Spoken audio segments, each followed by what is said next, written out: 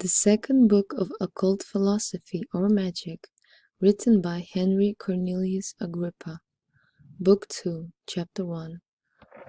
Of the necessity of mathematical learning and of the many wonderful works which are done by mathematical arts only.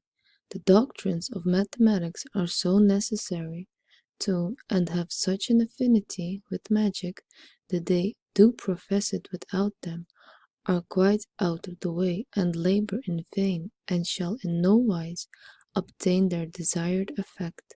For whatsoever things are and are done in these inferior natural virtues are all done and governed by number, weight, measure, harmony, motion, and light, and all things which we see in these inferiors have root and foundation in them, yet nevertheless without natural virtues of mathematical doctrines only works like a natural can be produced. As Plato says, a thing not partaking of truth or divinity, but certain images kin to them, as bodies going or speaking, which yet want the animal faculty, such as were those which amongst the ancients were called Daedalus, his images, and Aphthous, of which Aristotle makes mention, the three-footed image of Vulcan, and Daedalus moving themselves, which Homer says came out of their own accord to exercise, and which we read moved themselves at the feast of Hyarba, the philosophical exerciser, as also that golden statue performed the offices of cupbearers and carvers to the guests. Also we read of the statues of Mercury, which did speak in the wooden dove of Arteta, which did fly, and the miracles of Boetius and Cassiodorus made mention of, Diomedes in brass, sounding a trumpet, and a brazen snake hissing, and pictures of birds singing most sweetly. Of this kind are those miracles of images which proceed from geometry and optics, of which we made some mention in the first book, where we spoke of the element of air. So there are made glasses, some concave, others of the form of a column, making the representations of things in the air seem like shadows at a distance, of which sort Apollonius and Vitellius in their books De Perspectiva and Speculus taught the making and the use, and we read that Magnum Pompeius brought a certain glass amongst the spoils of the East to Rome, in which were seen armies of armed men, and there are made certain transparent glasses, which being dipped in some certain juices of herbs, and irradiated with a artificial light, fill the whole air round about with visions.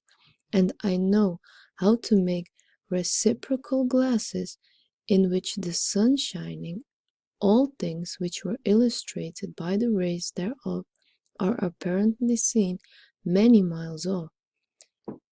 Hence a magician, expert in natural philosophy and mathematics, and knowing the middle sciences consisting of both these arithmetic, music, geometry, optics, astronomy, and such sciences that are of weights, measures, properties, proportions, articles, and joints, knowing also mechanical arts resulting from these, may without any wonder, if he excel other men in art and wit, do many wonderful things, which the most prudent and wise man may much admire.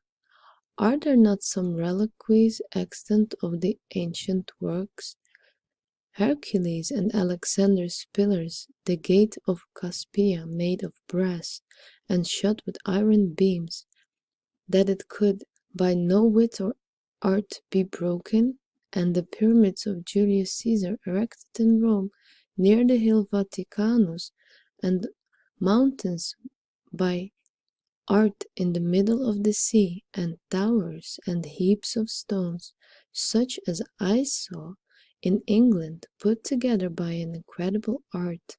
And we read in faithful historians that in former times rocks have been cut off, and valleys made, and mountains made into a plain. Rocks have been digged through, promontories have been opened in the sea, the bowels of the earth made hollow, rivers divided, seas joined to seas, the seas restrained, the bottom of the sea been searched, pools exhausted, fens dried up, new islands made, and again restored to the continent, all which, although they seem to be against nature, yet we read have been done, and we see some relics of them remaining till this day, which the vulgar say were the works of the devil, seeing the arts and artificers thereof have been dead out of all memory, neither are there any that care to understand or search into them. Therefore, they, seeing any wonderful sight, do input it to the devil as his work, or think it is a miracle, which indeed is a work of natural or mathematical philosophy. As if any one should be ignorant of the virtue of the lodestone, and should see heavy iron drawn upwards or hanged in the air, as we read in the iron image of the Mercury did long since a traverses hang up in the middle of the temple by lodestone, this verse attesting the same. The iron white rod bearer flies in air. The like to which we read was done concerning the image of the sun at Rome, in the temple of Serapis. Would not such an ignorant man, I say presently, say it is the work of the devil? But if he shall know the virtue of the lodestone to the iron, and shall make trial of it, he presently ceases to wonder, and does no more scruple it to be the work of nature. But here it is convenient that you know that is by natural virtues we collect natural virtues, so by abstracted, mathematical, and celestial we receive celestial virtues, as motion, life, sense, speech, soothsaying, and divination, even in matter less disposed as that which is not made by nature but only by art. And so images that speak and foretell things to come are said to be, as William of Paris relates, of a brazen head made under the rising of Saturn, which they say spoke with a man's voice. But he that will choose a disposed matter and the most fit to receive, and a most powerful agent, shall undoubtedly produce more powerful effects. For it is a general opinion of the Pythagoreans that as mathematical things are more formal than natural, so also they are more efficacious. As they have less dependence in their being, so also in their operation.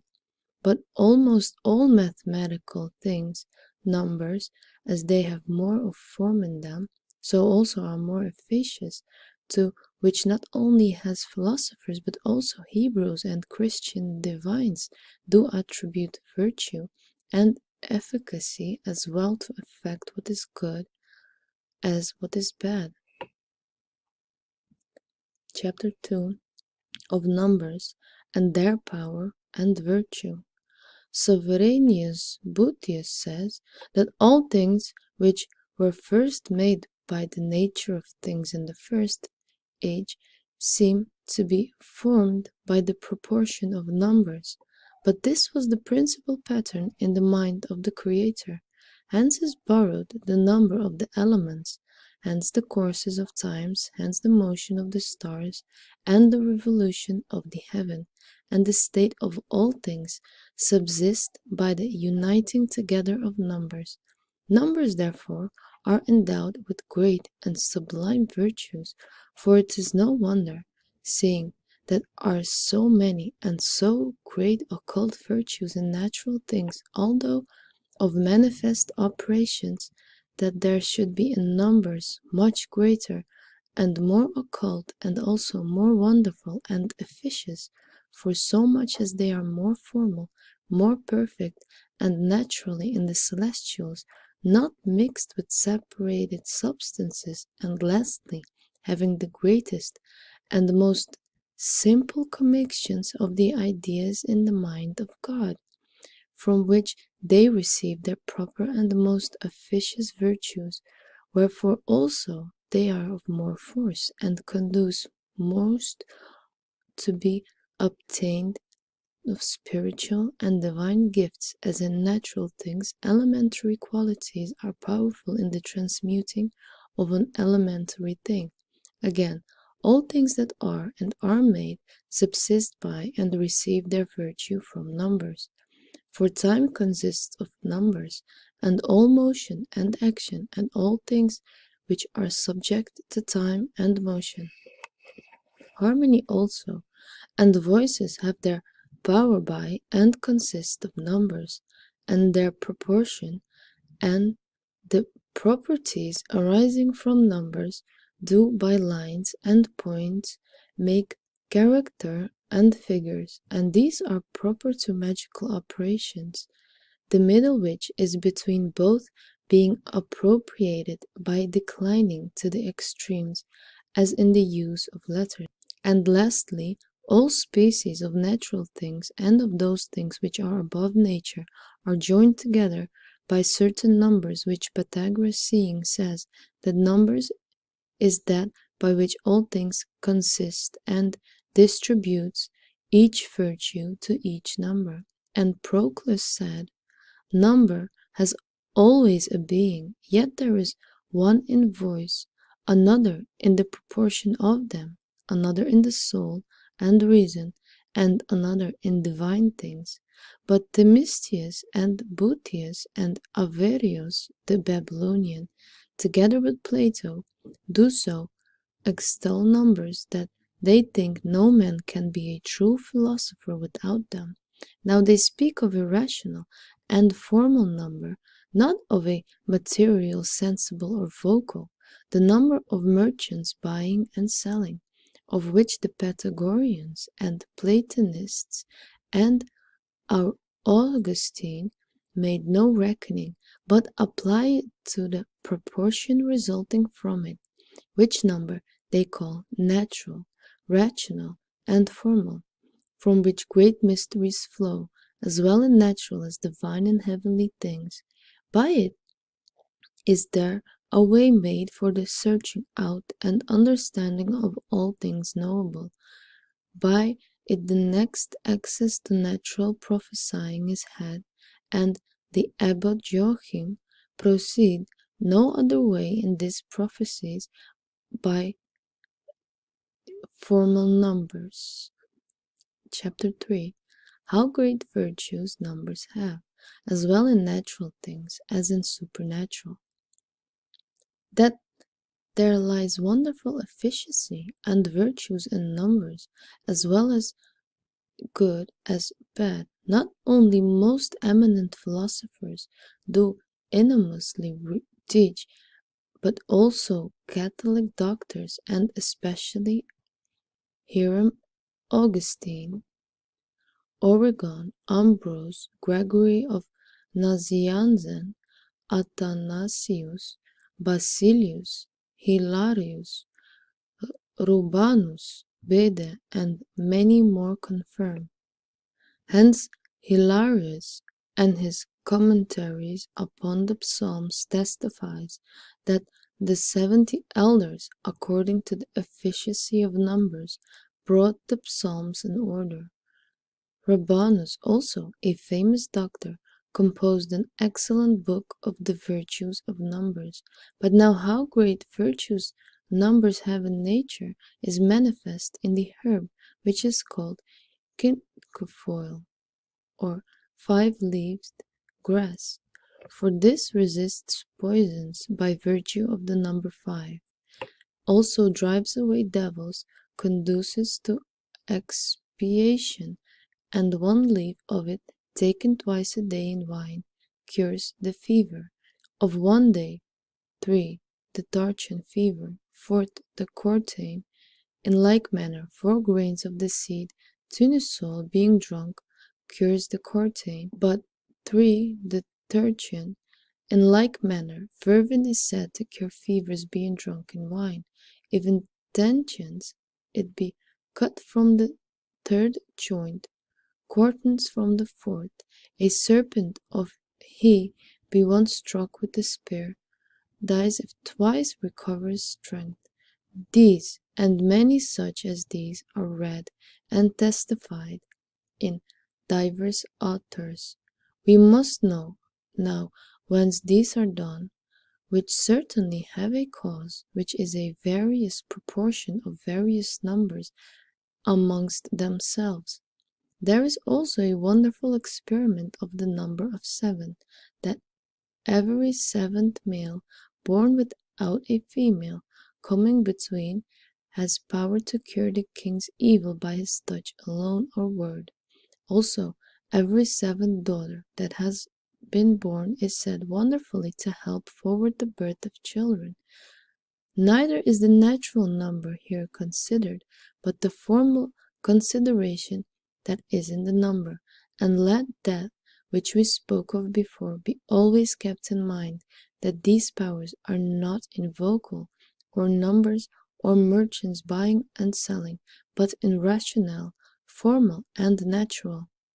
These are the distinct powers of and mysteries of God and nature, but he that knows how to join together the vocal numbers and natural with divine, and order them into the same harmony, shall be able to work and know wonderful things by numbers. The Pythagoreans profess that they can prognosticate many things by the numbers of names, in which truly, unless there did lie a great mystery, John had not said in the Revelation, He which has understanding, let him compute the number of the name of the beast, which is the number of a man. And this is the most famous matter of computing amongst the Hebrews and Kabbalists, as we shall show afterwards. But this is, you must know that simple numbers signify divine things, numbers of 10, celestial numbers of 100, terrestrial numbers of 1,000, those things that shall be in a further future age. Besides, seeing the parts of the mind are according to an arithmetical mediocrity, by reason of the identity or equality of excess, coupled together, but the body, whose parts differ in greatness, and according to a geometrical mediocrity compounded, but an animal consists of both soul and body, according to that mediocrity which is suitable to harmony. Hence is that number do work very much upon the soul, figures upon the body, and harmony upon the whole animal. Chapter 4. Of Unity and the Scale thereof.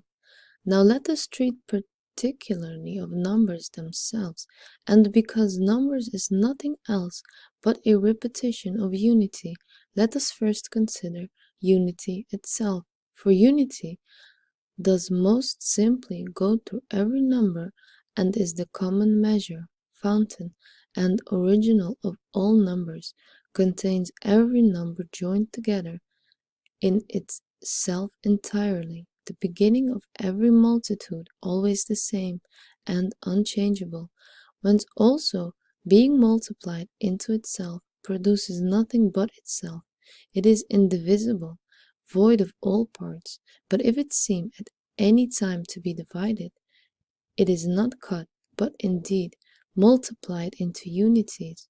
Yet none of these unities is greater or lesser than the whole unity, as a part is less than the whole. It is not therefore multiplied into parts, but into itself. Therefore some called it concord, some piety, and some friendship, which is so knit that it cannot be cut into parts. But Martianus, according to the opinion of Aristotle, said, it is named Cupid because it is made one alone, and will always bewail itself, and beyond itself it has nothing, but being void of all haughtiness or coupling turns its proper heats into itself. It is therefore the one beginning and end of all things, neither has it any beginning or end in itself. Nothing is before one, nothing is after one, and beyond it is nothing. And all things which are desire that one, because all things proceed from one. And that all things may be the same, it is necessary that they partake of that one. And as all things proceed of one into many things, so all things endeavor the return to that one from which they proceeded. It is necessary that they should put off multitude. One therefore is referred to the high God, who, seeing he is one and innumerable, yet creates innumerable things of himself and contains them within himself. There is therefore one God, one world of the one God, one Son of the world, and also Phoenix of the world, one king, queen amongst beasts, and leader amongst flocks, cattle, one ruler amongst herds of beasts and cranes, follows one, and many other animals honor unity. Amongst the members of the body there is one principle by which all the rest are guided, whether it be the head, as some will the heart. There is one element overcoming and penetrating all things, fire. There is one thing created of God, the subject of all wondering, which is on earth or in heaven. It is actually animal, vegetable, and mineral, everywhere found, known by few, called by one its proper name, but covered by figures and riddles, without which together alchemy nor natural magic can contain to their complete end or perfection. From one man Adam all men proceed, from that one all become mortal, from that one Jesus Christ they are generated, and as says Paul, one Lord, one faith, one baptism, one God and Father of all, one mediator between God and man, one most high creator, who is over all, by all, and in us all. For there is one Father, God, from where all, and we in him, one Lord Jesus Christ, by whom all, and we by him, and one Holy Ghost, into whom all, and we into him. In the exemplary world, A-E-O-D, one divine essence, the fountain of all virtues and power, whose name is expressed with one most simple letter. In the intellectual world, the soul of the world, one supreme intelligence, the first creature, the fountain of lives. In the celestial world, the sun, one king of stars, fountain of life. In the elemental world, the philosopher's stone, one subject and instrument of all virtues, natural and supernatural. In the lesser world, the heart, one first living and last dying. In the infernal world, Lucifer, one prince of rebellion, of angels and darkness. Chapter 5 of the number of 2 and the scale thereof. The first number is of 2. Because it is the first multitude, it can be measured by no number besides unity alone, the first common measure of all numbers. It is not compounded of numbers, but of one unity only. Neither it is called a number uncompounded, but more properly not compounded. The number of 3 is called the first number uncompounded, but the number of 2 is the first branch of unity, and the first procreation. Hence it is called generation, and Juno, and an imaginable corporation. The proof of the first motion, the first form of parity, the number of the first equality, extremity, and distance between, and therefore the peculiar equity, and the proper act thereof, because it consists of 2 equally poised, and it is called the number of science, and memory, and light, and the number of man who is called another, and the lesser world. It is also called the number of charity, and mutual love of marriage and society, and it is called by the Lord, 2 shall be one flesh. And Solomon says, it is better that 2 be together than 1, for they have a benefit by their mutual society. If one shall fall, he shall be supported by the other. Woe to them that is alone, because when he falls he has no another to help him. But if 2 sleep together, they shall warm one another. Who and how shall one not be hot alone? And if one prevail against him, who resist him? And it is called the number of wedlock and sex, for there are 2 sexes, masculine and feminine, and 2 doves bring forth 2 eggs, out of first of which is hatched the male, and out of second the female. It is also called the middle, that is capable, that is good and bad, partaking of the beginning of division, of multitude and distinction, and signifies matter. This is also sometimes the number of discord and confusion, of misfortune and uncleanness, whence St. Hierom against Jovenius says, that therefore it was not spoken of the second day of the creation of the world, and God said, that it was good, because the number of 2 is evil.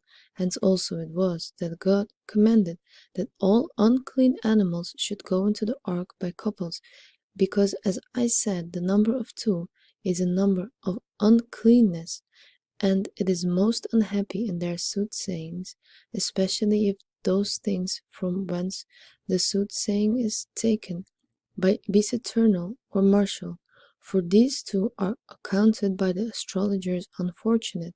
It is also reported that the number of 2 does cause apparitions of ghosts and fearful goblins, and bring mischiefs of evil spirits to them that travel by night. Pythagoras also, Eusebius reports, says that unity was God and a good intellect, and that duality was the devil and an evil intellect, in which as a material multitude. Wherefore the Pythagoreans say that 2 is not a number, but a certain confusion of unities. And Plutarch writes that the Pythagoreans called unity Apollo, and 2 strife, and boldness, and 3 justice, which is the highest perfection, and is not without any and many mysteries.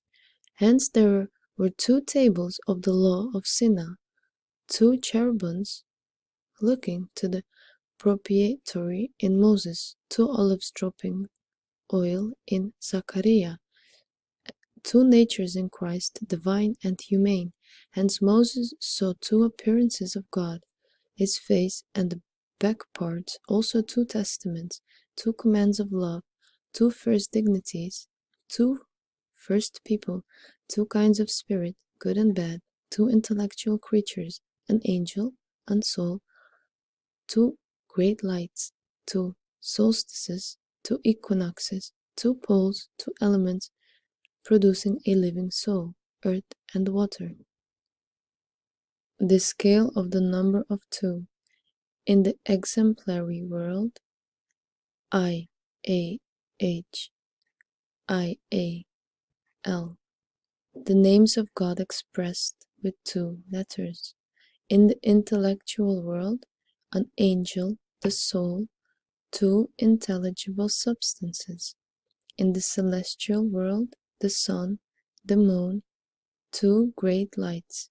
In the elementary world, the earth, the water, two elements producing a living soul. In the lesser world, the heart, the brain, two principal seats of the soul. In the infernal soul, beneath weeping, Leviathan, gnashing of teeth, two chief of the devils, two things which Christ threatens to the damned. Chapter 6 of the number 3 and the scale thereof. The number of 3 is an incompounded number, a holy number, a number of perfection, a most powerful number. For there are 3 persons in God. There are 3 theological virtues in religion. Hence it is that this number conduceth to the ceremonies of God and religion, that by the solemnity of which prayers and sacrifices are thrice repeated.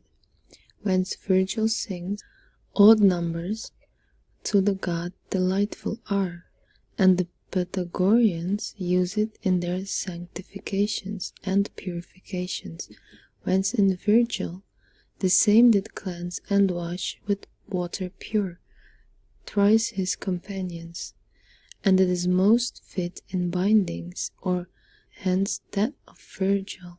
I walk around first with these threads, which 3 and several are, but the altar thrice I shall thy image bear, and a little after, notes amaryllis, tie of colors 3, then say, these bonds I knit for Venus be, and we read of Medea, she spake 3 words, which caused sweet sleep at will, the troubled sea, the raging waves, and still. And in Pliny it was the custom in every medicine to spit with 3 deprecations, and hence to be cured. The number of D is perfected with 3 argumentations, long, broad, and deep, beyond which there is no progression of dimension, whence the first number is called square. Hence it said that to a body that has 3 measures and to a square number nothing can be added, wherefore Aristotle in the beginning of his speeches concerning heaven calls it as it were a law, according to which all things are disposed, for corporeal and spiritual things consist of 3 things, beginning, middle, and end, by 3, as Trismegistus said, the world is perfect harmony, so the L, necessity and order, concurrence of causes which many call fate, and the execution of them to the fruit or increase, and a due distribution of the increase. The whole measure of time is concluded in 3. That's past, present, and that's what's to come. All magnitude is contained in 3 lines, superficies, and bodies. Every body consists of 3 intervals, length, breadth, thickness. Harmony contains 3 constants in time, diapation, hemioleon, diapason. There are 3 kinds of souls, vegetative, sensitive, and intellectual. And as said the prophet, God orders the world by number, weight, and measure. and the number of 3 is deputed to the ideal forms thereof, as the number 2 is to the procreating matter, and unity to God the maker of it. Magicians do constitute 3 princes of world, Oromasis, Mithris, Araminis. That's Omazd or Ahura Mazda, Mitra, and Ahirman or Angra Mainyu in Zoroastrian theology. These are the names for God, the highest angel, and the devil respectively, God, the mind, and the spirit. By the 3 square or solid, the 3 numbers of 9 and things produced are distributed of the supercelestial into 9 orders of intelligences, of celestial into 9 orbs, of inferiors into 9 kinds of generable and corruptible things. Lastly, in this eternal orb, or 27, all musical proportions are included, as Plato and Proclus do at large discourse, and the number of 3 has in the harmony of 5 the grace of the first voice. Also in intelligences there are 3 hierarchies of angelic spirits. There are 3 powers of intellectual creatures, memory, mind, and will. There are 3 orders of the blessed, of martyrs, confessors, and innocent. There are 3 quaternions of celestial signs, of fixed, movable, and common, as also of houses, centers, succeeding and falling. There are also 3 faces and heads in every sign, and 3 lords of each triplicity. There are 3 fortunes amongst the planets, 3 graces amongst the goddesses, 3 ladies of destiny amongst the infernal crew, 3 judges, 3 furies, 3-headed Kerberos. We read also of a thrice double Hesed, 3 months or 3 mouths of the Virgin Diana, 3 persons in the supersubstantial divinity, 3 times of nature, law, and grace, 3 theological virtues, faith, hope, and charity. Jonas was 3 days in the whale's belly, and so many was Christ in the grave. In the original world, it's the Father, the Son, the Holy Ghost, the name of God with 3 letters. In the intellectual world, supreme innocence, middle martyrs, lowest of all confessors, 3 hierarchies of angels, 3 degrees of the blessed. In the celestial world, movable corners of the day, fixed, succeeding, nocturnal, common, falling, partaking, 3 quaternions of signs, 3 quaternions of houses, 3 lords of the triplicities. In the elementary world, simple, compounded, thrice compounded, 3 degrees of elements. In the lesser world, the head in which the intellect grows, answering to the intellectual world. The breast, where is the heart, the seat of life, answering to the celestial world. The belly, where the faculty of generation is, and the genital members answering the elemental world. 3 parts answering the threefold world. In the infernal world, Alecto, Minos, wicked, Magera, Acasus, Apostates, Stesiphoni, Fadamantus, infidels, 3 infernal furies, 3 infernal judges, 3 degrees of the damned. chapter 7, of the number of 4 and the scale thereof. The Pythagoreans call the number of 4 Tetractys, and prefer it before all the virtues of numbers, because it is the foundation and root of all other numbers, whence also all foundations, as well in artificial things as natural and divine, are foursquare, as we shall show afterwards. And it signifies solidity, which also is demonstrated by a 4-square figure.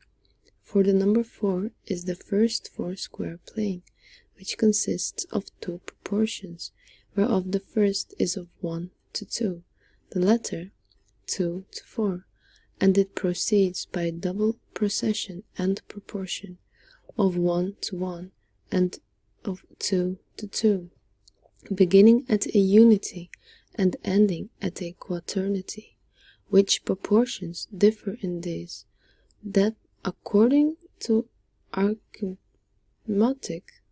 they are unequal to one the other, but according to geometry are all equal. Therefore a 4-square is ascribed to God the Father, and also contains the mystery of the whole Trinity, for by its single proportion, by the first of 1 to 1, the unity of the paternal substance is signified, from which proceeds one Son equal to him. By the next procession, also simple, or of 2 to 2, signified by the second procession the Holy Ghost from both, that the Son be equal to the Father by the first procession, and the Holy Ghost be equal to both by the second procession. Hence that super excellent and great name of the divine Trinity of God is written with 4 letters. That's Yod, He, Vav, He, where it is the aspiration He signifies the proceeding of the Spirit from both. For He, being duplicated, terminates both syllables and the whole name, but is pronounced Jova, as Samuel, whence the Jovis of the heathen, which the ancients did picture with 4 ears, where the number of 4 is the fountain and head of the whole divinity, and the Pythagoreans call it in the perpetual fountain of nature, for there are 4 degrees in the scale of nature: to be, to live, to be sensible, to understand. There are 4 motions in nature: ascend, descend, go forward, or circular. There are 4 corners in the heaven: rising, falling, the middle of the heaven, and the bottom of it. There are 4 elements under the heaven: fire, air, water, and earth. According to these, there are 4 triplicities in heaven. There are 4 first qualities under the heaven: cold, heat, dryness, and moistness. From these are the 4 humors: blood, phlegm, color, melancholy. Also the year is divided into 2 parts, which are spring, summer, autumn, and winter. Also the wind is divided into eastern, western, northern, and southern. There are also 4 rivers of paradise, and so many infernal. Also the number 4 makes up all knowledge. First it fills up every single progressive number with 4 terms, which 1, 2, 3, 4, constituting the number 10. It fills up every difference of numbers, the first even, and containing the first odd in it. It has in music diatessaron, the grace of the 4th voice. Also it contains the instrument of 4 strings, and a Pythagorean diagram, whereby are found out, first of all musical tones and all harmony of music, 4 double, treble, 4 times double, 1 and half. One had a third part, a concord of all, a double concord of all, of 5, of 4, and all consonancy is limited within the bounds of the number 4. It does also contain the whole mathematics in 4 terms: point, line, superficies, and profundity. It comprehends all nature in 4 terms: substance, quality, quantity, and motion. Also all natural philosophy, in which are the seminary virtues of nature, the natural springing, the growing from, and the compositum. Also metaphysic is comprehended in 4 bounds, being essence, virtue, and action. Moral philosophy is comprehended with 4 virtues: prudence, justice, fortitude, temperance. It has also the power of justice, hence a fourfold law of providence from God, fatal from the soul of the world, of nature from heaven, and produce from man. There are also 4 judiciaries, powers in all things, being the intellect, discipline, opinion, and sense. It has also great power in all mysteries. Hence the Pythagoreans did ratify the number 4 with an oath, as if it were the chiefest ground whereon the faith was grounded, and their belief might be confirmed. Hence it was called the Pythagorean oath, which is expressed in these verses: I wish pure mind by the number of 4 do swear, that's holy and the fountain of nature, eternal, parent of the mind. Also there are 4 rivers of paradise, 4 gospels received from 4 evangelists throughout the whole church.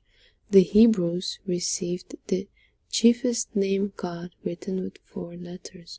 Also the Egyptians, Arabians, Persians, magicians, Mahometans, Grecians, Tusans, Latins write the name of God with only 4 letters. Thus, Tut, Allah, Sir, Orsi, Abdi, Theos, Esar, Deus. Hence the Lacedaemonians were wont to paint Jupiter with 4 wings, and also Orpheus has divinity. It is said that Neptune's chariots are drawn with 4 horses. There are also 4 kinds of divine furies, proceeding from several deities, from the Muses, Dionysus, Apollo, and Venus.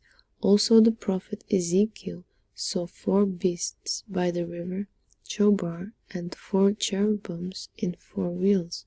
Also in Daniel 4 great beasts ascend from the sea, and 4 winds did fight, and the Revelations 4 beasts were full of eyes before and behind, standing round about the throne of God, and 4 angels, to whom was given power to hurt the earth and the sea, did stand upon the 4 corners of the earth, holding the 4 winds, that they should not blow upon the earth, nor upon the sea, nor upon any tree. The name of God with 4 letters, that's in the original world whence the law of providence. 4 triplicities or intelligible hierarchies: cherubim, thrones, dominations, powers, virtues, principalities, archangels and angels, innocents, martyrs, confessors. In the intellectual world whence the fatal law. 4 angels ruling over the 4 corners of the world: Michael, Raphael, Gabriel, Uriel. 4 rulers of the elements: Seraph, Cherub, Tarsus, Ariel. 4 consecrated animals: the lion, the eagle, man, a calf. 4 triplicities of the tribes of Israel: Dan, Asher, Nephthalim, Jehudah, Issachar, Zabulon, Manasseh, Benjamin, Ephraim, Reuben, Simeon, Gad. 4 triplicities of apostles: Matthias, Peter, Jacob the elder, Simon, Bartholomew, Matthew, John, Philip, James the younger, Thaddeus, Andrew, Thomas. 4 evangelists: Mark, John, Matthew, and Luke. 4 triplicities of signs: Aries, Leo, Sagittarius, Gemini, Libra, and Aquarius, Cancer, Scorpion, and Pisces, Taurus, Virgo, and Capricorn. In the celestial world, where is the law of nature? The stars and the planets related to the elements: Mars and the Sun, Jupiter and Venus, Saturn and Mercury, the fixed stars and the moon. 4 qualities of celestial elements: light, diaphanousness, agility, solidity. 4 elements: fire, air, water, earth. 4 qualities: heat, moisture, cold, dryness. 4 seasons: summer, spring, winter, autumn. 4 corners of the world: the east, the west, the north, the south. 4 perfect kinds of mixed bodies: animals, plants, metals, stones. 4 kinds of animals: walking, flying, swimming, creeping. What answers the elements in plants: seeds, flowers, leaves, roots. What in metals: gold and iron, copper and tin, quicksilver, lead and silver. What in stone: bright and burning, light and transparent, clear and congealed, heavy and dark. 4 elements of man: the mind, the spirit, the soul, and the body. 4 powers of the soul: the intellect, the reason, fantasy, sense. 4 judiciary powers: faith, science, opinion, experience. 4 moral virtues: justice, temperance, prudence, fortitude. The sense answering to the elements: sight, hearing, taste and smell, touch. 4 elements of man's body: spirit, flesh, humors, bones. A fourfold spirit: animal, vital, generative, natural.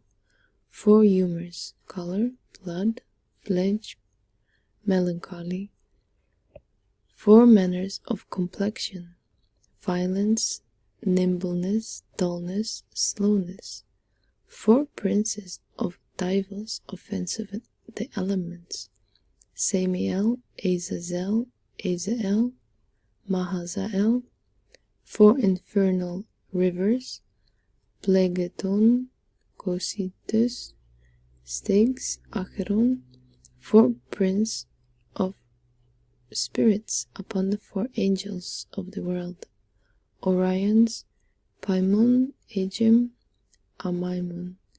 In the infernal world, where is the law of wrath and punishment? Chapter 8 of the number 5 and the scale thereof. The number 5 is of no small force, for it consists of the first 7 and the first odd, as of a female and male. For an odd number is the male, and the even the female, whence arithmeticians call that the father and his mother. Therefore the number 5 is of no small perfection or virtue, which proceeds from the mixture of these numbers. It is also the just middle of the universal number 10. For if you divide the number 10, there will be 9 and 1, or 8 and 2, or 7 and 3, or 6 and 4. And every collection makes the number 10, and the exact middle always is the number 5, and its equidistant, and therefore it is called by the Pythagoreans the number of wedlock, as also of justice, because it divides the number 10 in an even scale. There by 5 senses in man: sight, hearing, smelling, tasting, and feeling. 5 powers in the soul: vegetative, sensitive, concupiscible, irascible, rational. 5 fingers on the hand, 5 wandering planets in heaven, according to which there are 5 full terms in every sign. In elements there are 5 kinds of mixed bodies: stones, metals, plants, plant animals, and so many kinds of animals as men, 4-footed beasts, creeping, swimming, flying, and there are 5 kinds by which all things are made of God. Essence, the same. Another sense, motion. The swallow brings forth 5 young, which she feeds with equity, beginning with the eldest, and so the rest, according to their age. Also this number has great power in expiations, for in holy things it drives away devils, in natural things it expels poisons. It is so called the number of fortunateness and favor, and it is the holy seal of the Holy Ghost, and a bond that binds all things, and the number of the cross, eminent with the principal wounds of Christ, whereof he vouchsafed to keep the scarce in his glorified body. The heathen philosophers did dedicate it as sacred to Mercury, esteeming the virtue of it to be so much more excellent than the number 4.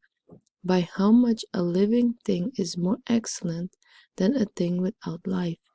For in his number the father Noah found favor with God, and was preserved in the flood of waters. In the virtue of this number Abraham, being 100 years old, begat a son of Sarah, being 90 years old, and a barren woman, and past childbearing, and grew up to be a great people. Hence in time of grace and name of divine omnipotency is called upon with 5 letters. For in time of nature the name of God was called upon the 3 letters E-A-U. Sadai, in time of the law, the ineffable name of God was expressed with 4 letters, A-A-A-E, instead of which the Hebrews expressed Adonai. In time of grace, the ineffable name of God, which was with 5 letters, Jesu, which is called upon with no less mystery than of 3 letters, A-U-E. The scale of the number of 5. The names of God with 5 letters, the name of Christ with 5 letters. Elohim, Jesu, Elion in the exemplary world. 5 intelligible substances. Spirit of the first hierarchy called gods or the Son of God. Spirits of the second hierarchy called intelligences. Spirits of the third hierarchy called angels which are sent. Souls of celestial bodies.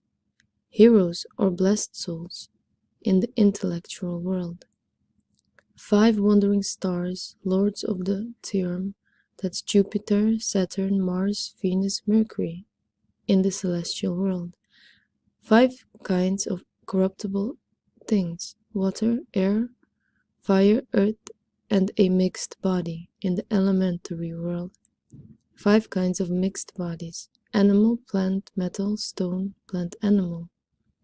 Taste, hearing, seeing, touching, smelling, in the lesser world. 5 corporeal torments: deadly bitterness, horrible howling, terrible darkness, unquenchable heat, a piercing stink, in the infernal world. Chapter 9 of the number 6 and the scale thereof. 6 is the number of perfection, because it is the most perfect in nature. in the whole course of members from 1 to 10, and it alone is so perfect that in the collection of its parts it results the same, neither wanting nor abounding. For if the parts thereof, the middle, the third, the sixth part, which are 3, 2, 1, be gathered together, they perfectly fill up the whole body of 6, which perfection all the other numbers want. Hence, of the Pythagoreans it is said to be altogether applied to generation and marriage, and is called the scale of the world. For the world is made of the number 6, neither does it abound or is defective. Yet that is because the world was finished by God the sixth day. For the sixth day God saw all things which he had made, and they were very good. Therefore the heaven and earth and all the hosts thereof were finished. It is also called the number of man, because the sixth day man was created. And it is also the number of our redemption. For the sixth day Christ suffered for our redemption, whence there is a great affinity between the number 6 and the cross labor and servitude. Yet it is recommended in the law that in 6 days the work is to be done. 6 days manna is to be gathered. 6 years the ground was to be sown, and the Hebrew servant should serve his masters 6 years. 6th day is the glory of the Lord appeared upon Mount Sinai, covering it with a cloud. The cherubims had 6 wings, 6 circles in the firmament, Arctic, Antarctic, 2 tropics, equinoctial, ecliptical, 6 wandering planets, Saturn, Jupiter, Mars, Venus, Mercury, and the Moon, running through the latitude of the zodiac.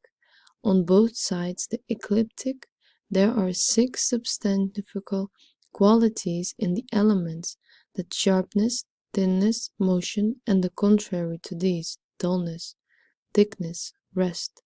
There are 6 differences of position, upwards, downwards, before, behind, and the right side, one to the left. There are 6 natural offices, without which nothing can be: magnitude, color, figure, interval, standing, motion.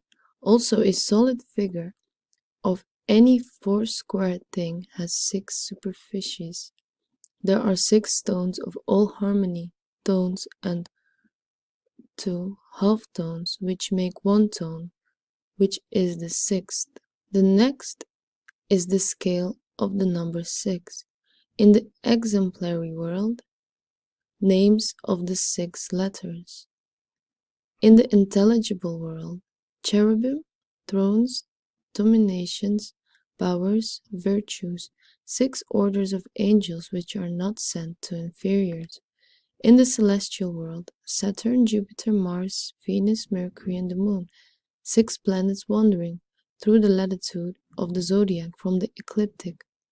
In the elemental world, rest, thinness, sharpness, dullness, thickness, motion, 6 substantifical qualities of elements.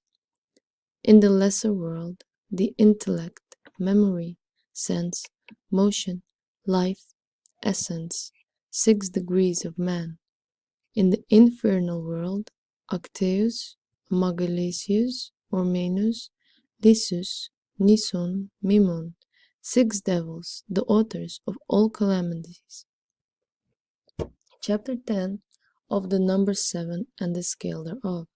The number 7 is of various and manifold power, for it consists of 1 and 6, or of 2 and 5, or of 3 and 4, and it has a unity, as it were the coupling together of 2 threes, where, if we consider the several parts thereof, and the joining together of them, without doubt we shall confess that it is as well by the joining together of the parts thereof, as by its fullness apart most full of all majesty, and the Pythagoreans call it the vehiculum of man's life, which it does not receive from its parts, so as it perfects by its proper right of its whole, for it contains body and soul, For the body consists of 4 elements and is endowed with 4 qualities. Also the number 3 respects the soul by reason of its threefold power: rational, irascible, and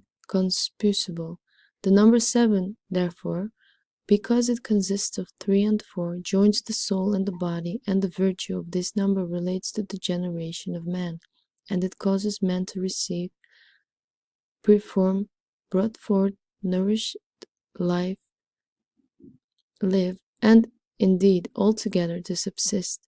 For when the genital seed is received in the womb of the woman, if it remain there 7 hours after the infusion of it, it is certain that it will abide there for good. Then the first 7th day is congelated and is fit to receive the shape of a man. Then it produces mature infants, which are called infants of the 7th month, because they are born of the 7th month.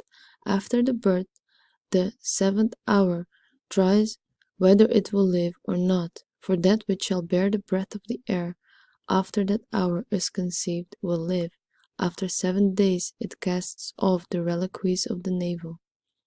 After 7 days it is sight that begins to move after the light.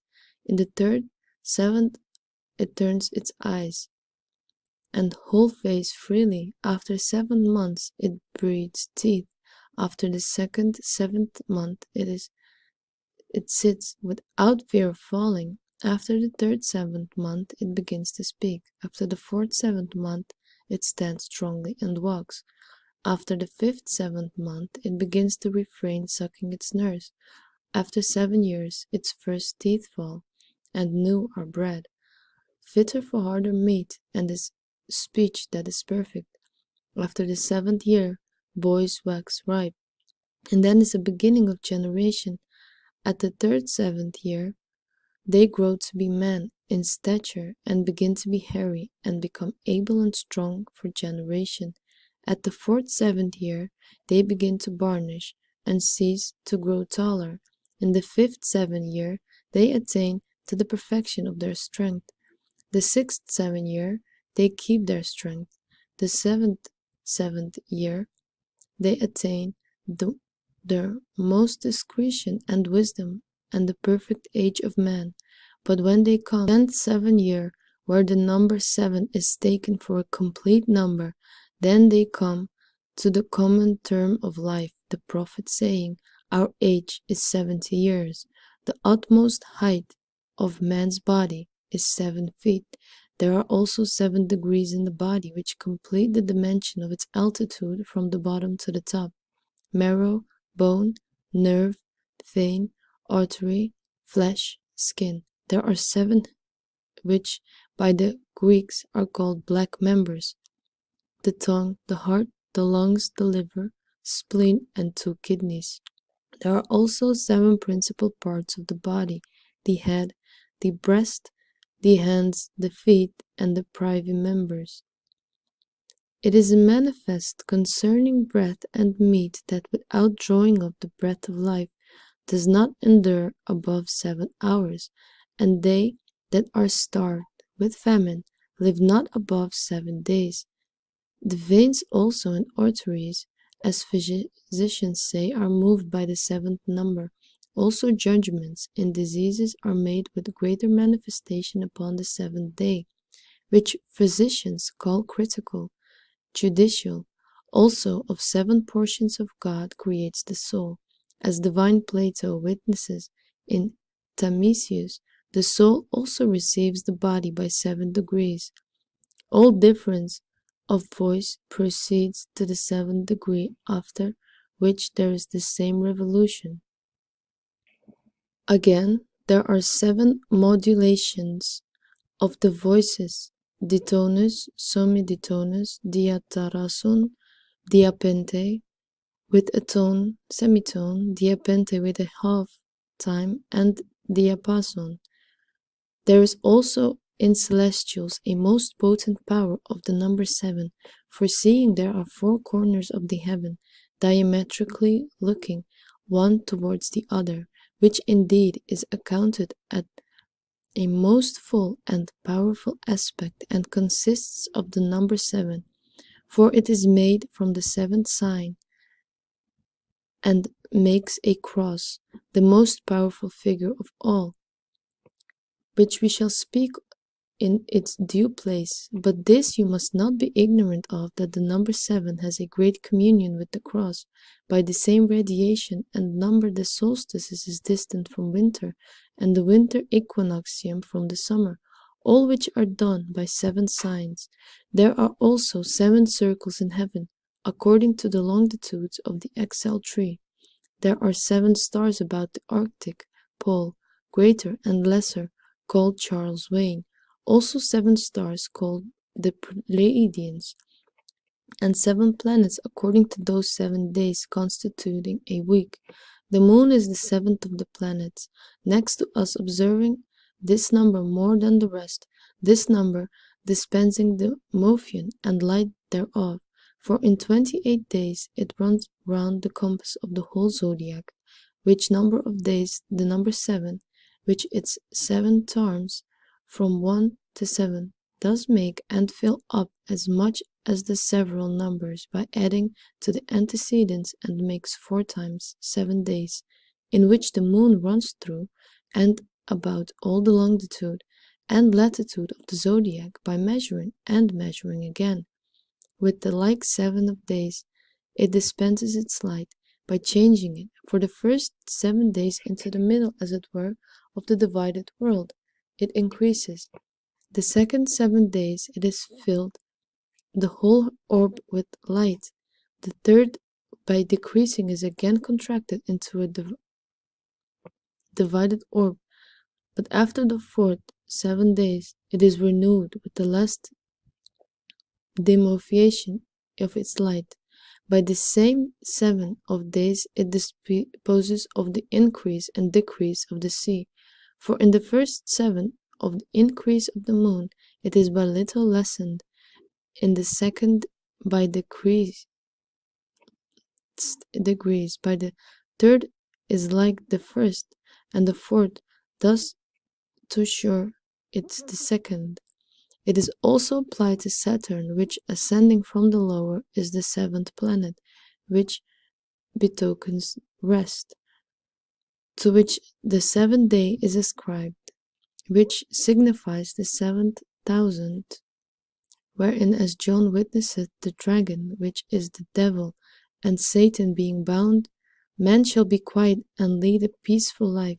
Moreover, the Pythagoreans call 7 the number of virginity, because the first is that which is neither generated or generates, neither can be divided into 2 equal parts, so as to be generated of another number repeated, or also being doubled to bring forth any other number of itself, which is contained within the bounds of the number 10, which is manifestly the first bound of numbers, and therefore they dedicate the number 7 to Pallas. It has also in religion most potent signs of its esteem, and it is called the number of an oath, where amongst the Hebrews to swear is called septenary, to protest by 7. So Abraham, when he made a covenant with Abimelech, appointed 7 ewe lambs for a testimony. It is also called the number of blessedness or of rest, where that O thrice and 4 times blessed in soul and body, the 7th day of the Creator rested from his work, wherefore this day was by Moses called the Sabbath, the rest day. Hence it was that Christ rested the 7th day in the grave. Also this number has a great communion with the cross, as is above showed. Us also with Christ, for in Christ is all our blessedness, rest, and facility besides.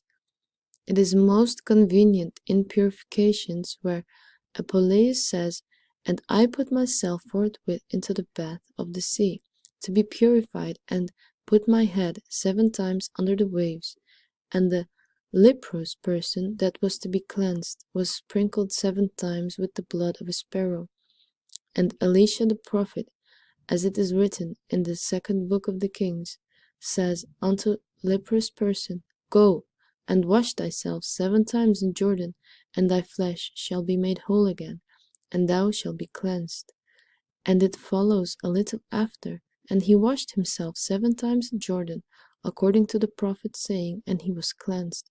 Also it is a number of repentance and remission, where it was ordained the 7th year repentance for every sin, according to the opinion of the wise man, saying, and upon every sinner sevenfold. Also the 7th year there were granted remissions, and after full 7 years there was given a full remission, as it is read in Leviticus. And Christ with 7 petitions finished his speech of 4 satisfactions, where it also was called the number of liberty, because the 7th year the Hebrew servant did challenge liberty for himself. It is also most suitable to divine praises, where the prophet says, 7 times a day I praise thee, because of thy righteous judgments. It is moreover called the number of revenge, as said the scripture in Cain, shall be revenged sevenfold. And the psalmist says, render unto our neighbors sevenfold into their bosom their reproach, where there's 7 wickedness, as said Solomon, and 7 wickeder spirits taken are read of the gospel. It signifies also the time of the present circle, because it is finished in space of 7 days. Also it was consecrated to the Holy Ghost, which the prophet Isaiah describes to be sevenfold, according to his gifts: the spirit of wisdom and understanding, the spirit of counsel and strength, the spirit of knowledge and holiness, and the spirit of the fear of the Lord, which we read in Zechariah to be the 7 eyes of God. There are also 7 angels, spirits standing in the presence of God, as I read in Tobias. And in the Revelation 7 camps did burn before the throne of God, and 7 golden candlesticks, in the middle thereof was one like to the Son of Man. And he had in his right hand 7 stars. Also there were 7 spirits before the throne of God, and 7 angels stood before the throne. And then there were given to them 7 trumpets, and he saw a lamp, having 7 horns and 7 eyes. And he saw the book sealed with the 7 seals, and when the 7th seal was opened, there was made silence in heaven. Now by all what has been said, it is apparent that the number 7, amongst the other numbers, may deservedly be set upon to be the most full of efficacy. Moreover, the number 7 has great conformity with the number 12.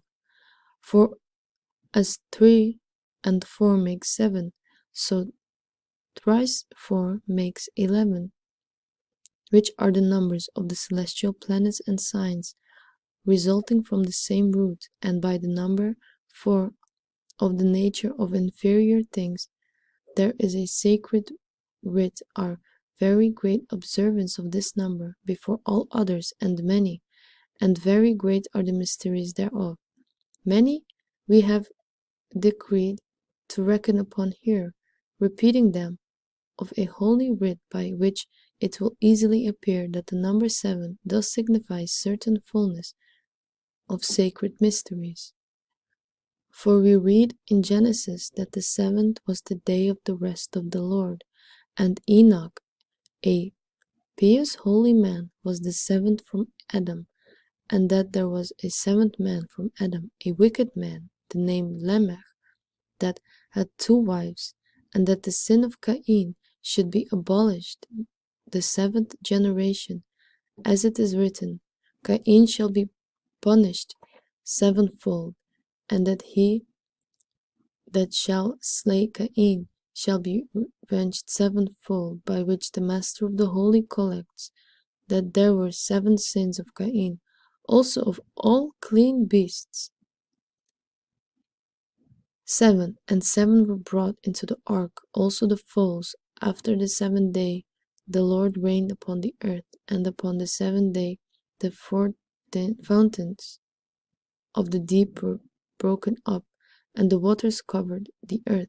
Also Abraham gave to Abimelech 7 ewe lambs. And Jacob served 7 years for Leah, and 7 more for Rachel. And 7 days the people of Israel bewailed the death of Jacob. Moreover, we read in the same place of 7:9, and 7 ears of corn, 7 years of plenty, and 7 years of scarcity. And in Exodus, the Sabbath of Sabbaths, the holy rest to the Lord, is commanded to be on the 7th day. Also on the 7th day Moses ceased to pray, and the 7th day there shall be a solemnity of the Lord. The 7th year the servant shall go out free. 7 days let the calf and the lamb be with its dam. The 7th year let the ground that has been sown 6 years be at rest. The 7th day shall be a holy Sabbath and a rest. The 7th day, because it is the Sabbath, shall be called holy. Leviticus. The 7th day also shall be more observed and more holy, and the 1st day of the 7th month shall be Sabbath of memorial. 7 days shall be sacrifices be offered to the Lord. 7 days shall be the holy days of the Lord be celebrated. 7 days in a year, everlastingly in the generations. And the 7th month you shall celebrate feasts, and shall dwell in tabernacles. 7 days, 7 times he shall sprinkle himself before the Lord, that has dipped his finger in blood. He that is cleansed from the leprosy shall dip 7 times in the blood of a sparrow. 7 days shall he be washed with running water that is menstruous. 7 times he shall dip his finger in the blood of a bullock. 7 times I will smite you for your sins. In Deuteronomy, 7 people possessed the land of promise. There is also read of a 7th year of remission, and 7 candles set upon the south side in the candlestick. And in Numbers it is read that the sons of Israel offered up 7 ewe lambs without spot, and that 7 days they did eat unleavened bread, and that sin was expiated with 7 lambs, a goat, and that the 7th day was celebrated and holy, and the 1st day of the 7th month was observed and kept holy. And the 7th month of the Feast of Tabernacles, 7 calves were offered on the 7th day, and Balaam erected 7 altars. 7 days Mary the sister of Aaron went forth leprous out of the camp. 7 days he that touched a dead carcass was unclean. And in Joshua 7 priests carried the ark of the covenant before the host. And 7 days they went around the cities, and 7 trumpets with carrying the 7 priests. And of the 7th day the 7 priests sounded the trumpets. And in the book of Judges, Abessa reigned in Israel 7 years. Samson kept his nuptials 7 days, and the 7th day of the 4th a riddle to his wife. He was bound with 7 green fresh withs, sinews, bowstrings. That's Judges 16:8. 7 locks of his head were shaved off. 7 years were the children of Israel oppressed by the king of Midian. And in the book of Kings, Elias prayed 7 times, and at the 7th time, behold, a little cloud. 7 days the children of Israel pitched over against the Syrians, and in the 7th day the battle was joined. 7 years famine was threatened to David for the people's murmuring, and the 7th times the child sneezed that was resuscitated by Elisha. Kings 4:35. And 7 men were crucified together in the days of the 7th harvest. Naaman was made clean with 7 washings. Tobias 7 men were coupled with Sarah the daughter of Riguel, and Daniel Nebuchadnezzar's furnace was heated 7 times hotter than it was used to be, and 7 lions were in the den. And the 7th day came Nebuchadnezzar in the book of Job, there is made mention of 7 sons of Job, and 7 days and the nights of Job's friends sat with him on the earth, and in the same place, and 7 troubles, no evil shall touch thee. In Ezra we read of Artaxerxes, his 7 counselors, and in the same place the trumpet sounded. The 7th month of the feast of tabernacles were in Ezra's time, whilst the children of Israel were in the cities, and on the first day of the 7th month Esdras read the law of it to the people. And in the Psalms David praised the Lord 7 times in a day. Silver is tried 7 times, and he renders to our neighbors 7-fold into their bosoms. And Solomon said that wisdom has here herself 7 pillars, 7 men that can render a season, 7 abominations above the Lord abhors, 7 abominations in the heart of an enemy, 7 overseers, 7 eyes beholding. Isaiah numbers up 7 gifts of the Holy Ghost, and 7 women shall take hold on a man, and the Jeremiah, she that has borne 7, languisheth, she has given up the ghost. In Ezekiel the prophet continued sad for 7 days. In Zechariah 7 lamps and 7 pipes to those 7 lamps, and 7 eyes running to and forth throughout the whole earth, and 7 eyes upon one stone, and the fast of the 7th day is turned into joy. And in Micah 7 shepherds are raised against the Assyrians. Also in the Gospel we read of 7 blessedness and 7 virtues, to which 7 vices are opposed, 7 petitions and the Lord's Prayer, 7 words of Christ upon the cross, 7 words of the Blessed Virgin Mary, 7 loaves distributed by the Lord, 7 baskets of fragments, 7 brothers having 1 wife, 7 disciples of the Lord that were fishers, 7 water spots in Canaan of Galilee, 7 woes which the Lord threatens to the hypocrites, 7 devils cast out of the unclean woman, and 7 wickeder devils taken in after that which was cast out. Also 7 years Christ was fled into Egypt, and the 7th hour the fever left the governor's son. And the canonical epistles James described 7 degrees of wisdom, and Peter 7 degrees of virtues, and in the Acts are reckoned 7 deacons and 7 disciples chosen by the apostles. Also in the Revelations there are many mysteries of this number.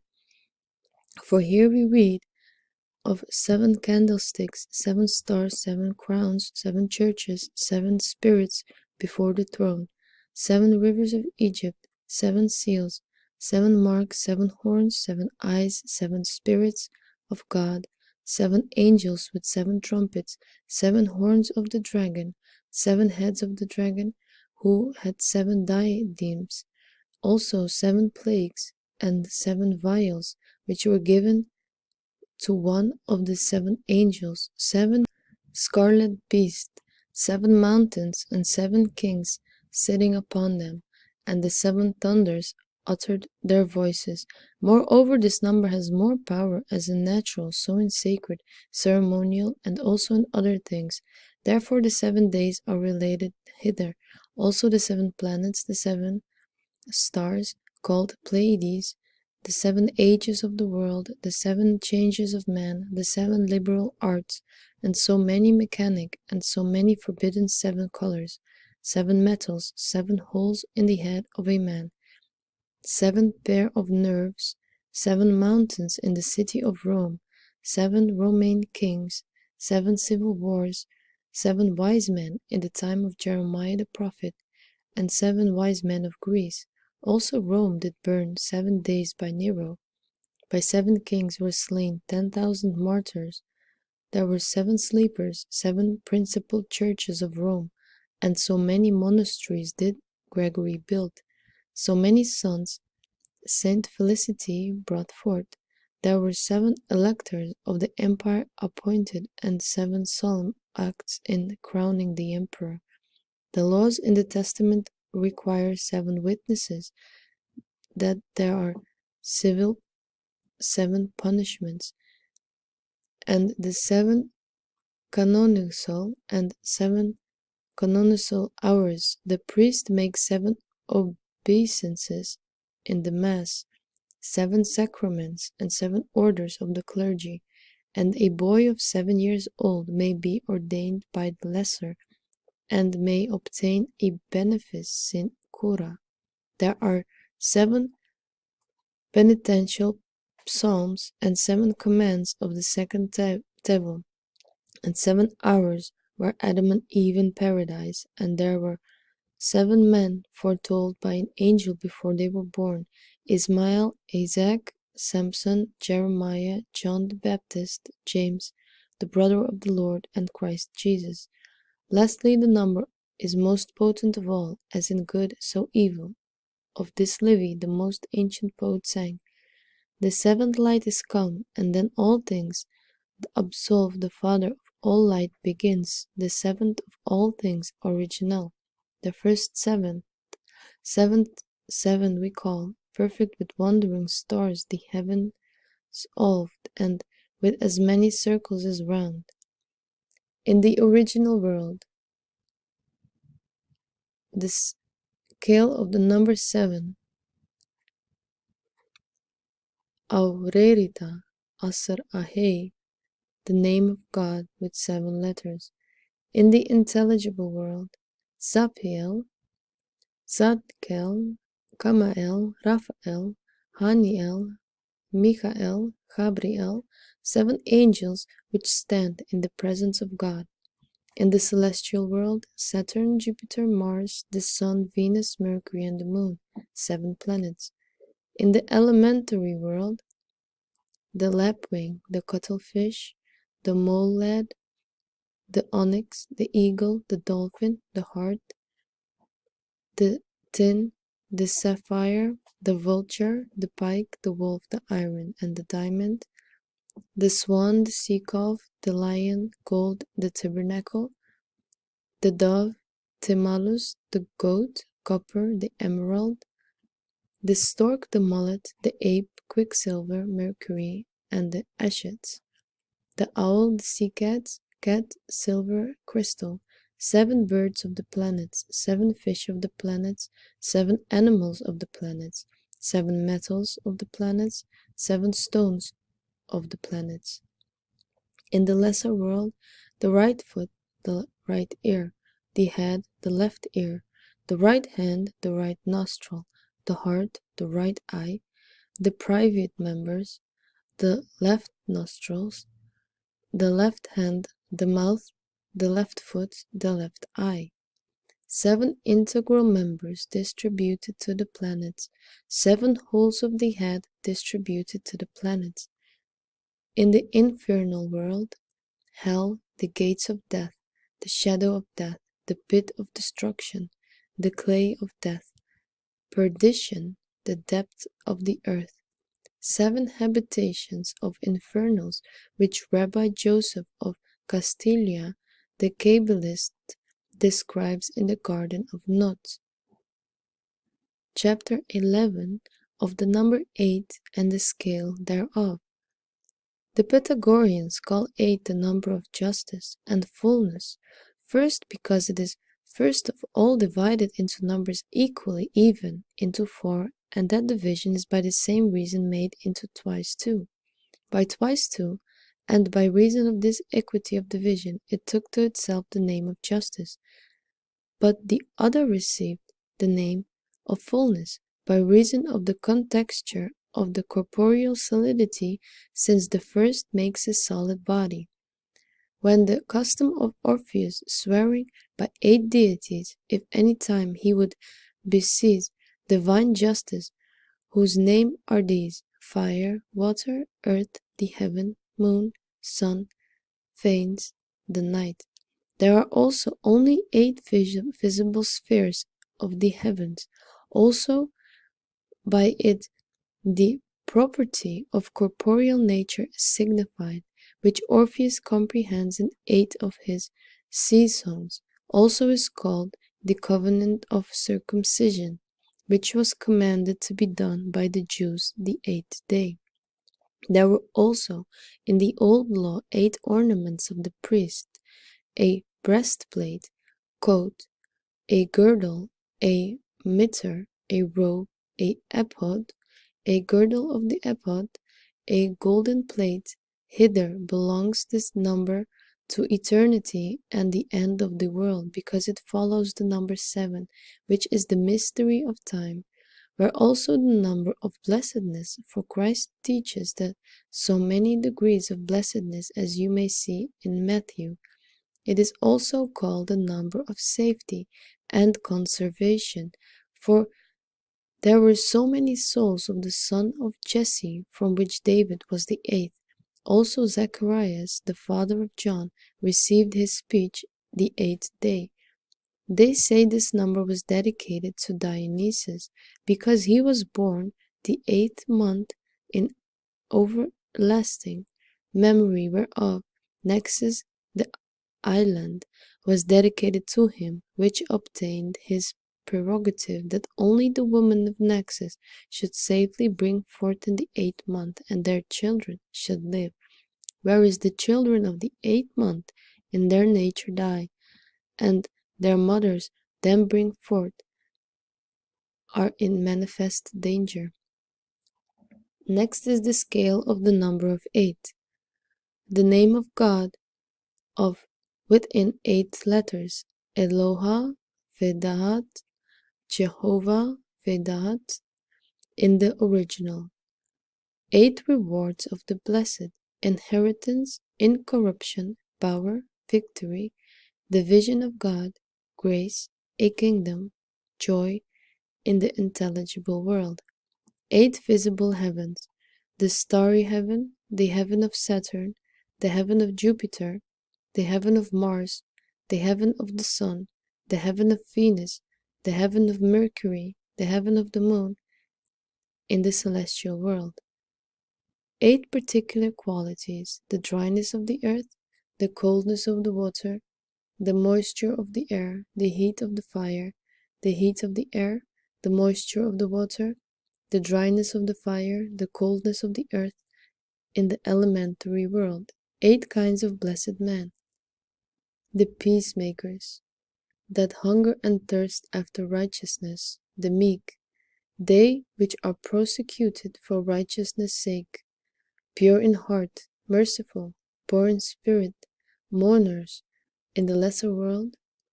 8 rewards of the damned: prison, death, judgment, the wrath of God, darkness, indignation, tribulation, anguish in the infernal world. Chapter 12. Of the number 9 and the scale thereof. The number 9 is dedicated to the Muses, by the help of the order of the celestial spheres and divine spirits.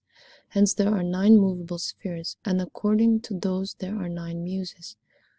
That's Calliope, Urania, Polymnia, Terpsichore, Clio, Melpomene, Erato, Euterpe, Thalia, which 9 Muses indeed are appropriated to the 9 spheres, so that the first resembles the supreme sphere, which they call premium mobile, and so descending by degrees according to the written order unto the last, which resembles the sphere of the moon.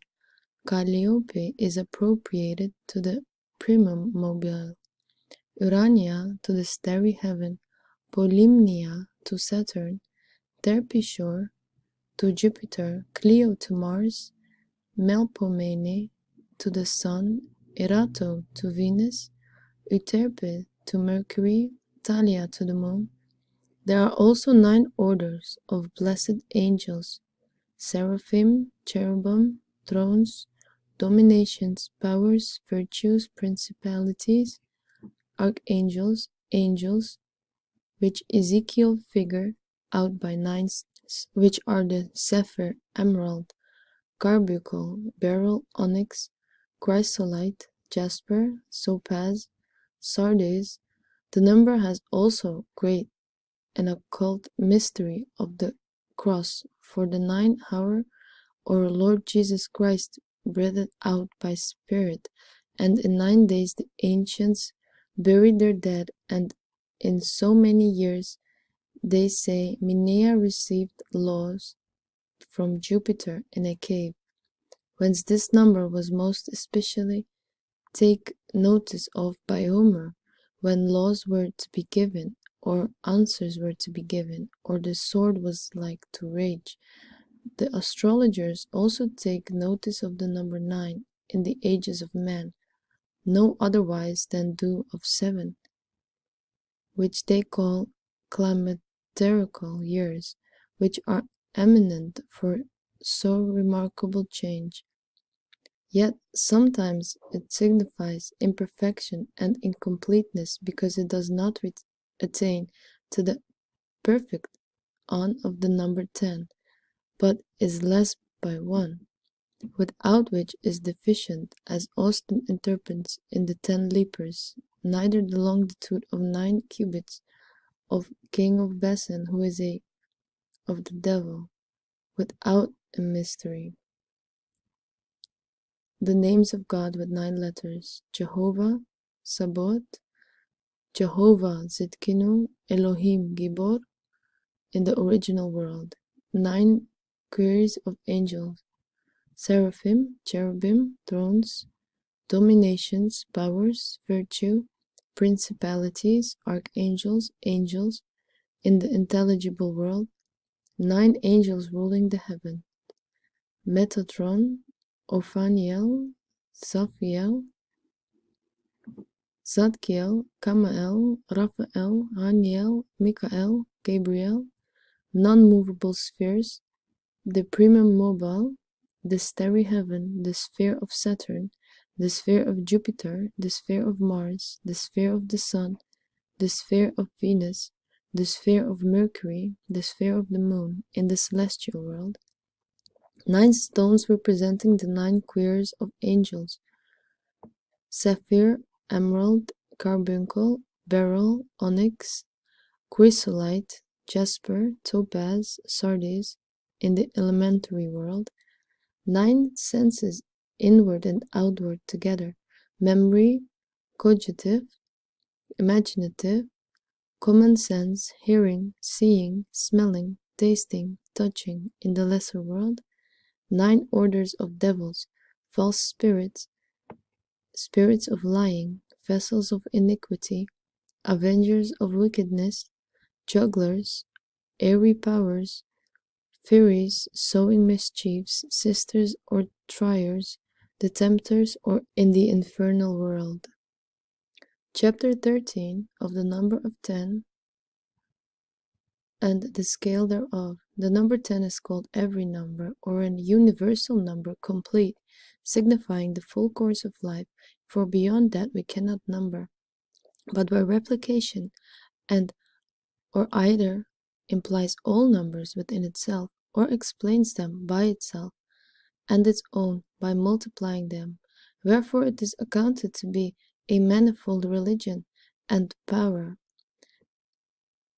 applied to the purging of souls, where the ancients called ceremonies denarii, because they that were to be expected and to offer sacrifices were to abstain from some certain things for 10 days, where amongst the Egyptians it was the custom for him that would sacrifice to Jove for 10 days before, which Apuleius testified for himself, saying, it was commanded that I should for the space of 10 days refrain all meat and be fasting.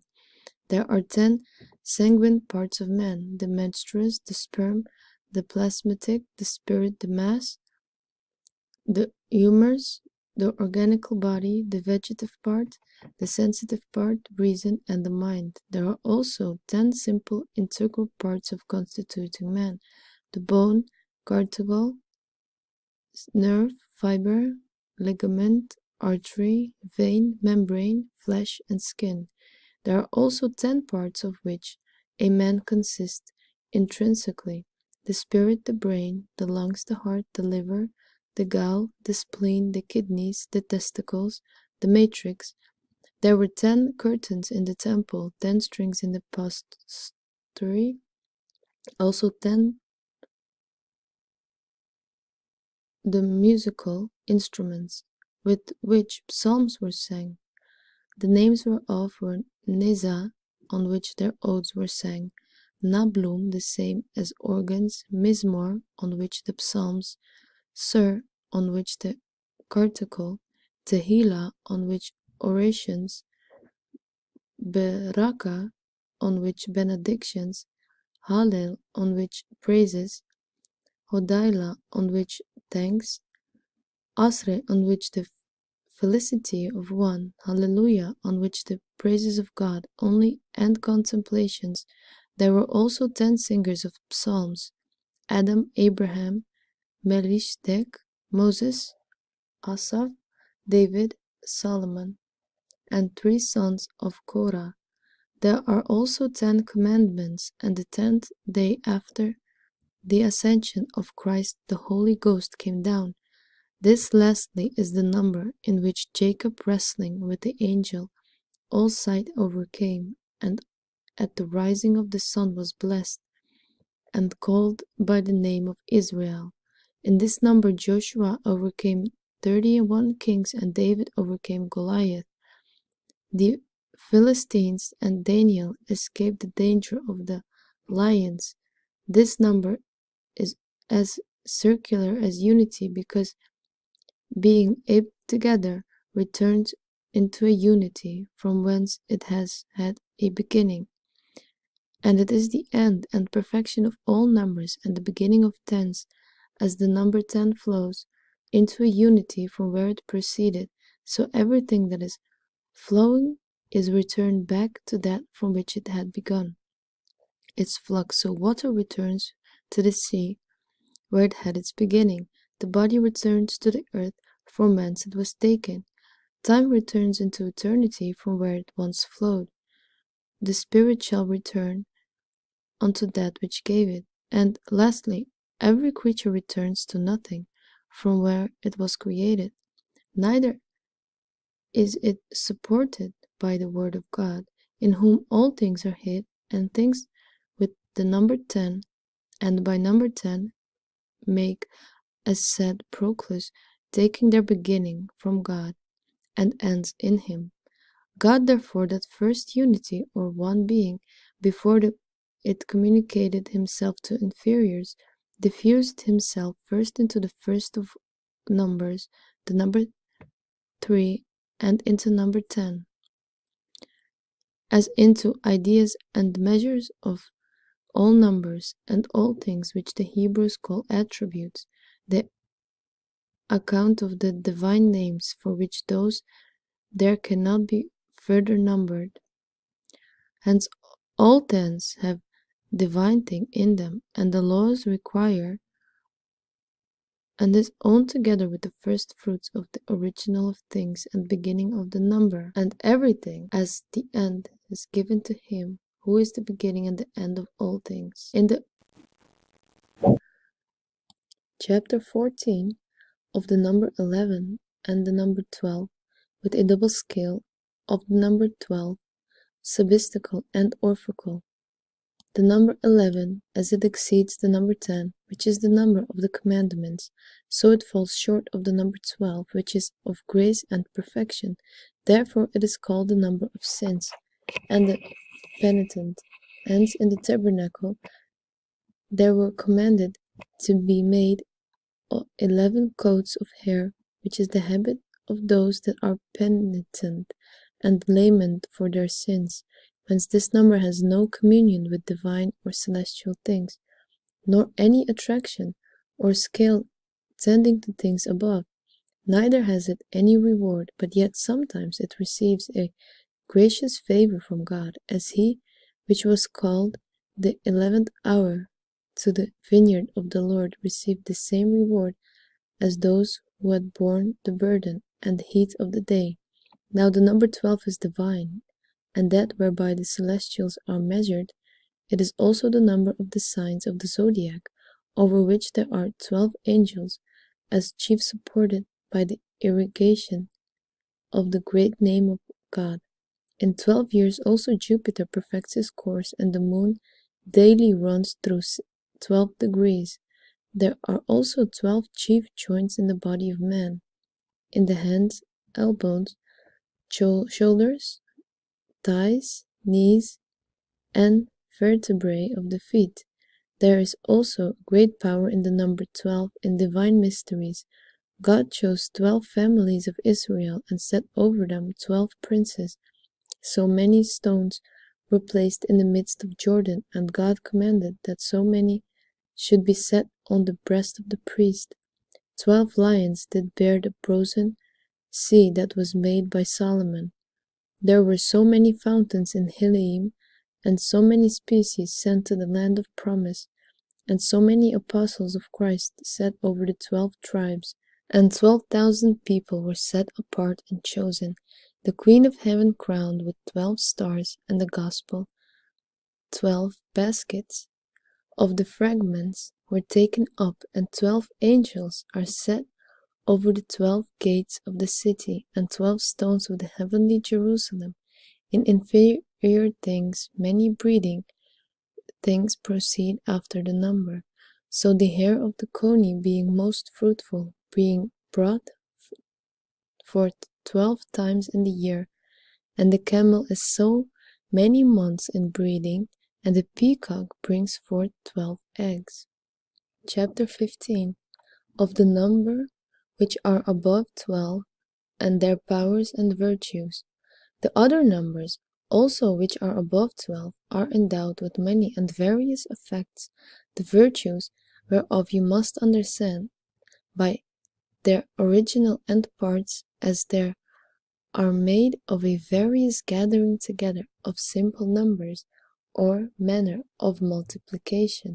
Sometimes, as their significations arise from the lessening or exceeding of another going before, especially more perfect, so they contain of themselves the sign of certain divine mysteries.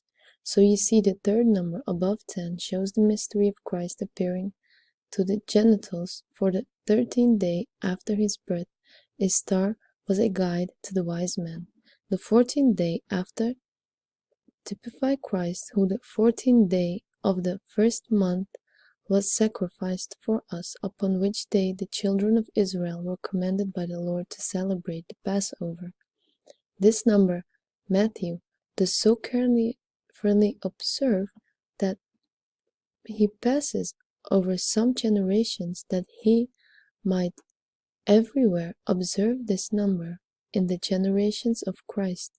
The 15th number is a token of spiritual ascensions. Therefore the Song of Degrees is applied, that in 15 psalms also 15 years were added to the life of King Hezekiah, and the 15th day of the 7th month was observed and kept holy. The number 16 the Pythagoreans call the number of felicity. It also comprehends all the prophets of the Old Testament and the apostles and evangelists of the New.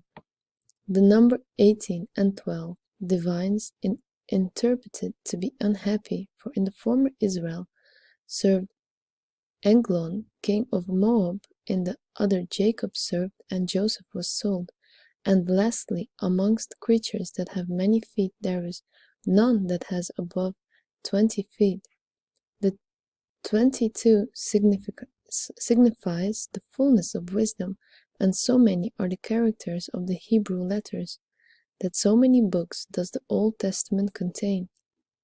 To the number 28, the favorite of the moon is designed, for the motion thereof is distant from the course of the other stars, as it were alone is completed the 28th day, when it returns to the same point of the zodiac from when it came. Hence, 28 mansions of the moon, having singular virtue and influence, are numbered in the heavens. The number 30 is memorable for many mysteries. Our Lord Jesus Christ was baptized the 13th year of his age, and began to do miracles and to teach the kingdom of God. Also, John Baptist was 30 years old when he began to preach in the wilderness and to compare the ways of the God. Also, Ezekiel at the same age began to prophesy, and Joseph was brought out of prison on the 13th year of his age and received the government of Egypt from Pharaoh. The number 32, the Hebrew doctor, ascribed the wisdom, and so many paths of wisdom are described by Abraham. But the Pythagoreans call this number of justice because it is always divisible into two parts, even into a unity. The number 40 the ancients did honor with great observations, concerning which they did celebrate the feast Tersarostum. It is said that it does conduce the account of birth, for in so many days the seed fitted and transformed in the womb until it be by its due and harmonical proportions brought into a perfect organical body, being disposed to receive a rational soul.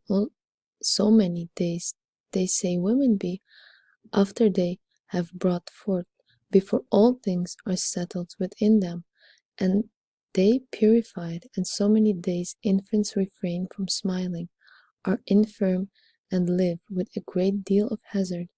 And so also in religion, a number of expiation and penitency, and signifying great mysteries. For in the time of the deluge, the Lord reigned 40 days and nights upon the earth. The children of Israel lived 40 years in the wilderness. 40 days the destruction of Nineveh was put off. The same number was accounted as holy in the facts of the saints, for Moses, Elias, and Christ feasted 40 days. Christ was carrying 40 weeks in the womb of a virgin. Christ tarried 40 days after his birth at Bethlehem, before he was presented in the temple. He preached 40 months publicly. He lay 40 hours dead in the sepulchre. The 40th day after his resurrection he ascended into heaven, all which divines say were not done without some occult property and mystery of this number. The number 50 signifies remission of sins, of servitude, and also liberty. According in the law, on the 55th year they did remit debts, and everyone did return to his own possessions. Hence by the year of the Jubilee, and by the psalm of repentance, it shows a sign of indulgency and repentance. The law also and the Holy Ghost are declared in the same. For the 55th day after Israel's going forth out of Egypt, the law was given to Moses in Mount Sinai. The 55th day after the resurrection, the Holy Ghost came upon the apostle in Mount Sion, whence also it is called the number of grace, and attributed to the Holy Ghost. The number 60 was holy to the Egyptians, for it's proper to the crocodile that as she in 60 days bring forth 60 eggs, and so many days sits on them, so she is said also to live so many years, and to have so many teeth, and so many days after year to rest solitary without any meat. The number 70 had also its mysteries. For so many years the fire of the sacrifice in Babylonian captivity lay under the water and was alive. So many years Jeremiah foretold the destruction of the temple, and so many years the Babylonian captivity endured. And in so many years the desolations of Jerusalem was finished. Also there were 70 psalms in the place where the children of Israel pitched their tents. The Father went down in Egypt with 70 souls, also 70 kings with their fingers and toes cut off, did gather meat under the table of Adonai Bezek. 70 sons came forth of the lines of Joas, 70 men, lions of Jero. 70 weights of silver were given to Abimelech, and so many men Abimelech slew upon one stone. Abdon had 70 sons and nephews, who wrought up 70 foals of asses. As Solomon had 70,000 men, which carried burdens. 70 sons of King Ahab were beheaded in Samaria. 70 years, according to the psalmists, are the age of man. Lamech shall be avenged 77-fold. Thou shalt forgive thy brother if he offended against thee 77 times. Also the number 72 was famous for so many languages, for so many elders of the synagogue, for so many interpreters of the Old Testament, for so many disciples of Christ. It has also a great communion with the number 12, where in the heavens every sign being divided into 6 parts, there result 72 fives, in which so many angels bear rule, and so many are the names of God, and every 5 is set over the idiom with such efficacy that the astrologers and physiognomists can know from what idiom everyone arises. Answerable to these are so many manifest joints in man's body, whereof in every finger and toe there are 3, which together with the 12 principles reckoned before the number 12 make up 72. The number 100, in which the sheep that was found was placed, which also passes from the left hand to the right, is found holy, because it consists of 10 shows complete perfection, but the complement of all numbers is 1000, which is the 4th square measure of the number 10, signifies a completion and absolute perfection. There are all the numbers, especially Chapter 16 of the Notes of Numbers placed in certain gestures. I have often read in books of magicians and their works and experiments certain wonderful, and as they seem to me ridiculous gestures, and I did think that they were certain occult agreements of the devils, by reason of which I did reject them. But after I did more serious examine of this matter, then I did presently understand that they were not the compacts of devils, but that there lay in them the reason of numbers, by which the ancients did, by the various bendings forward and backward, their hands and fingers present numbers, by whose gestures and the magicians did silently signify words unknown by sound, various with numbers, yet of great virtue, by their fingers joined together, and sometimes changed, and did with sacred silence worship the gods that rule over the world. The rites whereof Martianus also makes mention of in his arithmetic, saying, the fingers of the Virgin were involved in all manner of ways, who after she went in did, by expressing 717 numbers with her bended finger, call upon Jupiter.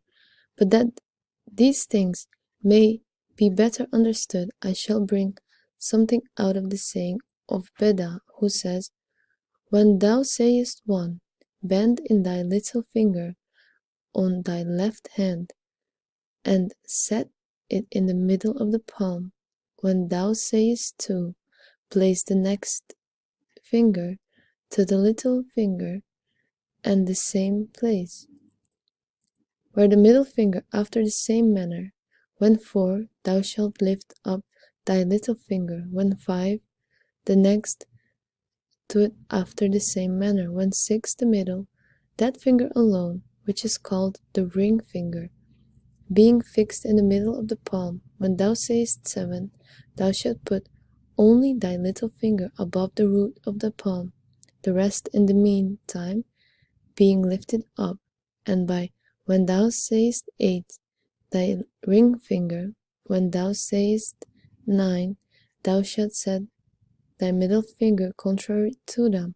When thou sayest 10, thou shalt set the nail of the fore or the middle joint of thy thumb. When thou sayest 20, thou shalt put the top of thy middle finger close between the joints of the thumbs and forefinger. When you say 30, you shall join the nail of the thumb and forefinger lightly together.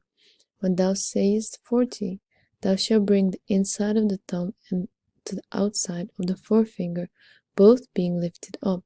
When thou sayest 50, thou shalt bend thy thumb with the outward joint, like the Greek gamma, to the palm. When thou sayest 60, compass about thy thumb being bended as before, with thy forefinger bowed over it. When thou sayest 70, thou shalt apply thy forefinger being bowed about this before, with the thumb stretched at length, the nail thereof being lifted up beyond the middle joint of thy forefinger. When thou sayest 80, thou shalt apply thy forefinger bowed about as before, but the thumb stretched forth at length, the nail therefore being set upon the middle joint of the forefinger. When thou sayest 90, thou shalt set the nail of thy forefinger bent into the root of thy thumb stretched out.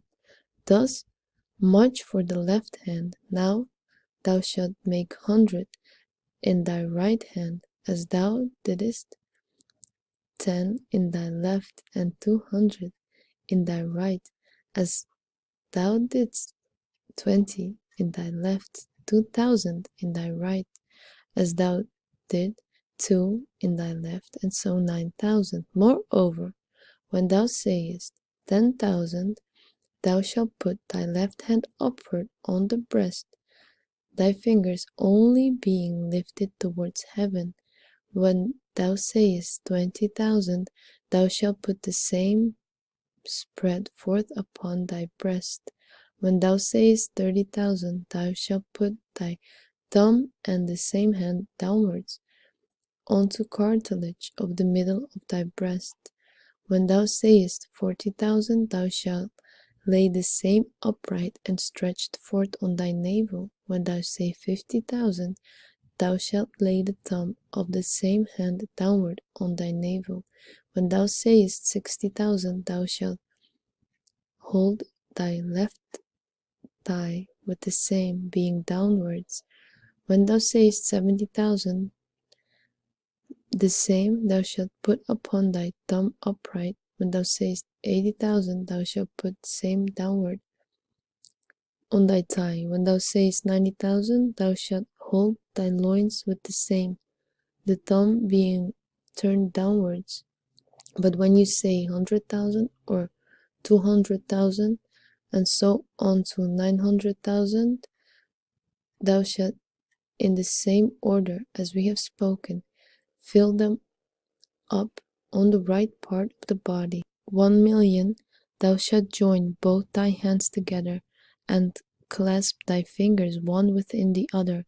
Let these suffice, which have been observed out of Beda.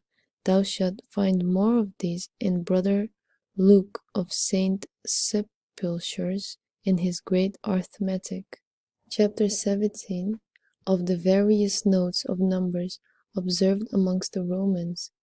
The notes of the numbers are made diverse ways in diverse nations. The Romans did figure them by the following notes, which Valerius Probus describes concerning the ancient letters, and which are still in use.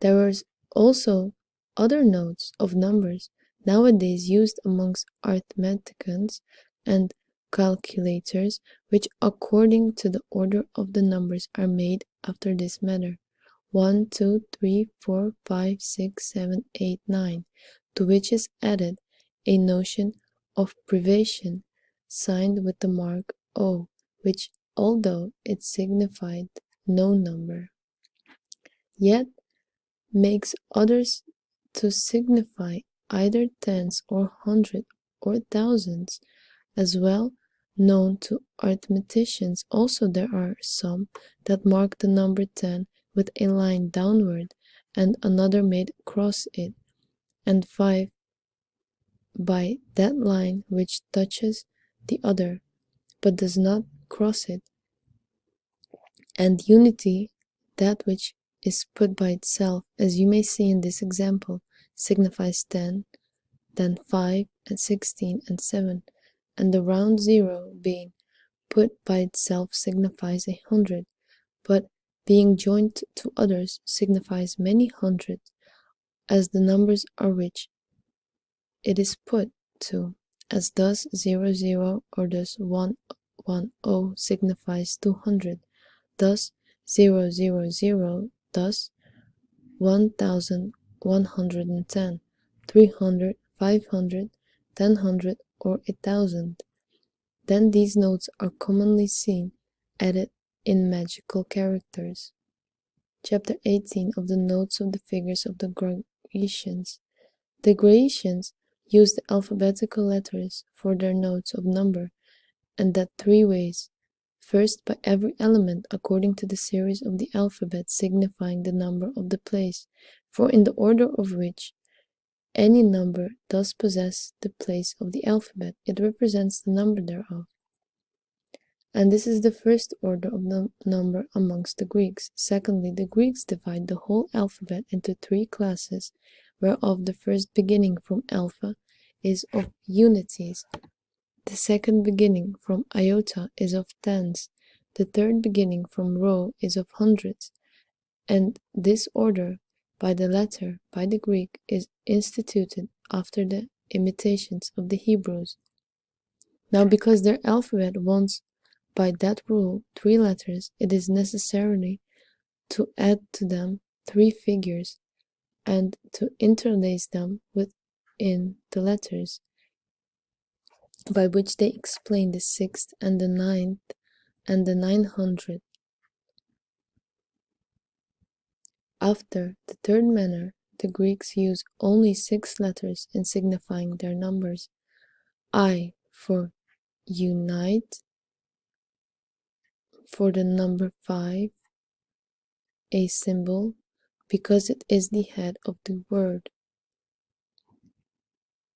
the triangle symbol for the number 10, from the Latin; H for 100, from H for 1000, from the word in non-Latin alphabet; M for 10,000, from a non-Latin alphabet, from which 6 letters joined in number after their man near unto 4, or to other numbers they make the numbers besides, which is not multiplied nor joined to itself, but always signifies the fives of others.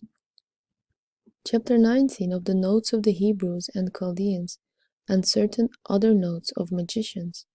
The Hebrew letters also have marks of numbers, but far more excellently than other languages, since the greatest mysteries lie in Hebrew letters, and is handled concerning these in that part of Kobali which they call notariason.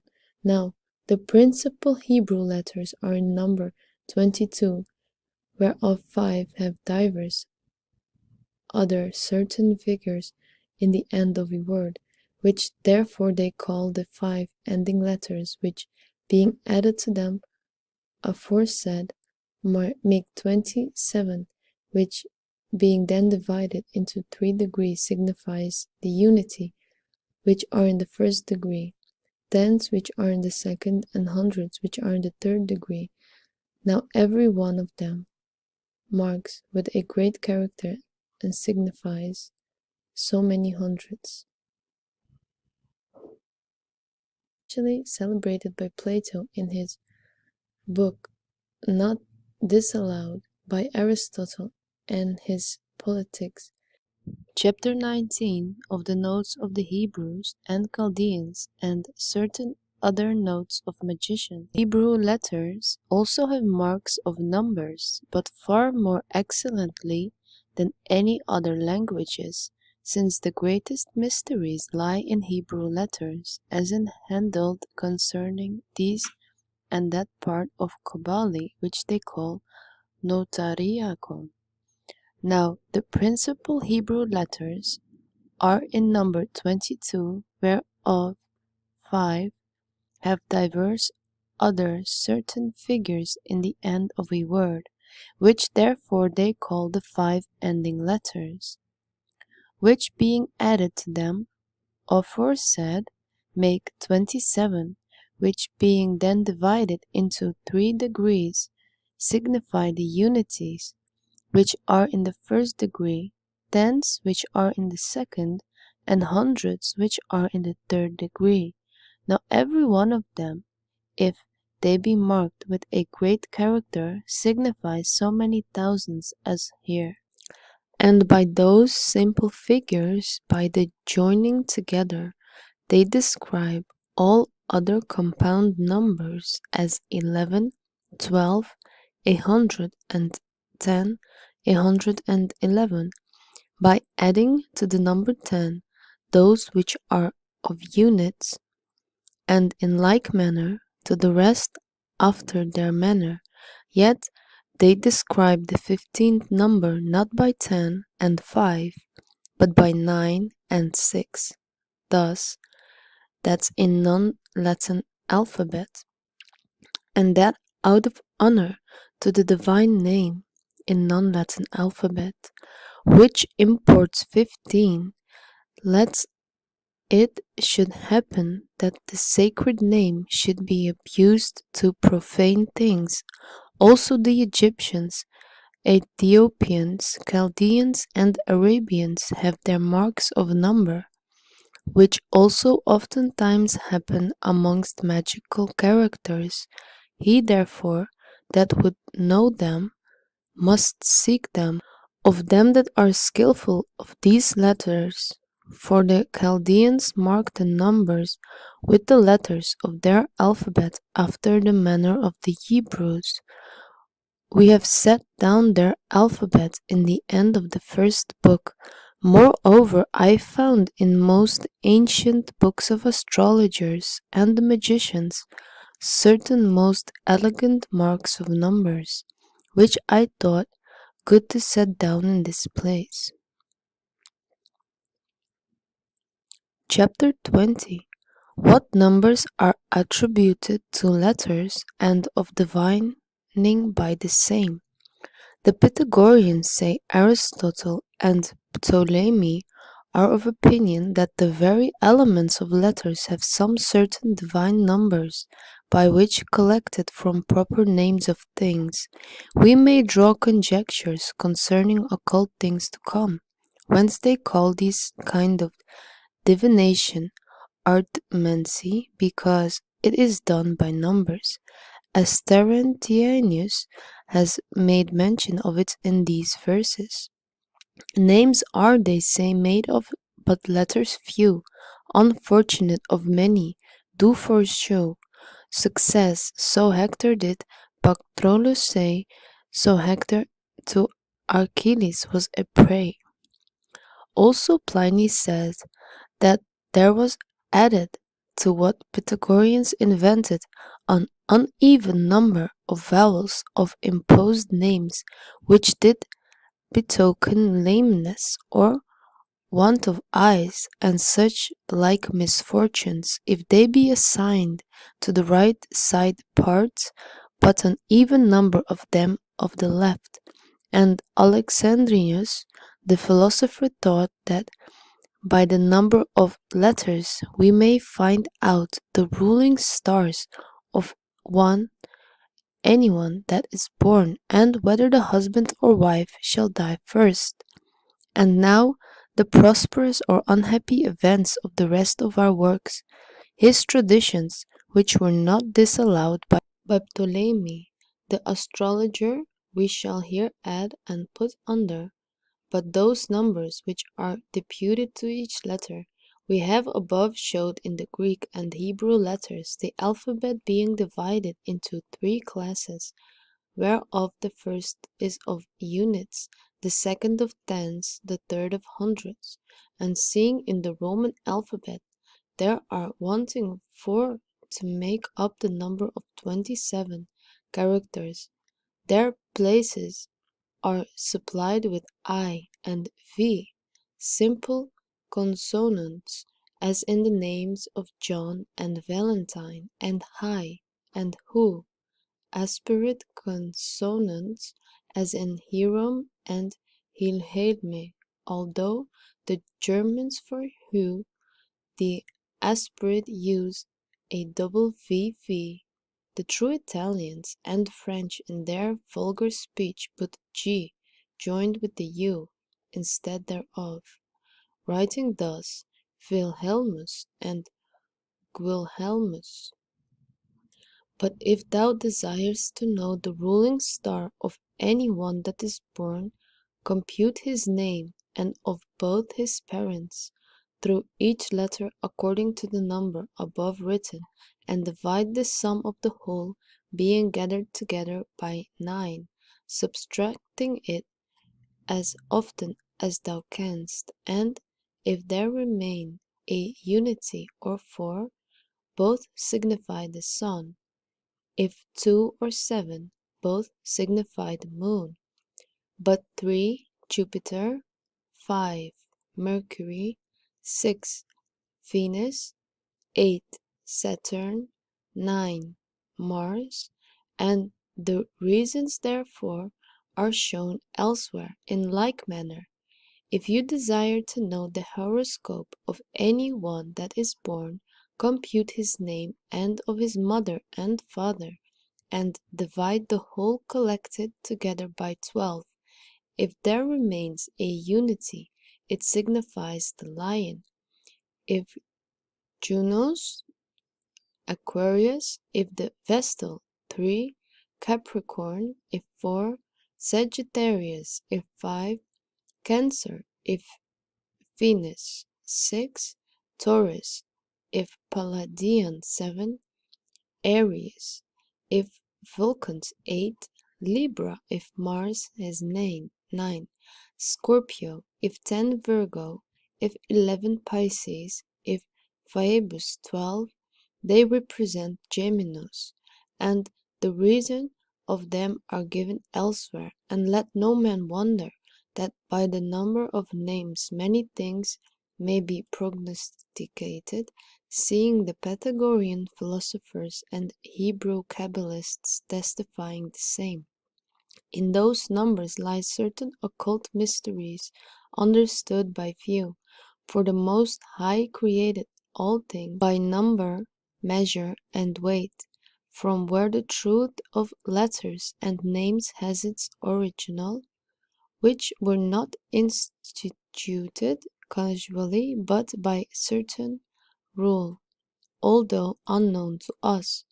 And John in the Revelation says, let him which has understanding compute the number of the name of the beast, which is the number of a man.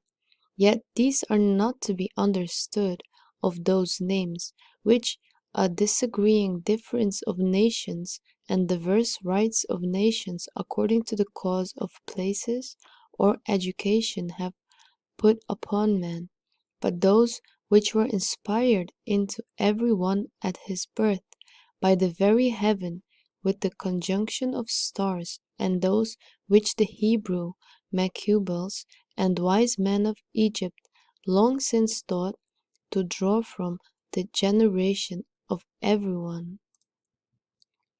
Chapter 21. What numbers are consecrated to the gods, and which are ascribed, and to what elements?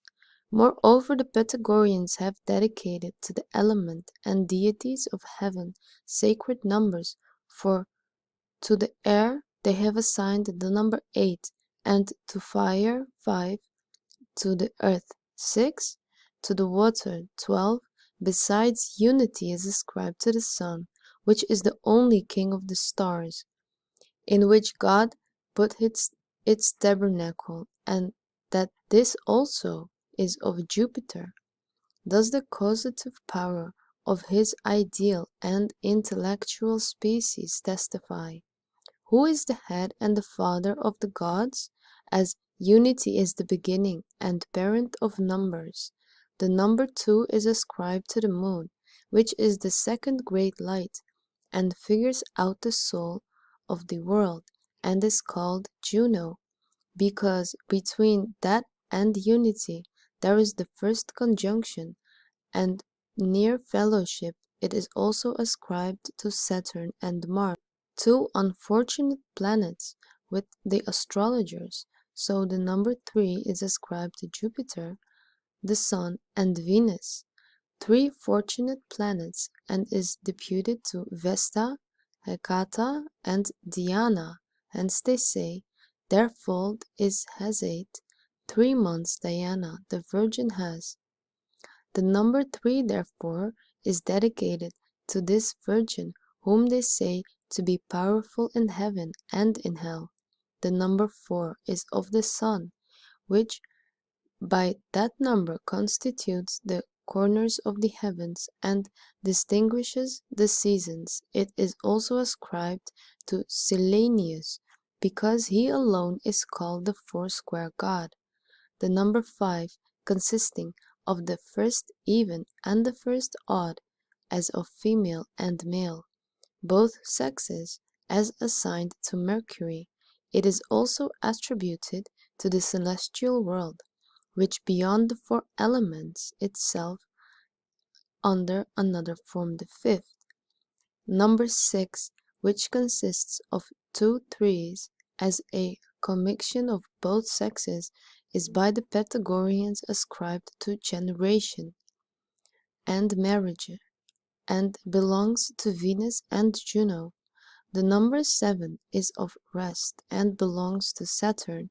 The same also does dispense the motion and the light of the moon, and therefore is called by the name of Tritonia, the Virgin, because it begets nothing. It is assigned to Minerva, because it proceeds of nothing, also to Pallas and Virgo, because it consists of numbers, as males and females.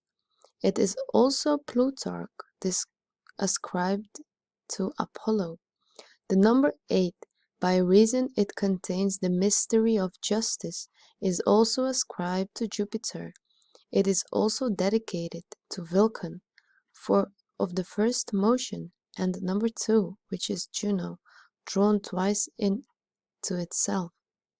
It is also attributed to Cybele, the mother of the gods, to whom every foursquare is attributed. Plutarch assigns to the Bacchus, or Dionysus, who is said to be born the 8th month.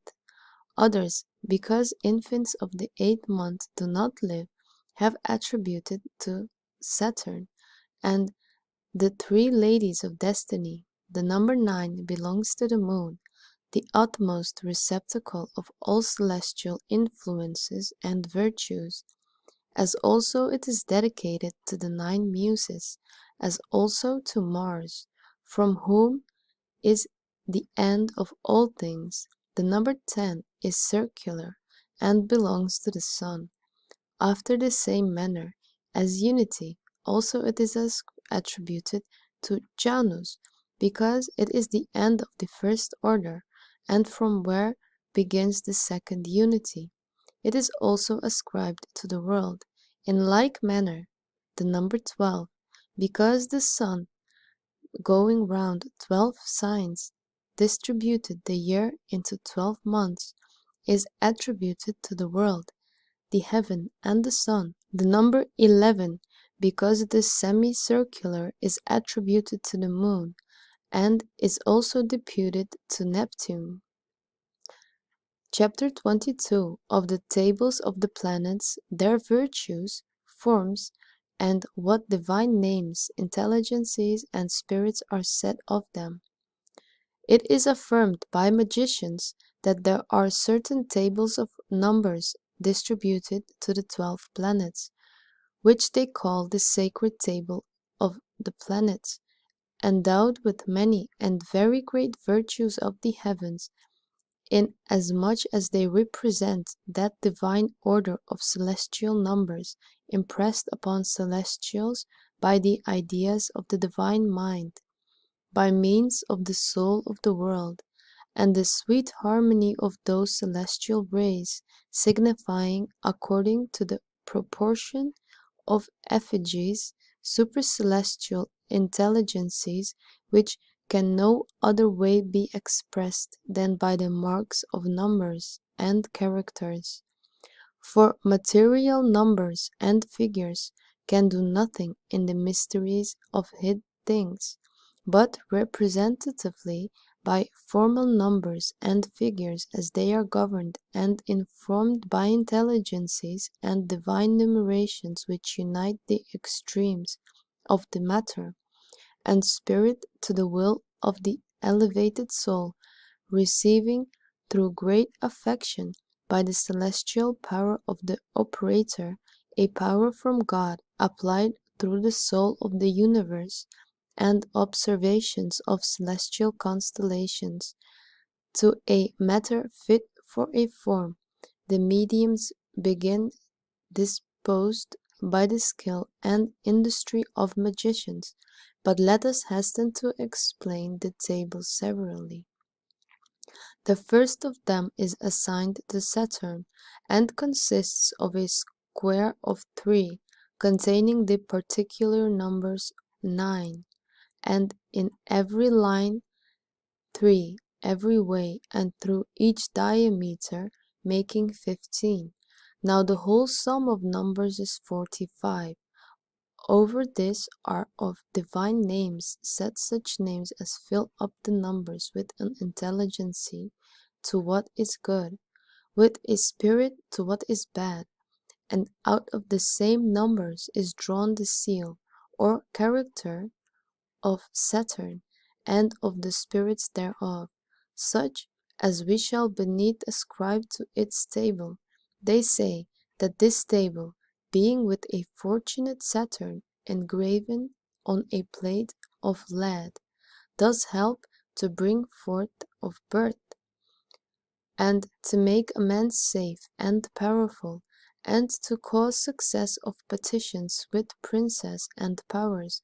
But if it be done with an unfortunate Saturn, that it hinders buildings, plantings, and the like, and casts a man from honors and dignities, and causes discords and quarrelings, and disperses an army.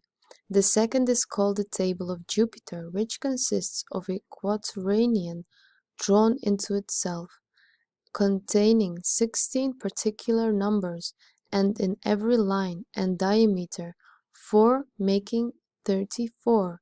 Now the sum of all is 136, and there are over it divine names with an intelligence to good, with an spirit to bad, and out of it is drawn the character of Jupiter and the spirits thereof.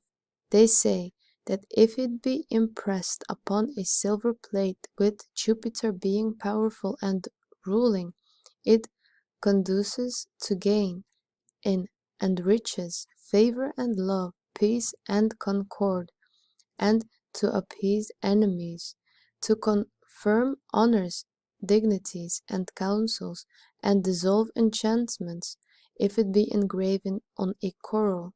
The third table belongs to Mars, which is made of a square of 4 containing 25 numbers, and of these in every side and diameter 5, which make 65.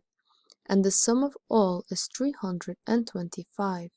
And there are over it divine names with an intelligence to good, with a spirit to bad, and out of it is drawn the character of Mars, and of his spirits. These, with Mars, being fortunate, being engraven on an iron plate or sword, makes a man potent in war and judgments and petitions, and terrible to his enemies and victorious against them. And if engraven upon the stone Coriola, or it will stop blood and the mysteries. But if it be engraven with Mars, being unfortunate on a plate of red brass, it hinders buildings, casts down the powerful from dignities, honors and riches, and causes discord, strife, and hatred of man and beasts, chaseth away bees, pigeons, and fish, and hinders mills, and renders them unfortunate that go forth to hunting or fighting, and causes barrenness in man and women, and other animals, and strikes a terror in all enemies, and compels them to submit. The fourth table is of the sun. It is made of a square of 6, and contains 36 numbers, whereof 6 in every side, and diameter produces 3, and the sum of all is 666. There are over it divine names with an intelligency to what is good, and spirits to what is evil, and out of it are drawn characters of the sun and of the spirits thereof. This being engraven on a golden plate, with the sun being fortunate, renders him that wears it to be renewed, amiable, acceptable, potent in all his works, and equals a man to a king and princess, elevating him to high fortunes, enabling to do whatsoever he pleases. But with an unfortunate son it makes a tyrant, and a man to be proud, ambitious, unsatisfiable, and to have an ill ending. The fifth table is of Venus, consisting of a square of 7 drawn into itself,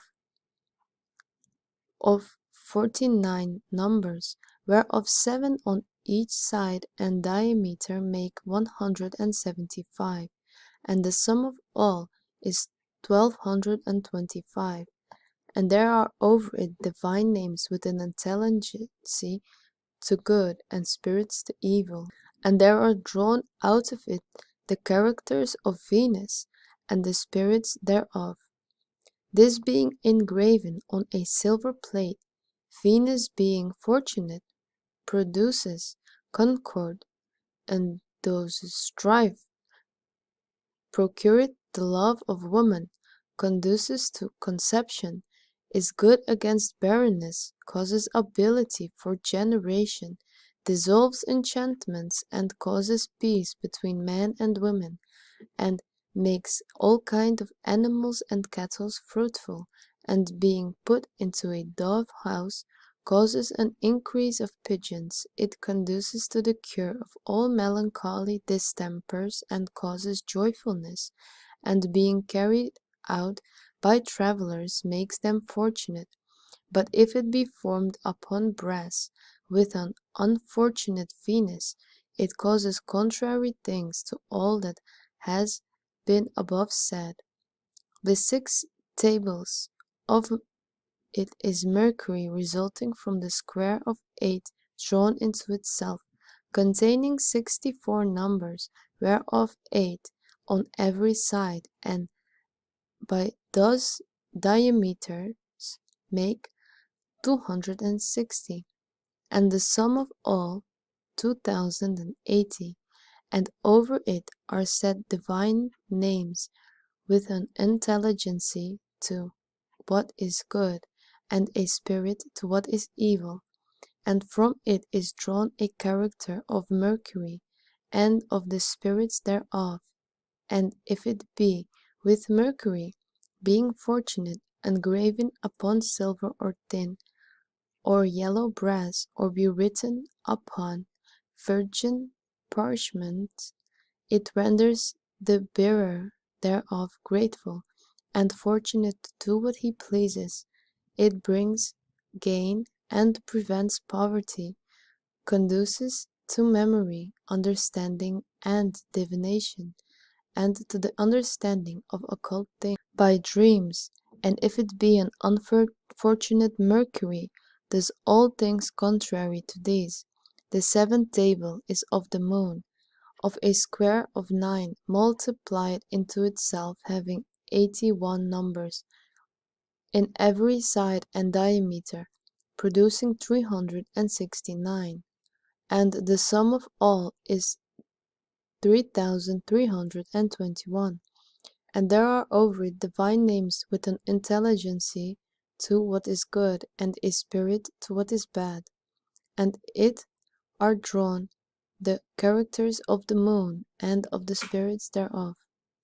This fortunate moon, being engraven on silver, renders the bearer thereof grateful, amiable, pleasant, cheerful, honorable,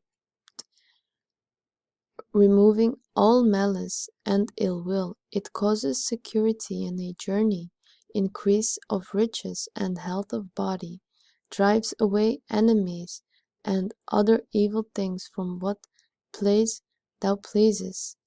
And if it be an unfortunate moon, engraven in a plate of lead, which ever it shall be buried, it makes that place unfortunate, and the inhabitants thereabouts, as also ships, rivers, fountains, mills, and it makes every man unfortunate against which it shall be directly done, making him fly from his country and that place of its abode where it shall be buried.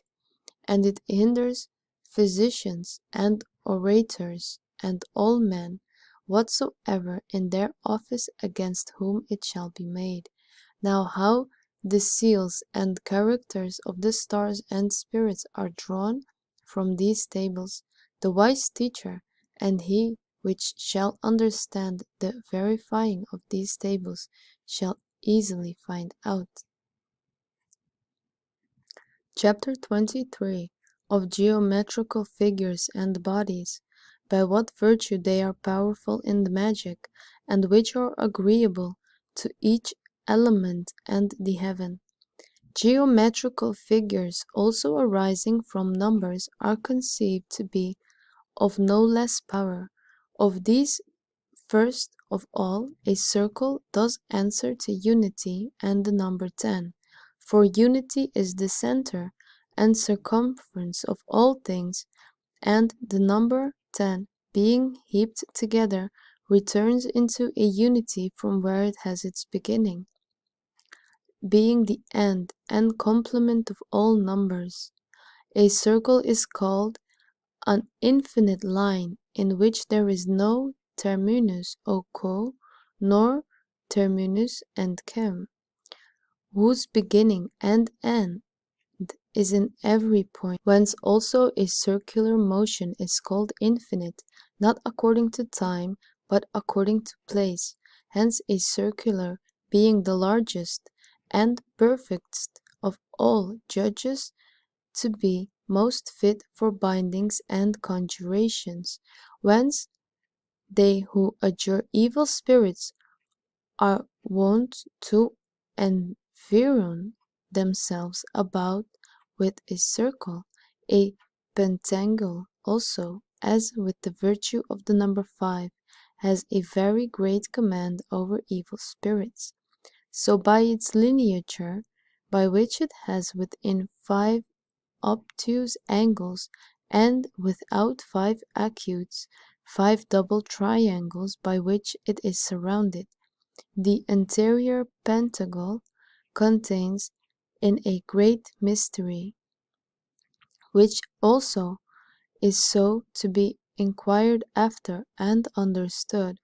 Of the other figures, triangle, quadrangle, sexangle, septangle, octangle, and the rest of which, many as they are made of many and diverse in sections, obtain diverse significations and virtues according to the diverse manner of drawing and proportions of lines and numbers.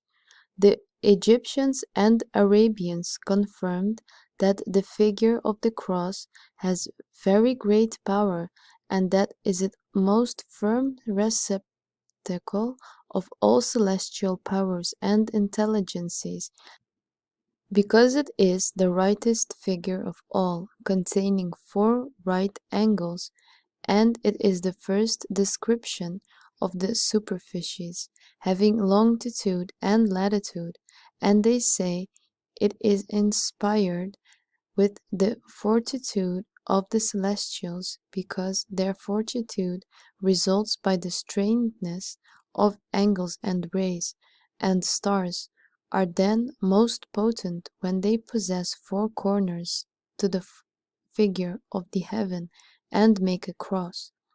By the projection of their rays mutually, it has moreover, as we showed before, a very great correspondency with the number 5, 7, 9, most potent numbers, if it was also reckoned by the Egyptian priests from the beginning of religion, and amongst sacred letters, signifying amongst them all allegorical the life of future salvation. It was also impressed on the picture of Serapis, and was had a great veneration amongst the Greeks. But what here belongs to religion we shall discuss elsewhere. This is to be observed: whatsoever wonderful things figures work when we write them in papers, plates, or images, they do not do it but with the virtue acquired from subliminar figures, by a certain affection which a natural aptitude or resemblance procures, inasmuch as they are exactly configured to them, as from an opposite wall the echo is caused, and in a hollow glass the collection of the solary rays, which afterward reflecting upon an opposite body, either wood or any combustible thing, thus forth with burn it, or as an harp caused a resounding in another harp, which is no otherwise but because suitable, and a like figure is set before it, or as 2 strings on harp being touched with an equal distance of time, and modulated to the same intention. When one is touched, the other shakes also. Also the figures of which we have spoken, and what characters soever concern the virtues of the celestial figures, as they shall be opportunely impressed upon things, those ruling, or be rightly framed as one figure is of affinity with, and does express another, and as these are spoken of rightly framed, as one figure is of affinity with and does express another, and as these are spoken of figures, so also they are to be understood of geometrical bodies, which are a sphere, a tetrahedron, hexahedron, octahedron, icosahedron, dodecahedron, and such like. Neither must we pass over what figures Pythagoras and his followers Timaeus, Locrus, and Plato assigned to the elements and heavens. To the first of all they assigned to the earth a 4 square and a square of 8 solid angles, and of 24 planes, and 6 bases in form of a dice. To the fire a primaeus of a 4 triangular bases, and of so many solid angles, and of 20 planes to the air octohedron of 8 triangular bases and 6 solid angles, and 24 planes, and lastly to water they have assigned octohedron 20 bases, 12 solid angles. To the heaven they have assigned dodecahedron of 12 five-cornered bases, and 20 solid angles, and 60 planes. Now he which knows the powers, relations, and properties of these figures and bodies shall be able to work many wonderful things in natural and mathematical magic, especially in glasses, and I know how to make by them wonderful things, in which any one might see whatsoever he pleaseth at a long distance. Chapter 24. Of musical harmony, of the force and powers thereof. Musical harmony also is not destitute of the gifts of the stars, for it is a most powerful imaginer of all things, which whilst it follows opportunely to the celestial bodies, does wonderfully allure the celestial influence, and does change the affections, intentions, gestures, motions, actions, and dispositions of all the hearers, and thus quietly allure them its own properties as to gladness, lamentations, to boldness, or rest, and the like. Also it allures beasts, serpents, birds, dolphins, to the hearing of its pleasant tunes. So birds are allured with pipes, and hearts are caught by the same. Fish in the lake of Alexandria are delighted with a noise. Music has caused friendship between man and dolphins. The sound of the harp does lead up and down the Hyperborean swans. Melodious voices tame the Indian elephants, and the very elements delight in music. The Helusian fountain, otherwise calm and quiet, if the trumpet sound, rises up rejoicing and swells over its banks. There are in Lydia those which they call the Nymphs' Islands, which at the sound of a trumpet forthwith come into the middle of the sea, and turning round and dance, and then are returned to the shores. M. Varro testifies that he saw them, and there are more wonderful things than these. For in the shore of Attica the sea sounds like a harp. A certain stone of Megaris makes a sound like a harp. Every time the string of a harp is struck, so great is the power of music, that it appeases the mind, raises the spirit, stirs up the shoulders to fight, and refreshes the weary, calls back them that are desperate, refreshes the travelers, and the Arabians say that camels carrying burdens are refreshed by the singing of their leaders. In like manner, they that carry great burdens sing, and are thereby strengthened and refreshed, for singing causes delight and strength, pacifies the angry, cheereth those up that are sad and heavy, pacifies enemies, moderates the rage of madmen, chases away vain imaginations. Hence it is that Democritus and Theophrastus affirm that some diseases of the body and mind may thus be cured or caused. So we read that Terpander and Arion of Lesbos cured the lesbians and Genioans by music, and Ismenia of Thebes cured divers of very great diseases by music.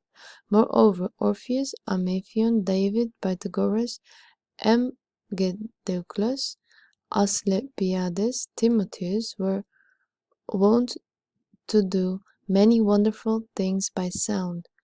Sometimes they did stir up old spirits by familiar sounds. Sometimes they did restrain wanton, furious, angry spirits by more grave tones. So David with a harp moderated Saul on a rage. So Pythagoras recalled a luxurious young man from a moderate lust. So Timotheus stirred up King Alexander to a rage, and again repressed him.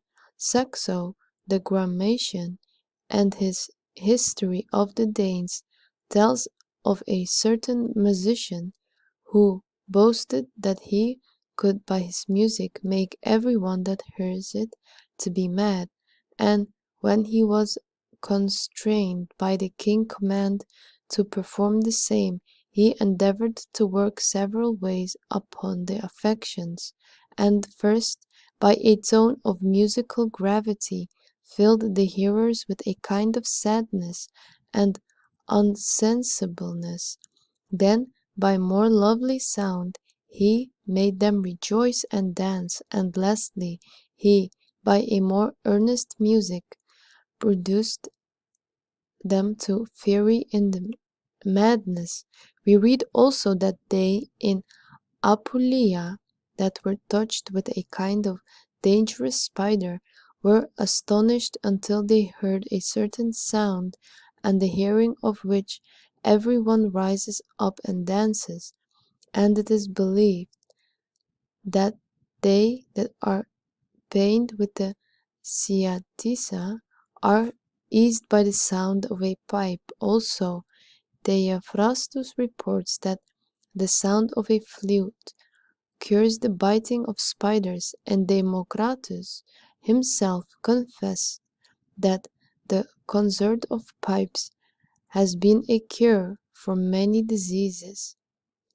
Chapter 25 of Sound and Harmony, and whence their wonderfulness in operation. Moreover, we shall not deny that there is in sounds a virtue to receive the heavenly gifts. If with Pythagoras and Plato we thought the heavens to consist of a harmonical composition, and to rule and cause all things by harmonial tones and motions, singing can do more than the sound of an instrument, inasmuch as it arising by an harmonial consent from the conceit of the mind and imperious affection of the fantasy and heart, easily penetrating the motion with the refracted and well-tempered air, the aerious spirit of the hearer, which is the bond of soul and body, and transferring the affection and mind of the singer with it, it moves the affection of the hearer by his affection, and the hearer's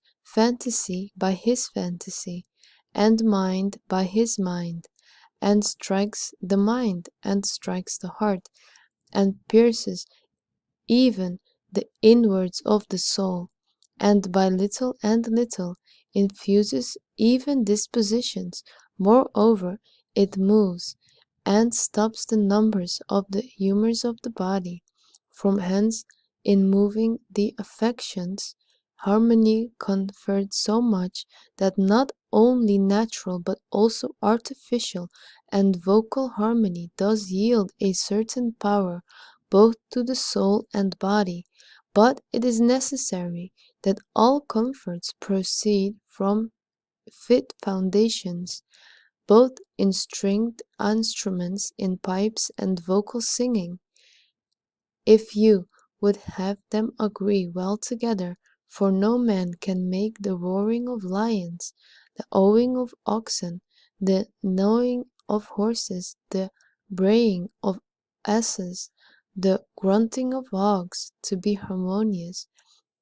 Neither can the strings made of sheep's and wolves' cots be brought to any agreement, because their soundations are dissonant, but The many and diverse voices of men agree together, because they have one foundation in the species or kind. So many birds agree, because they have one nigh genus or kind, and a resemble from above. Also, artificial instruments agree with natural voices, because the similitude that is between them is either true and manifest, or has a certain analogy. But every harmony is either of sound or voices. Sound is a breath, voice is a sound, and animate breath. Speech is a breath pronounced with sound, and a voice signifying something, the spirit of which proceeds out of the mouth, with which sound and voice. Shaladius says that a voice is sent forth out of the inward cavity of the breast and heart by the assistance of the spirit, by which, together with the tongue, forming and striking the narrow passages of the mouth, and by the other vocal organs, are delivered forth articulate sounds, the elements of speech, by which interpreter the secret motions of the mind are laid open. But Lactantius says that the nature of the voice is very obscure, and cannot be comprehended how it is made, or what it is. To conclude, all music consists in voice, in sound, and hearing. Sound without air cannot be audible, which, though it be necessary for hearing, yet as fire, it is not of itself audible, nor to be perceived by any sense, unless by accident. For the sight seeing it not, unless it be colored; for the ears, unless sounding; nor the smell, unless odoriferous; nor to the taste, unless it be sapid; nor the touch, unless it be cold or hot, and so forth.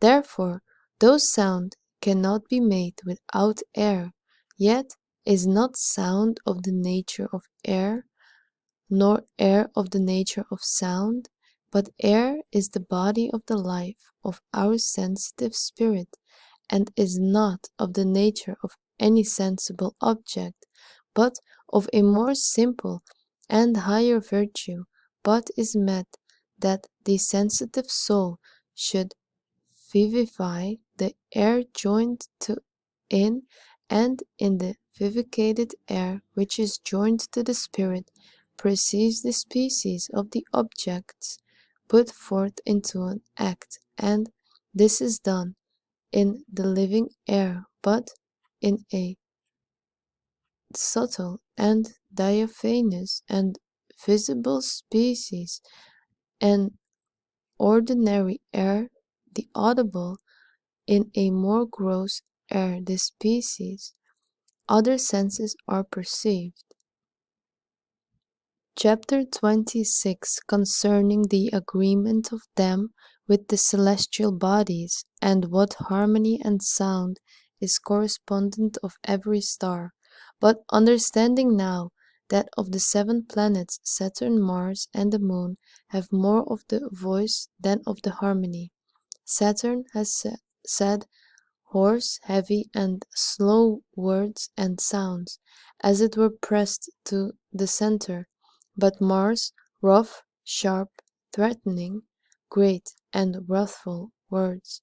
The Moon observes a mean between these two; but Jupiter, Sol, Venus, and Mercury do possess harmonies, yet Jupiter has grave, constant, fixed, sweet, merry, and pleasant consorts; Sol, venerable, settled, pure, and sweet, with a certain grace; but Venus, lascivious, luxurious, delicate, voluptuous, dissolute, and fluent. Mercury has harmonies more remiss and various, merry and pleasant, with a certain boldness, but the tone of particulars and propitiated consorts obeys the 9 muses.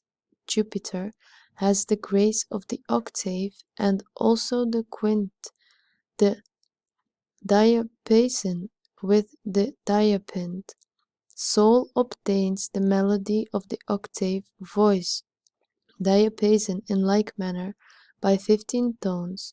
This diapason, Venus keeps the grace of the quint, or diapent. Mercury has diapason, the grace of the quart. Moreover, the ancients, being content with the 4 strings, as with the number of elements, accounted Mercury the author of them, as Nicomachus reports, and by their bass strings would resemble the earth, but their patepas, or middle the air.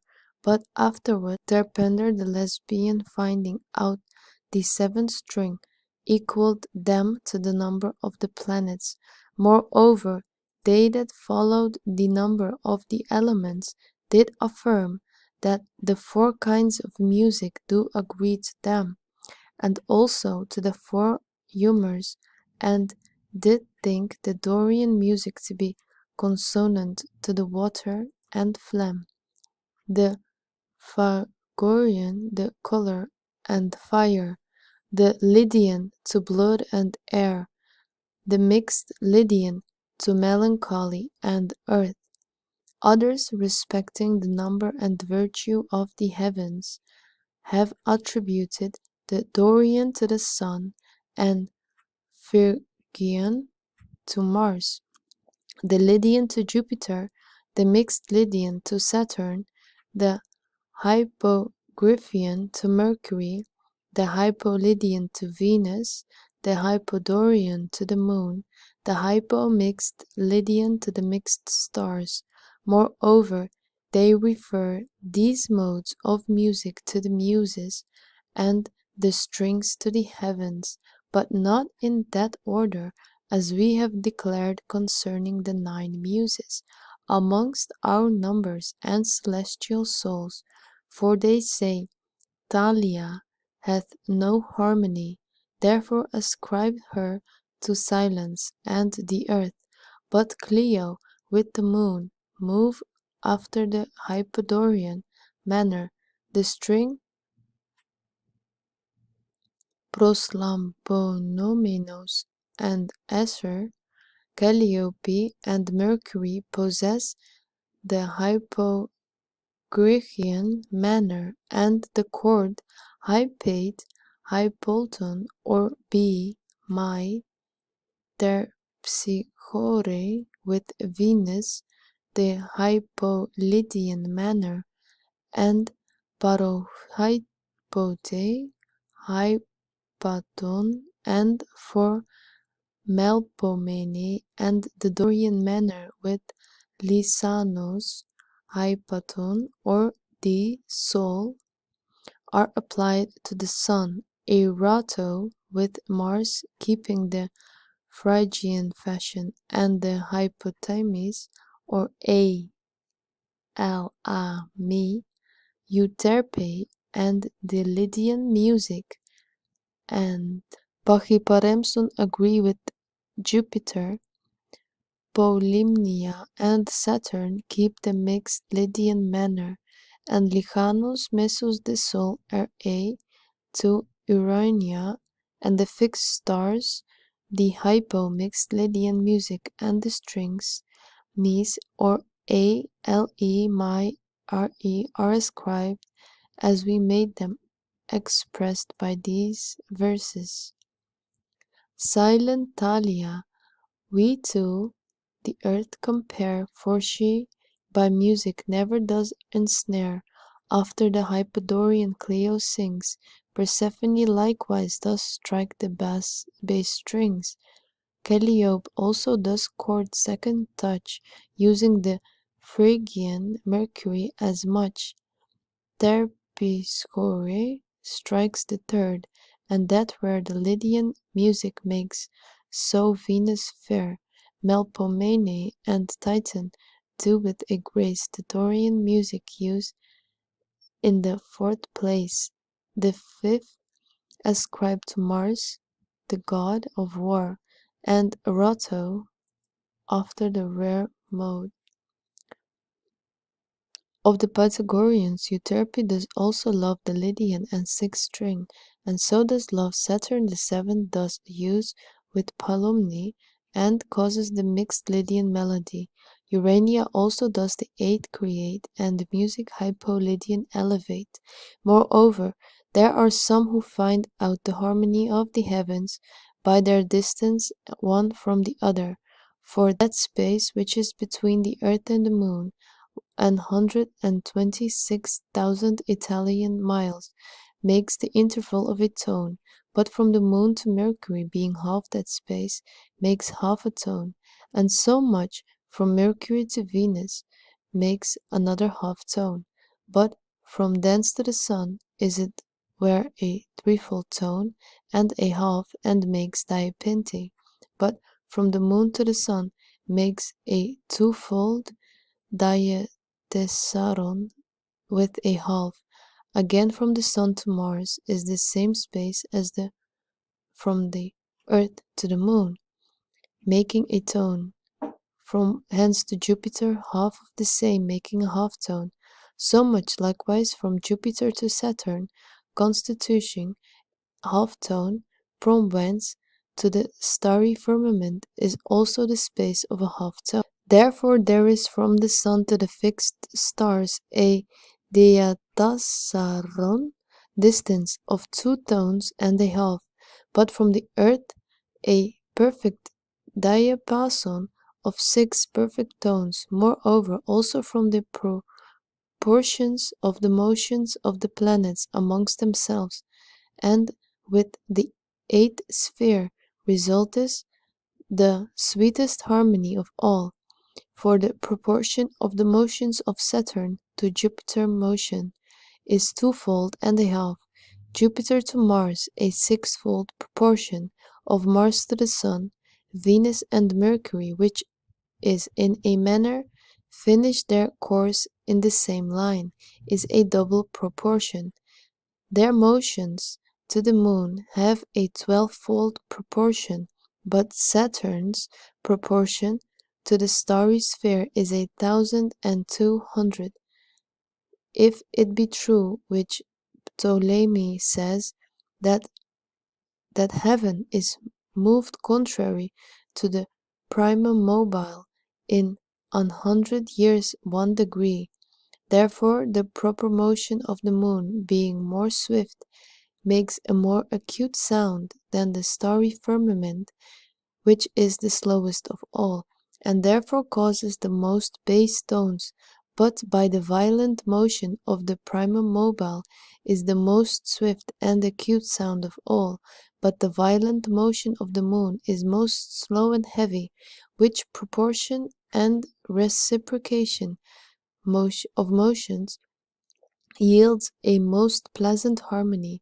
From hence there are not many sounds or songs or musical instruments more powerful in moving man's affections or introducing magical impressions than those which are composed of numbers, measures, and proportions. After the example of the heavens, also the harmony of the elements is drawn forth from the bases and angles of the which we have spoken before. For between fire and air there is a double proportion in the bases, and 1½ in solid angles, again in planes a double. There arises hence a harmony of a double diapason and a diapente. Between the air and water the proportion in their bases is double, and 1½ hence diapason and diapente, but in their angles double.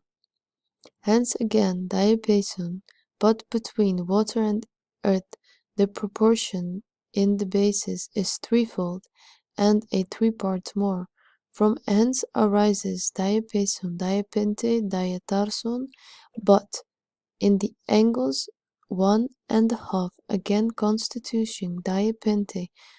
To conclude, between earth and fire, in the base the proportion is 1½ making diapente, but in the angles double, causing diapason. But between fire and water, air and earth, there is scarce any consonancy, because they have a perfect contrariety in their qualities, but they are united by the intermediate element. Chapter 27 of the proportion, measures, and harmony of man's body. Seeing man is the most beautiful and most perfect work of God, and his image, and also the lesser world. Therefore, he, by a more perfect composition and sweet harmony, and more sublime dignity, does contain and maintain in himself all numbers, measures, weights, and motions, elements, and all other things which are of the composition, and in him, as it were, in the supreme workmanship, all things obtain a certain high condition, beyond the ordinary consonancy which they have in other compounds. From hence all the ancients in time past did number of their fingers, and showed all numbers by them, and they seem to prove that from the very joints of man's body all numbers, measures, proportions, and harmonies were invented. Hence, according to these measures of the body, they framed and contrived their temples, palaces, houses, theaters, and also ships, engines, and every kind of artifice, and every part of and member of their edifices and buildings, as columns, chapters of pillars, bases, buttresses, feet of pillars, and all kind of these things. Moreover, God himself taught Noah to build the ark according to the measure of man's body, and he made the whole of the world proportionable to man's body. From hence it is called the great world, man's body the less. Therefore, some who have written of the microcosm or of man measure the body by 6 feet, a foot by 10 degrees, every degree by 5 minutes. From hence are numbered 60 degrees, which make 300 minutes, to the which are compared so many geometrical cubits, by which Moses described the ark.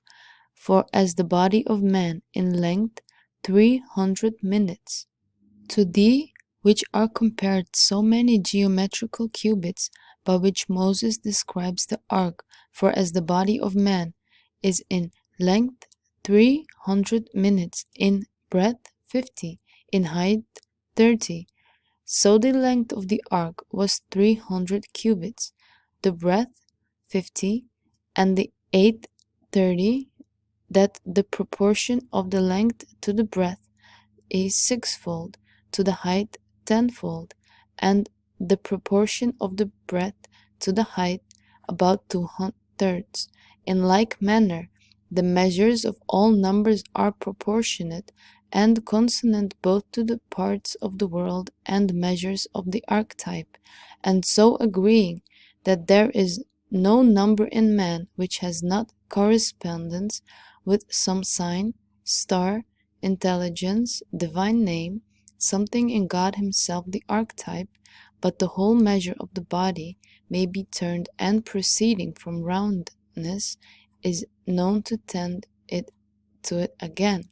Also, the 4-square measure is the most proportionate body, for if a man be placed upright with his feet together and his arms stretched forth, he will make a quadrature equilateral, whose center is in the bottom of his belly, But if on the same center a circle be made by the crown of the head, the arms being let fall so far till the end of the fingers touch the circumference of that circle, and the feet spread abroad in the same circumference, as much as the fingers' ends are distant from the top of the head, then they divide the circle, which was drawn from the center of the lower belly, into 5 equal parts, and do constitute a perfect pentagram, and the heels of the feet having reference to the navel, making a triangle of equal sides.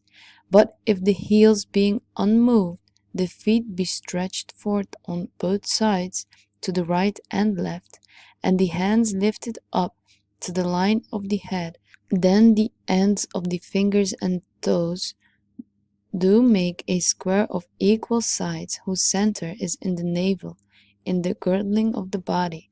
But if the hands be thus elevated, and the feet and thighs extended in this manner, by the which a man is made shorter by the 14th part of his upright stature, then the distance of his feet, having reference to the lower belly, they will make an equilateral triangle, and the center being placed in his navel, a circle being brought about, will touch the ends of the fingers and toes.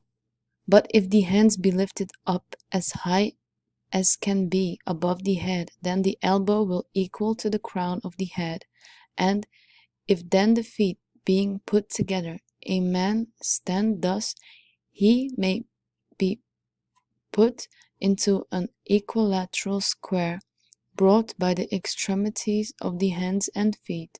The center of this square is the navel, which is the middle between the top of the head and the knees.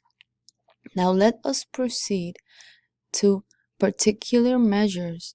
The compass of a man under the armpits contains the middle of his length, whose middle is the bottom of this breast, and from hence upward to the middle of his breast between both dudges, and from the middle of his breast unto the crown of his head on every side, the 4th part also from the bottom of his breast to the bottom of the knees, and from hence to the bottom of the ankles, and forth from a part of man. The same is the latitude of his shoulder blades from one extreme to the other. The same is the length from the elbows to the end of the longest finger, and therefore this is called a cubit.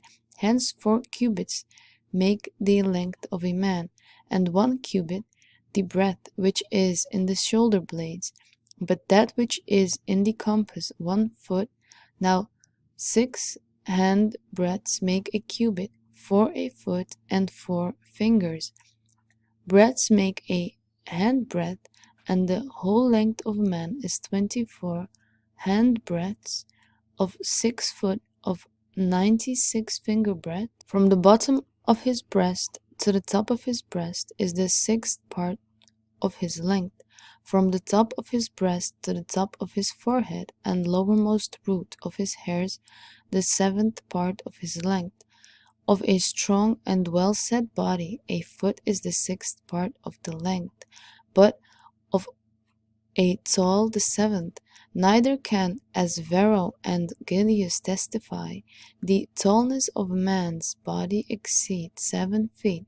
Lastly, the diameter of his compass is the same measure as is from the hand, being shut into the inward bending of the elbow, and as that which is from the breast to both dogs upward to the upward lip, or downward to the navel, and as that which is from the ends of the bones of the uppermost part of the breast compasses the gullet, and as that which is from the sole of the foot to the end of the caul of the leg, and from hence to the middle bone of the knee. All those measures are co-equal, and make the 7th part of the whole height.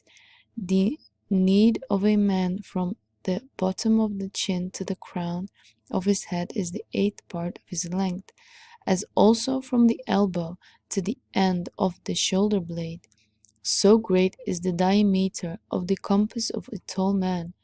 The compass of the head drawn by the top of the forehead and of the hinter part of the head, making first part of his whole length. So much also does the breadth of the breast. 9 face breadths make a square, well set man, and 10 a tall man. The length of a man therefore being divided into 9 parts, the face from the top of the forehead to the bottom of the chin is 1. Then from the bottom of the throat to the top of the breast unto the top of the stomach is another. From hence to the navel is a third. From hence to the bottom of the thigh a fourth. From then to the hip to the top of the calf of the leg makes 2. From thence the joint of the foot the legs make 2 more, all which are 8 parts. Moreover, this space from the top of the forehead to the crown of the head, and that which is from the chin to the top of the breast, and that which is from the joint of the foot to the sole of the foot, I say these 3 spaces joined together make the 9 part. In breadth the breast has 2 parts, and both arms 7. But that body which 10 face breadths make is the most exactly proportionate. Therefore the first of this is from the crown of the head to the bottom of the nose, from then to the top of the breast the second, and then to the top of the stomach the third, and from then to the navel the fourth, from then to the privy members the fifth. Where is the middle of the length of man, from whence to the sole of his feet are 5 other parts, which being joined to the former make 10 whole, by which every body is measured by a most proportionate measure. For the face of a man from the bottom of his chin to the top of his forehead and bottom of the hair is 10th part. The hand of a man from the shutting to the end of the longest finger is also 1 part. Also between the middle of both thugs is 1 part, and from both the top of the gullet is an equilateral triangle. The latitude of the lower part of the forehead from one ear to the other is 1 part. The latitude of the whole breast from the top of the breast to the joints of the shoulder blades is 1, on both sides 1 part, which make 2. The compass of the head crosswise from the distance of the eyebrows by the top of the forehead unto the bottom of the hinder part of the head where the hair ends has also 2 parts. From the shoulders on the outside unto the coupling together of the joints of the hands, and on the other side from the armpits unto the beginning of the palm of the hand and the fingers are 3 parts. The compass of the head by the middle of the forehead has 3 parts. The compass of the girdling place has 4 parts in a well set man, but in a thin body 3 parts and a half, or as much as from the top of the breast to the bottom of the belly. The compass of the breast by the armpit to the back has 5 parts, much as half the whole length. From the crown of the head to the nurgles of the gullet is the 13th part of the whole altitude.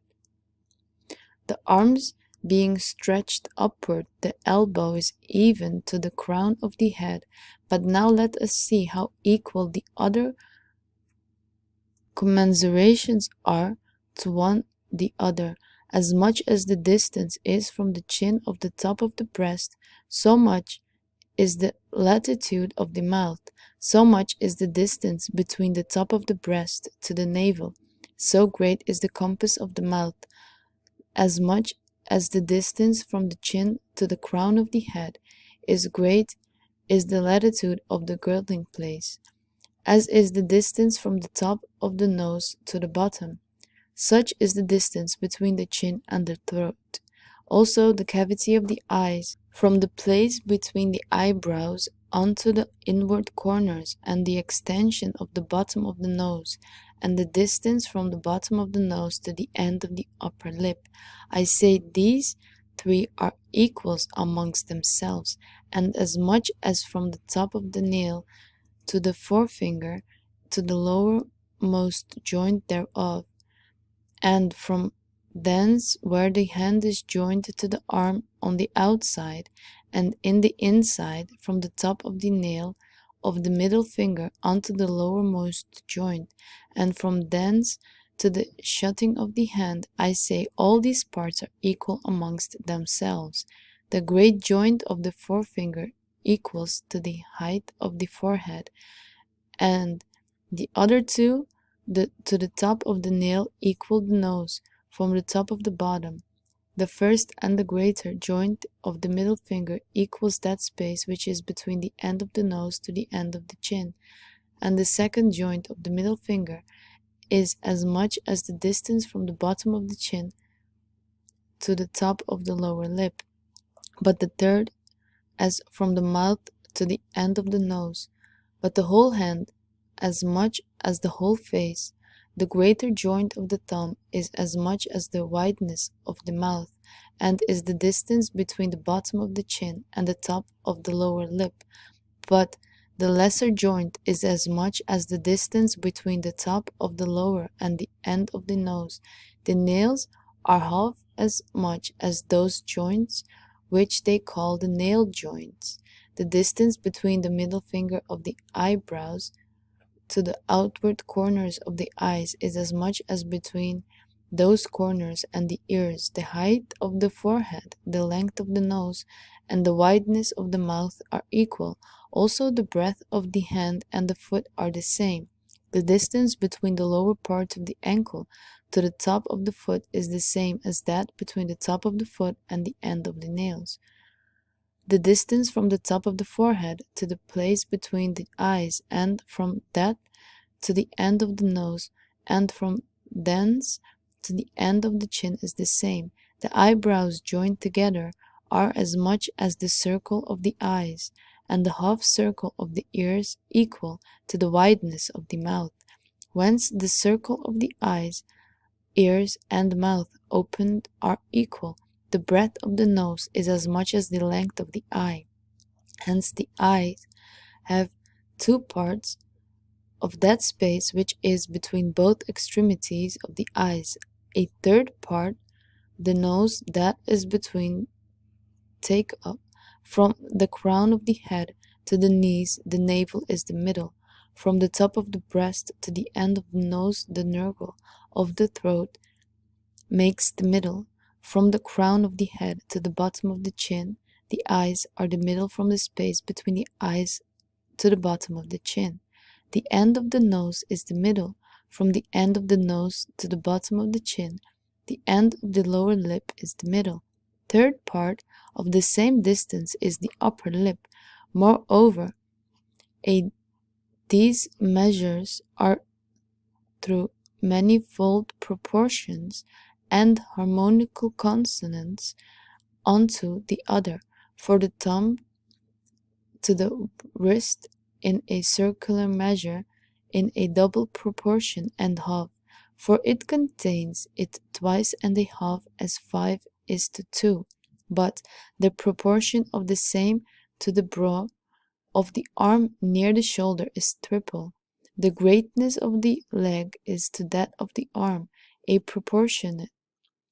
Also, so much again is of 3 to 2, and the proportion of the neck to the leg as of that to the arm. The proportion of the thigh is triple to the arm.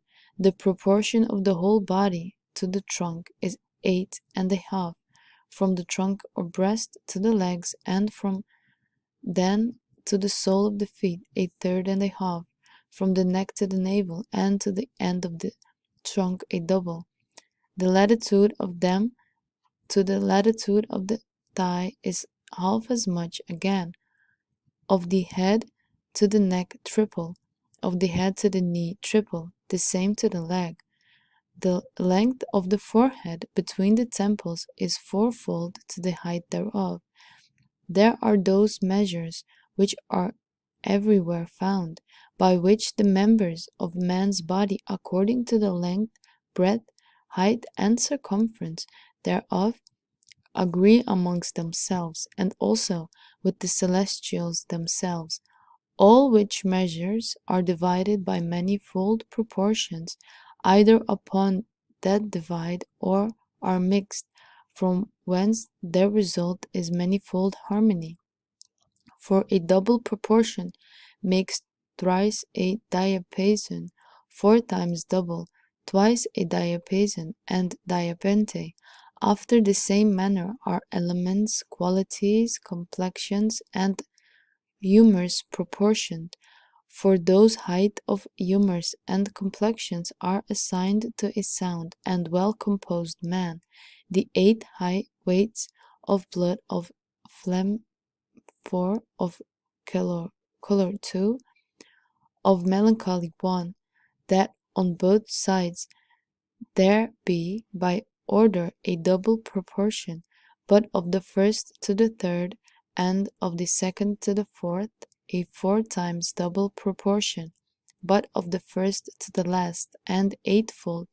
This Sorcerians said that the heart of a man in the first year has the weight of 2 drams, and the second 4, and so proportionably in the 50th year to have the height of 100 drams, but which time to the decreases are again reckoned to one equilibrium, which, the course of being ended, may return to the same limit and not exceed the space of life by the decay of that member, by which account of 100 years he circumscribed the life of man. And this, said Pliny, was the heresy of the Egyptians. The motions also of the members of man's body answer to the celestial motions, and every man has in himself the motion of his heart, which answers to the motion of the sun, and being diffused through the arteries into the whole body, signifies to us by a most sure rule years, months, days, hours, minutes. Moreover, there is a certain nerve found by the anatomists about the knot of the neck, which, again touched, does so move all the members of the body that every one of them move according to its proper motion, but which like touch Aristotle thinks the members of the world are moved by God.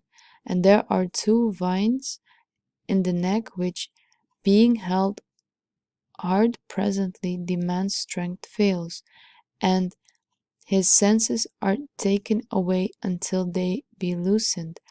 Therefore the eternal Maker of the world, when he was to put the soul into the body as into its habitation, first made a fit lodging worthy to receive it, and in those the most excellent soul with a most beautiful body, which then the soul, knowing its own divinity, frames and adorns for its own habitation.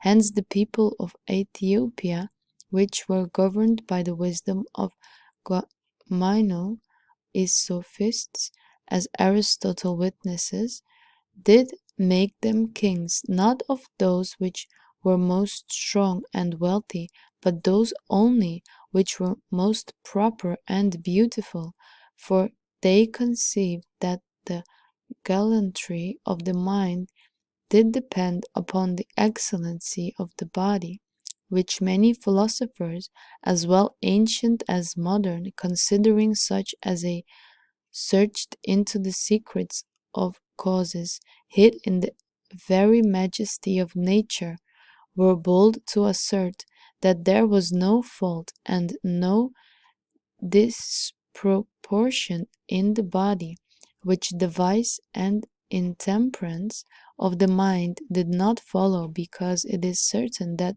they do increase, thrive, and operate by the help of one of the other. Chapter 28 of the composition of the harmony of the human soul. As the consonancy of the body consists of a due measure and proportion of the members, so the consonancy of the mind of a due temperament and proportion of its virtues and operations, which are concupiscible, irascible, and reason, which are so proportioned together. For reason to concupiscence had the proportion diapason, but the anger diapason, and irascible to concupiscible has the proportion diapente. When therefore the best proportionate soul is joined to the best proportionate body, it is manifest that such a man also has received a most happy lot in the distribution of gifts, for as much as the soul agrees with the body in the disposition of naturals, which agreement indeed is most hid, yet after some manner shadowed to us by the wise. But to hasten to the harmony of the soul, we must inquire into by those mediums by which it passes us, by celestial body and spheres. Knowing therefore what are the powers of the soul to which the planet answers, we shall, by those things which have been spoken of before, the most and more easily known their agreements amongst themselves. For the moon governs the power of increasing and decreasing.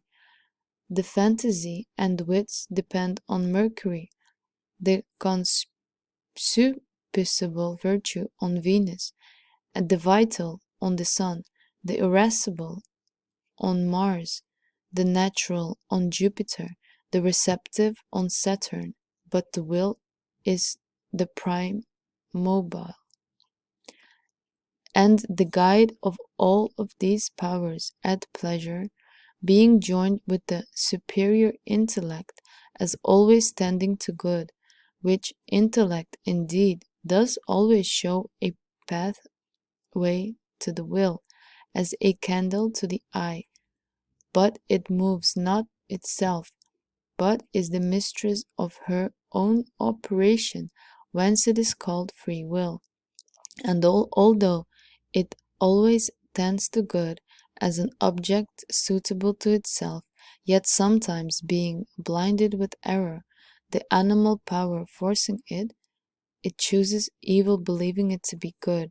Therefore, will is defined but to be a faculty of the intellect, and will whereby good is chosen by the help of grace, and evil that not assisting.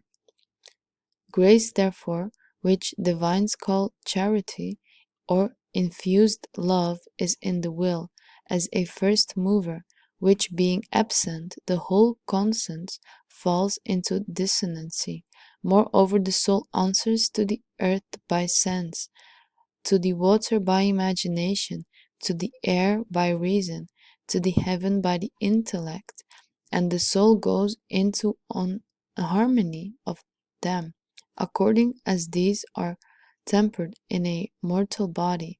The wise ancients, therefore, knowing that the harmonious dispositions of bodies and soul are diverse, according to the diversity of the complexions of men, did not in vain use musical sounds and singings, as to confirm the health of the body, and restore it, being lost, so it bring the mind to wholesome manners, until they make a man suitable to the celestial harmony, and make him wholly celestial. Moreover, there is nothing more efficacious to drive away evil spirits than musical harmony, for they being fallen from the celestial harmony cannot endure any true consent as being an enemy to them, but fly from it, as David by his harp appeased Saul, being troubled with an evil spirit.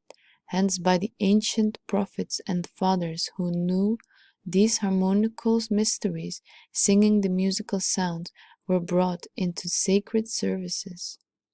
Chapter 29. Every natural virtue does work things far more wonderful when it is not only compounded of a natural proportion, but also is informed by a choice observation of the celestial opportune to this when the celestial power is most strong to that effect which we desire, and can also help by many celestials, by subjecting inferiors to the celestials as proper females to be made fruitful by their males. Also in every work there are to be observed the situation, motion, and aspect of the stars and planets in sign and degrees, and how all these stand in reference to the length and latitude of the climate, for by this are varied the qualities of the angles which the rays of celestial bodies upon the figure of the thing describe, according to which celestial virtues are infused. So when thou art working anything which belongs to any planet, thou must place it into its dignities, fortunate and powerful, and ruling in the day, hour, and the figure of the heaven. Neither shalt thou expect the signification of the work to be powerful, but also thou must observe the moon opportunely directed to this, for thou shalt do nothing without the assistance of the moon. And if thou hast more patterns of thy work, observe them all, being most powerful, and looking upon one the other with a friendly aspect. And if thou canst not have such aspect, it will be convenient at least.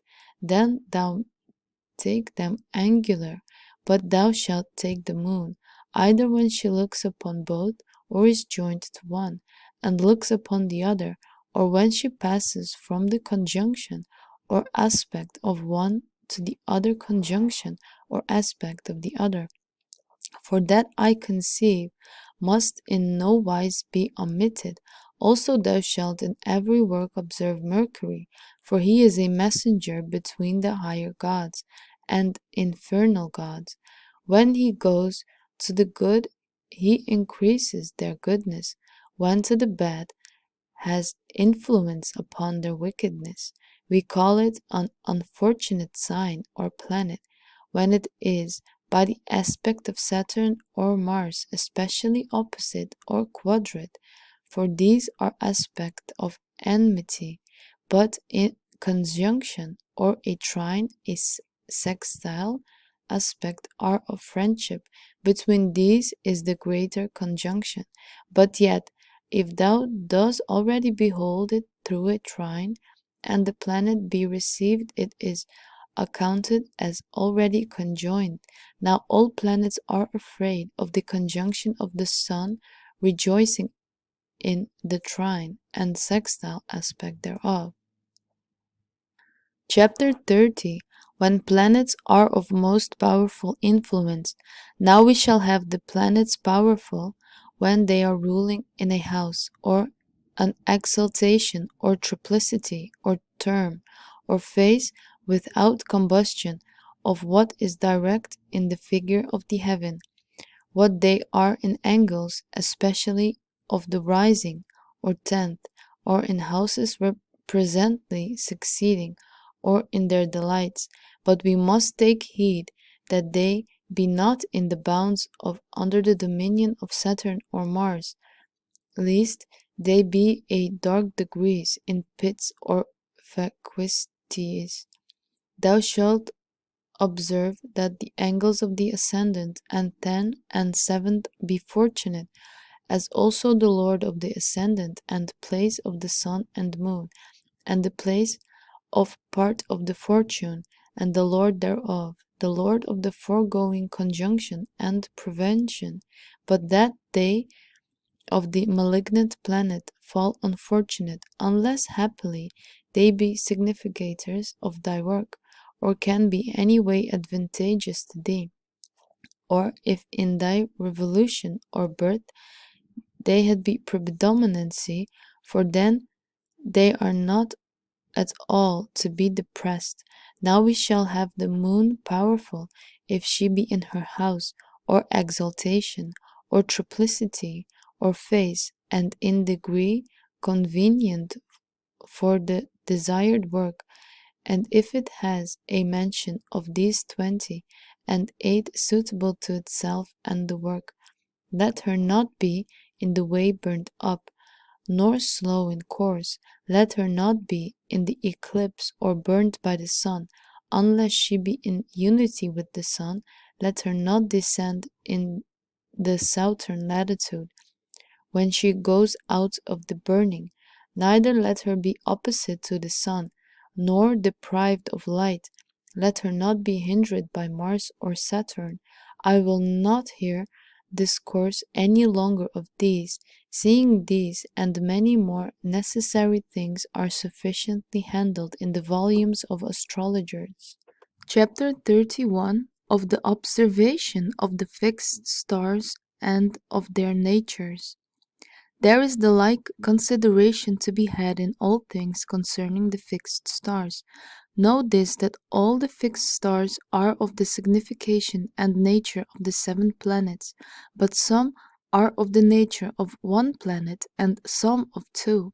Hence, as often as any planet is joined with any of the first fixed stars of its own nature, the signification of that star is made more powerful, and the nature of the planet augmented. But if it be a star of 2 natures, the nature of that which shall be the stronger, which it shall overcome in signification, as for example, if it be of the nature of Mars and Venus, if Mars shall be the stronger, which with it the nature of Mars shall overcome. But if Venus, the nature of Venus shall overcome.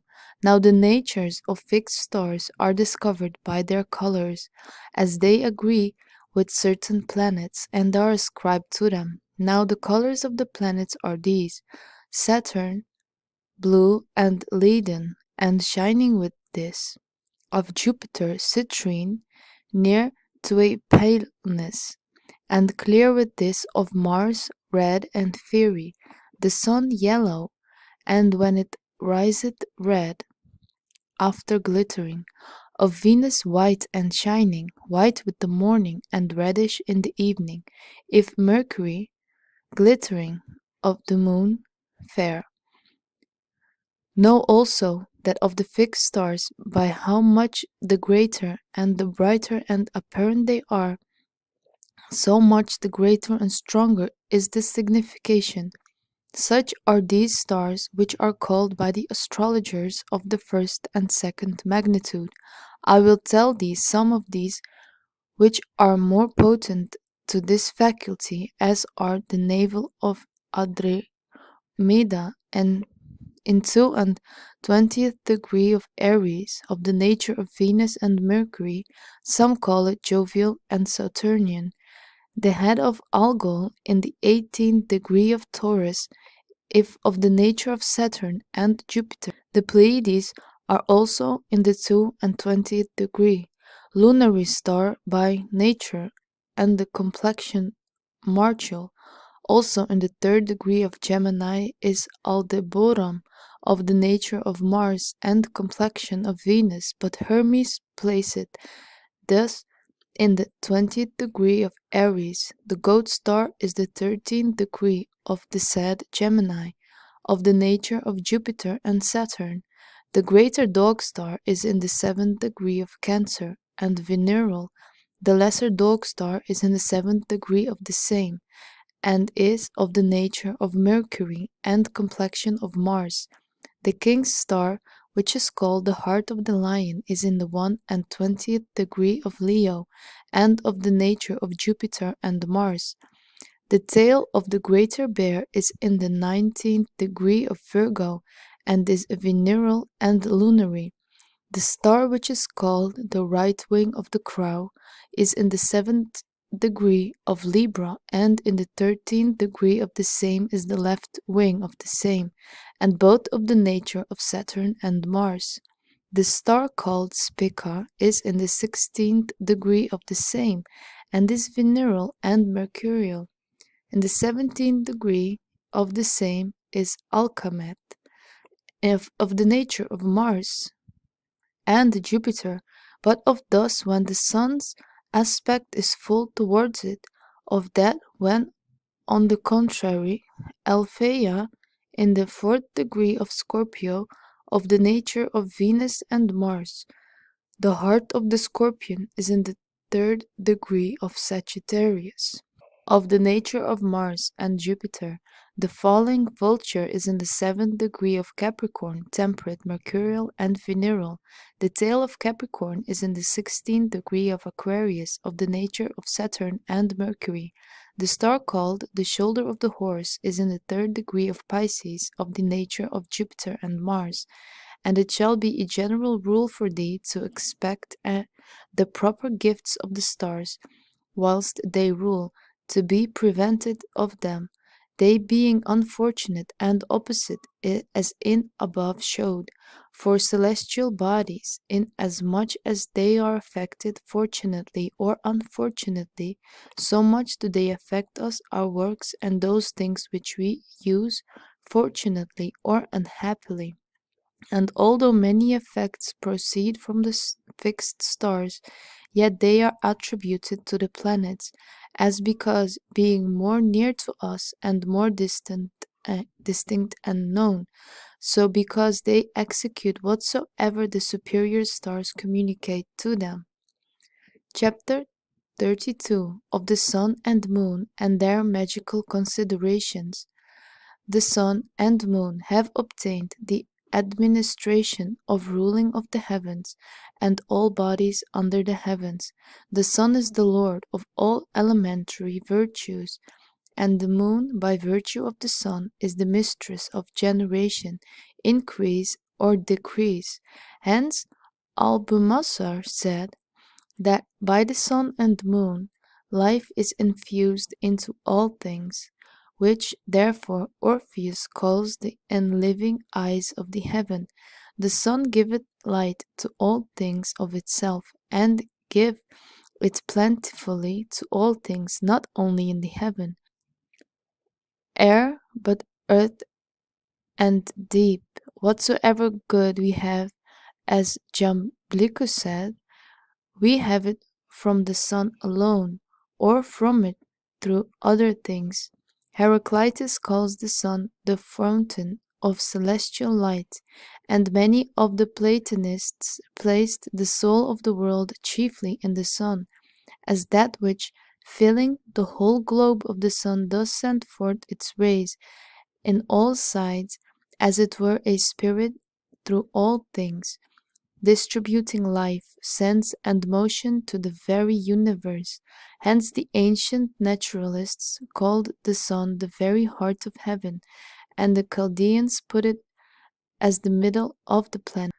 The Egyptians also placed it in the middle of the world, between the 2/5 of the world, i.e., above the sun they place 5 planets, and under the sun the moon and 4 elements, for it is amongst the other stars the image and statue of the great prince of both worlds, terrestrial and celestial, the true light and the most exact image of God himself, whose essence resembles the Father, light the Son, heat the Holy Ghost, so that the Platonists have nothing to hold forth the divine essence more manifestly by than this. So great is the consonancy of it to God, that Plato calls it the conspicuous Son of God, and Jamblichus calls it the divine image of divine intelligence, and our Dionysius calls it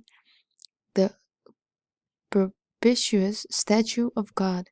It sits as king in the middle of other planets, excelling all in light, greatness, fairness, enlightening all, distributing virtue to them, to dispose inferior bodies, and regulating and disposing by their motions, so that from thence their motions are called daily or nightly, southern or northern, oriental or occidental, direct or retrograde, and as it does by its light drive away all the darkness of the night, so also all powers of darkness which we read of in Job, as soon as in morning appears, they think of the shadow of death, and the psalmists, speaking of the lion's whelps, seeking leave of God to devour, said the sun is risen, and they are gathered together, and shall be placed in their dens, which being put up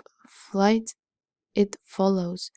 Many shall go forth to its labor. The sun, therefore, as it passes in the middle region of the world, and as the heart is in animals to the whole body, so the sun is over the heaven, and the world ruling over this whole universe, and those things which are in it, the very author of seasons, from whence and year, cold and heat, and all other qualities of seasons, and as said Ptolemy, when it comes under the place of any star, it stirs up the power thereof, which it has in the air, so as with Mars heat, with Saturn cold, and it disposes even the very spirit and mind of man.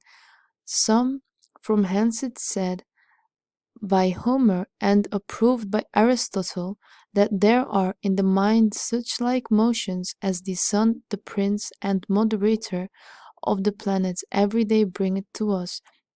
But the moon, the nighest to the earth, the receptacle of all the heavenly influences, by the swiftness of her course is joined to the sun and the other planets and stars every month, and being made as it were the wire of all the stars, is the most fruitful of the stars, and receiving the beams and influences of all the other planets and stars as a conception, bringing them forth to the inferior world as being next to itself, for all the stars have influence on it, being the last receiver, which afterwards communicates the influences of all the superiors to these inferiors, and pours them forth on the earth, and it more manifestly disposes of these inferiors than the others,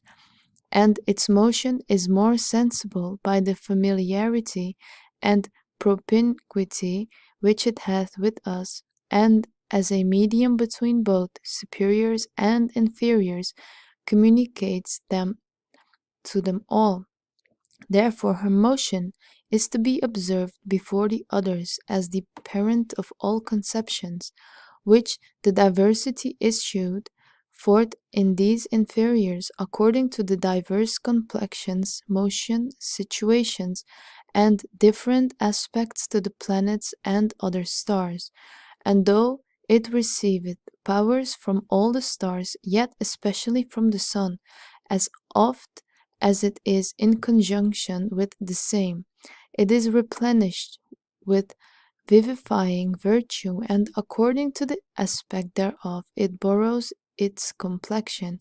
For in the first quarter, as the peripatics deliver, it is hot and moist, and this in the second, hot and dry, in the third, cold and dry, in the fourth, cold and moist, and although it is the lowest of the stars, yet it bringeth forth all the conceptions of the superiors.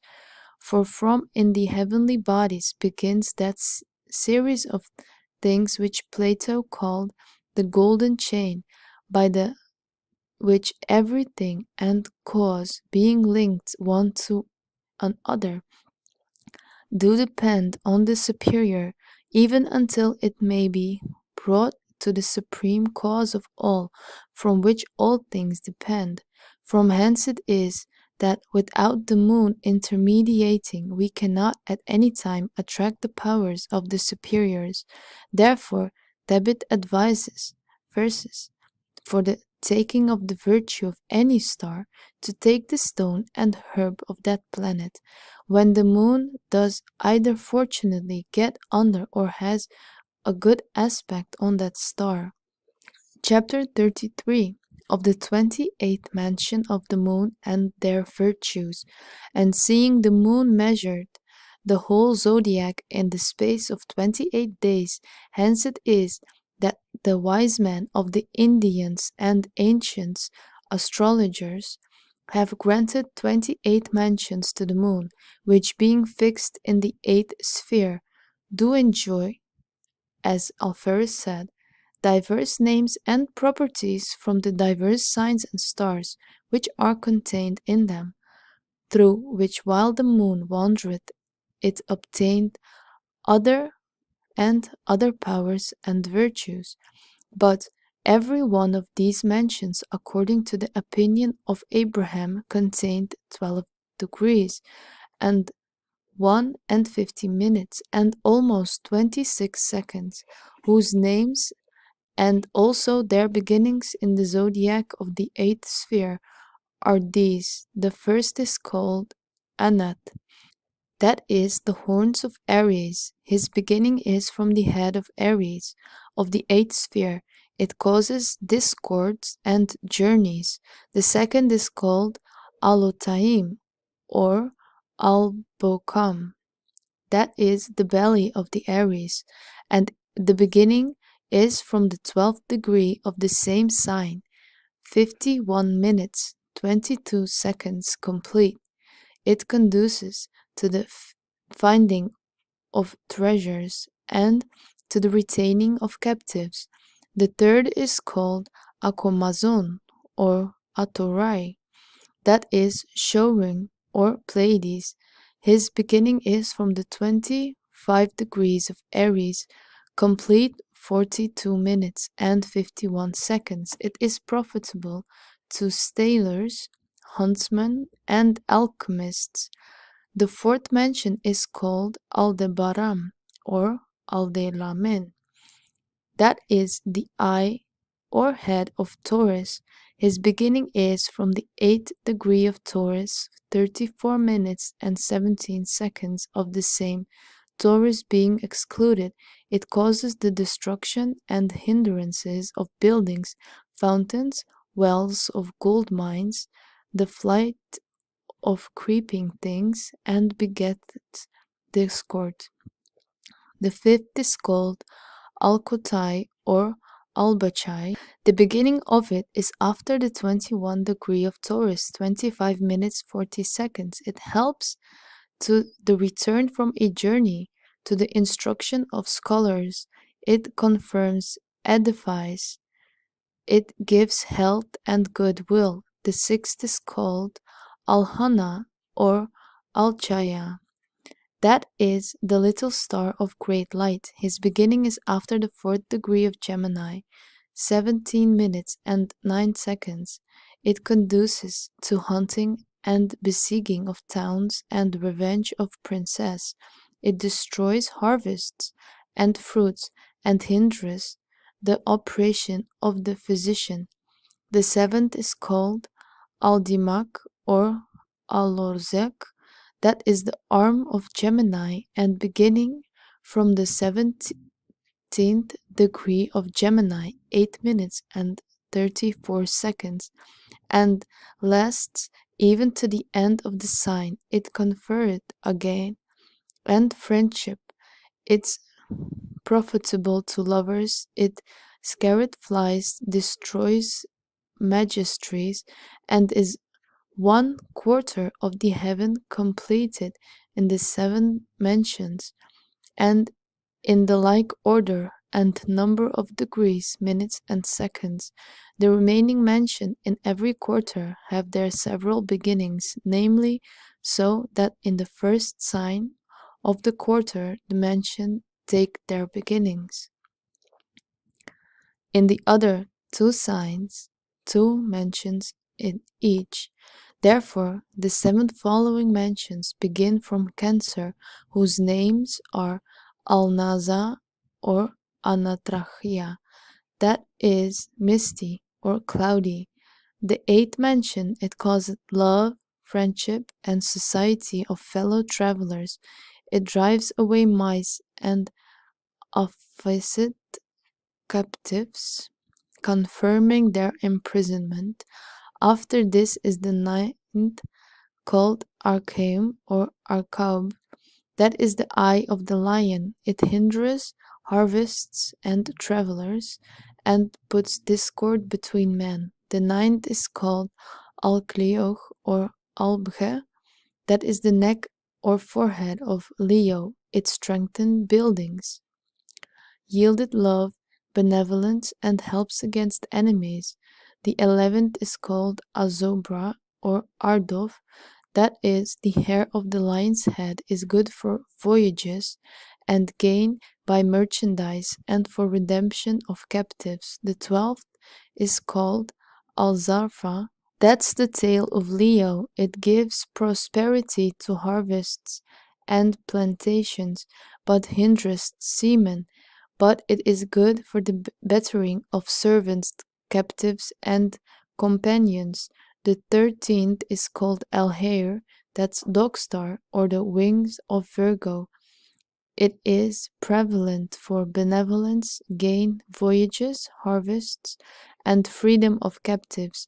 The 14th is called Achuret or Armet, but by others Azimet, or Achumek, or Alchemek.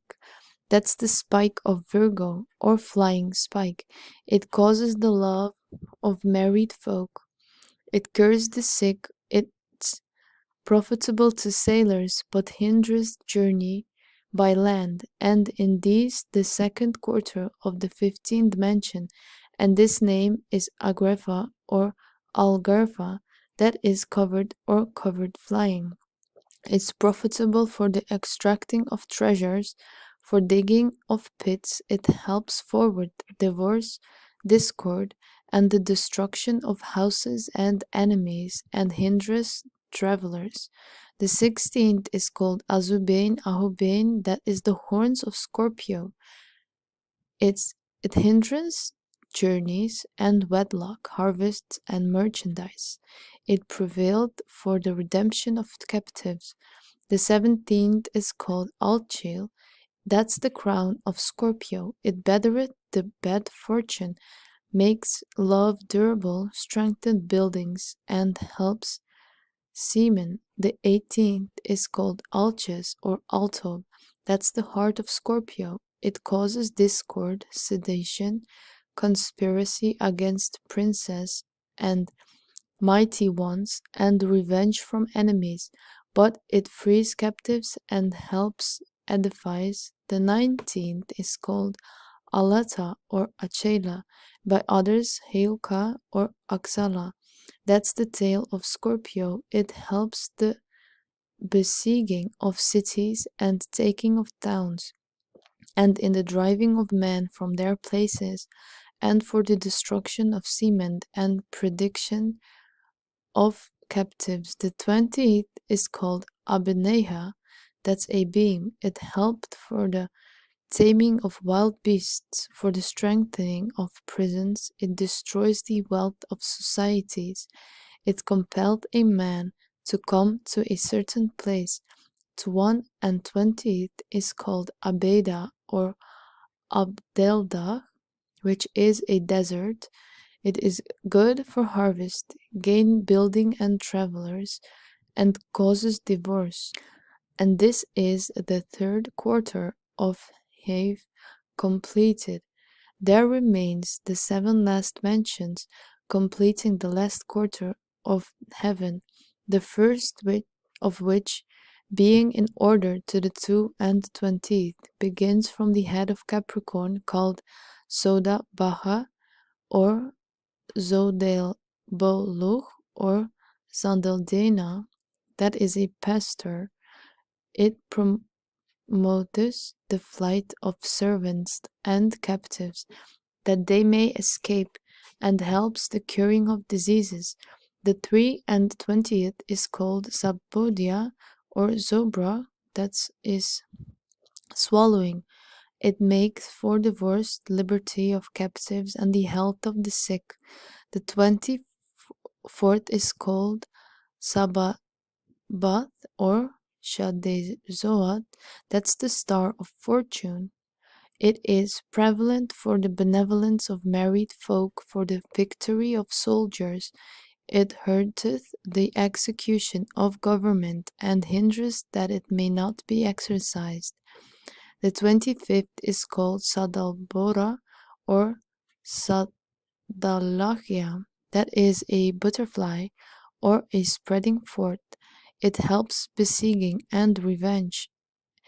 It destroys enemies, makes divorce, confirms prisons and buildings, hastened messengers. It conduced the spells against copulation, and so bindeth every member of man that it cannot perform his duty. The 26th is called Alfrag or Frog Mokadin, that is the first drawing.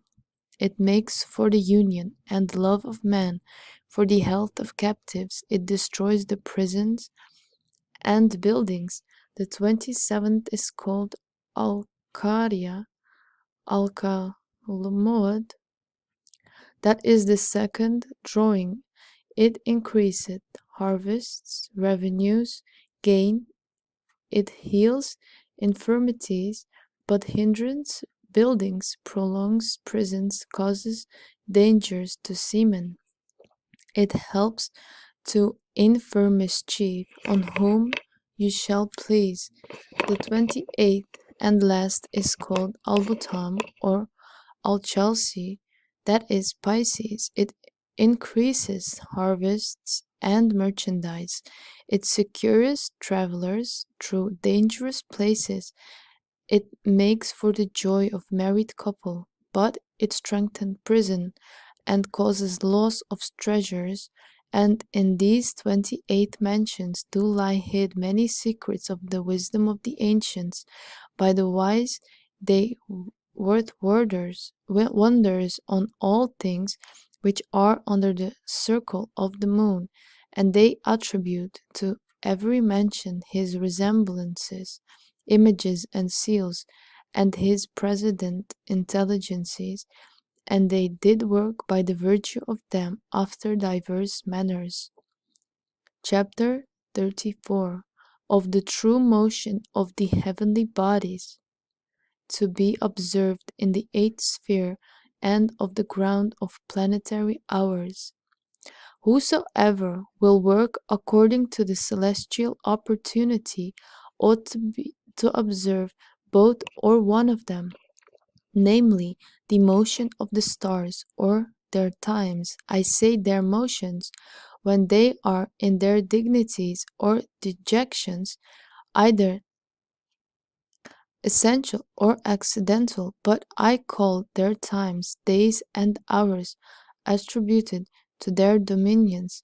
Concerning all these, it is abundantly taught in the books of astrologers, but in this place of things, especially are to be considered and observed by us, so that we observe the motion and ascensions and winding stars, even as they are in truth in the eighth sphere, through neglect, or which it happened that many, in fabricating celestial images, that are defrauded of their desired effect. Other thing we ought to observe is about the times of losing the planetary hours, for almost all astrology, so all the space of time from the sun rising, setting, into 12 equal parts, and call them the 12 hours of the day. In the time which follows from the setting and rising, like manner, being divided into 12 equal parts, they call 12 hours of the night, and then distribute each of those hours to every one of the planets according to the order of their successions, giving always the first hour of the day to the lord of that day, then to every one by order, even to the end of the 24 hours.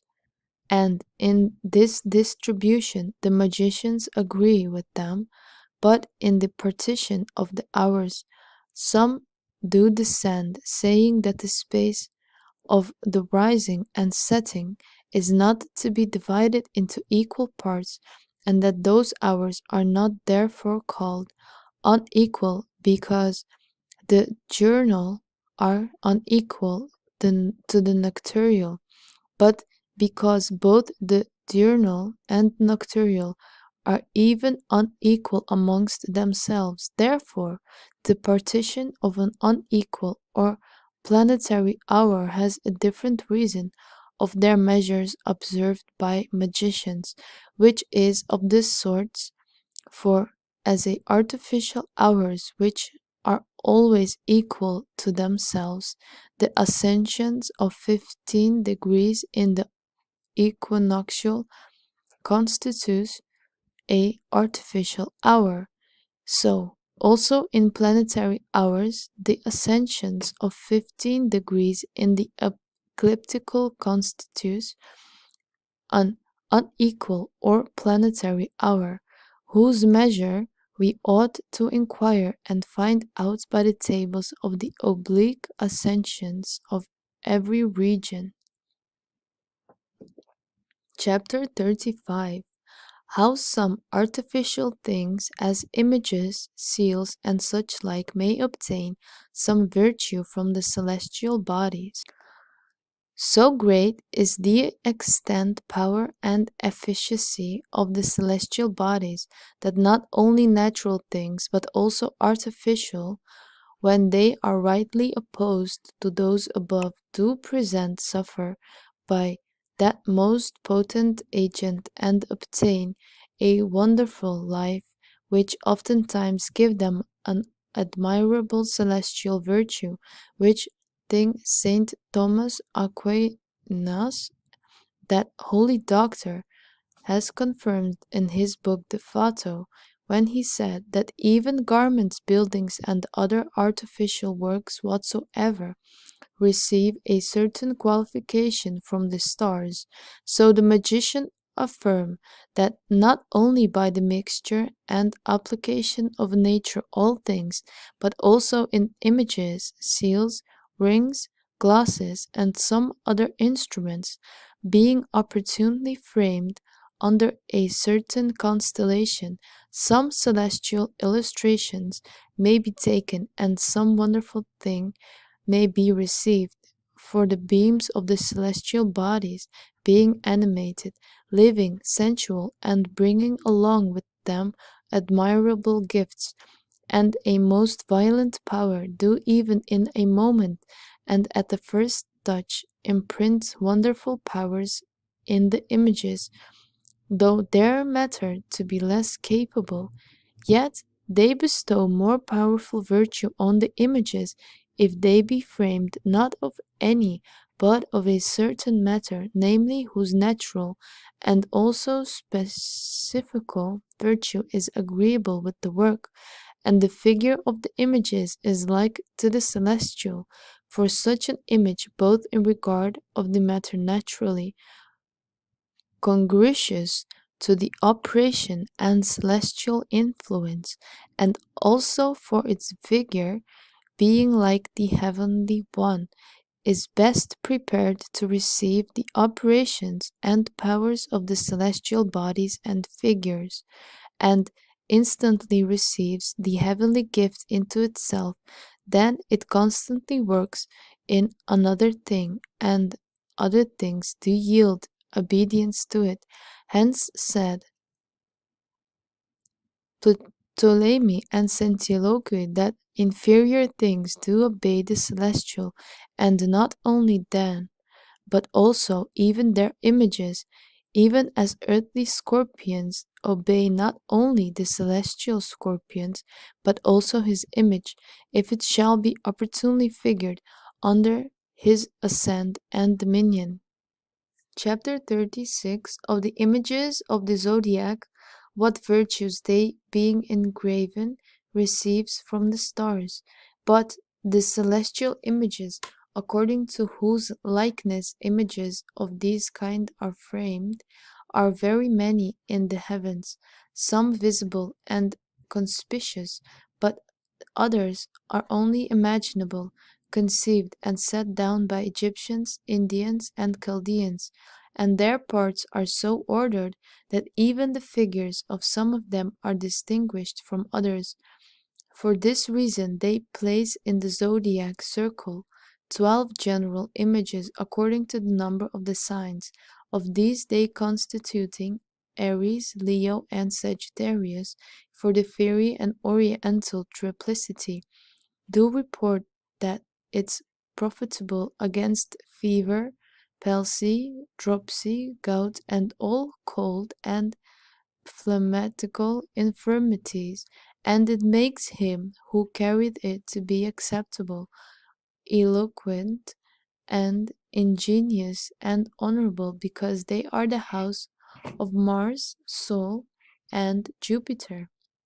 They made also the image of a lion against melancholy fantasies, the dropsy plague, fevers, and do expel diseases at the hour of the sun, the first degree of the sign Leo ascending, which is the face and decanae of Jupiter, but against the stone and diseases of the rains, and against the herds of beasts. They made same image when Sol and the heart of the lion obtained the midst of heavens, and again, because Gemini, Libra, and Aquarius do constitute to the aerial and occidental triplicity, and are the house of Mercury, Venus, and Saturn, they are said to put the fight diseases, to conduce the friendship and concord, to prevail against melancholy, and to cause health. And they report that Aquarius especially, freed from the quarantine, also that Cancer, Scorpio, and Pisces, because they constitute the watery northern triplicity, do prevail against hot and dry fevers, also against the hectic and all choleric passions. But Scorpio, because amongst the members it respects the privy parts, does provoke to lust. But these frame it for this purpose, his third face ascending, which belongs to Venus, and they made the same against scorpions and serpents, poisons, and evil spirits. His second face ascending, which is the face of the sun, and decanae of Jupiter, and they report that it makes him who carry it wise and of a good color. And they report that the image of Cancer is most efficacious against serpents and poisons, when Sol and Luna are in conjunction in it, and descend in the first and third face, for this is the face of Venus, and the decanae of Luna. But the second face of Luna, the decanae of Jupiter, they report also that serpents are tormented when the sun is in Cancer, also that Taurus, Virgo, and Capricorn, because they constitute the earthly and southern triplicity, do cure hot infirmities and prevail against the cynocal fever.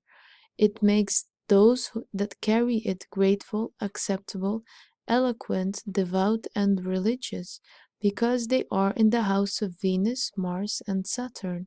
Capricorn also is reported to keep man in safety, and also places in security, because it is the exaltation of Mars.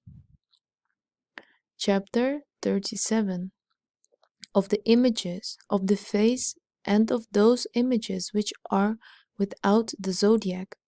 There are besides in the zodiac 36 images according to the number of the faces, of the which is Porphyry says Tusser the Babylonian long since wrote, who was a most ancient mathematician, after whom the Arabians also wrote of these things.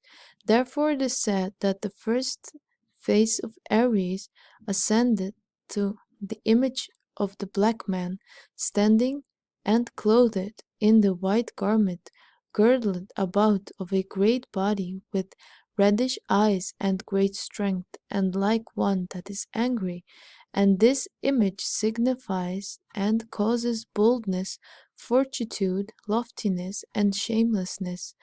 In the second phase ascended a form of a woman, outwardly clothed with a red garment, and under it a white, spreading abroad over her feet. And this image causes nobleness, height of a kingdom, and greatness of dominion. In the third phase arises a figure of a white man, pale, with reddish hair and clothed with a red garment, who carrying on the one hand a golden bracelet, and holding forth a wooden staff, is restless, and like on a wrath, because he cannot perform that good he would. This image bestowed with meekness, joy, and beauty. And in the first phase of Taurus ascended a naked man, a archer, harvester, or husbandman, and goes forth to sow, plough, build, people, and divide the earth, according to the rule of geometry. In the second phase ascended a naked man, holding in his hand a key, giveth power, nobility, and dominion over the people. In the third phase ascending a man, in whose hand is a serpent and a dart, and is the image of necessity and profit, and also of misery and slavery. In the first phase of Gemini ascending a man, in whose hand is a rod, and he is, as it were, serving another. It grants wisdom, and the knowledge of numbers and arts, in which there is no profit. In the second phase ascends a man in whose hand is a pipe, and another being bowed down, digging the earth, and they signify infamous and dishonest agility, as that of jester and jugglers. It also signifies labors and painful searchings. In the third ascendeth a man, seeking for arms, and a fool holding it in the right hand a bird, and in his left a pipe, and they are the significations of forgetfulness, wrath, boldness, jests, scurrilities, and unprofitable words. In the first phase of Cancer ascending the form of a young virgin, adorned with fine clothes, and having a crown on her head, giving acuteness of sense, subtlety of wit, and the love of man. In the second phase ascends a man clothed in comely apparel, or a man and woman sitting at a table and playing. It bestows of rich mirth, gladness, and the love of woman. In the third phase ascends a man hunter, with his lance and horn, bringing out dogs for to hunt. The signification of this is the contention of man, the pursuing of those who fly, the hunting and possessing of things by arms and brawlings. In the first phase of Leo ascends a man riding on a lion. It signifies boldness, violence, cruelty, wickedness, lust, and the labor to be sustained. In the second ascending, a image with hands lifted up, and a man on whose head is a crown. He has the appearance of an angry man, and one that threatens, having in his right hand a sword drawn off the scabbard, and in his left a buckler. It has significations upon hidden contentions and unknown victories, and upon base men, and upon the occasions of quarrels and battles. In the third phase ascends a young man in whose hand is a whip, and a man very sad and of an ill aspect. They signify love and society, and the loss of one right for avoiding strife. in the first phase of Verge, ascending the figure of a good maid, and a man casting seeds. It signifies getting of wealth, ordering of diet, plowing, sowing, and peopling. In the second phase, ascending a black man clothed with a skin, and a man having a bush of hair, holding a bag, they signify gain, scraping together of wealth and covetousness. In the third phase, ascending a white woman and the deaf or an old man leaning on a staff. The significations of this is to show weakness, infirmity, loss of members, destruction of trees, and depopulation of lands. In the first phase of Libra, ascending the form of an angry man in whose hand is a pipe, and the form of a man reading in a book, the operation of this in justifying and helping the miserable and weak against the powerful and wicked.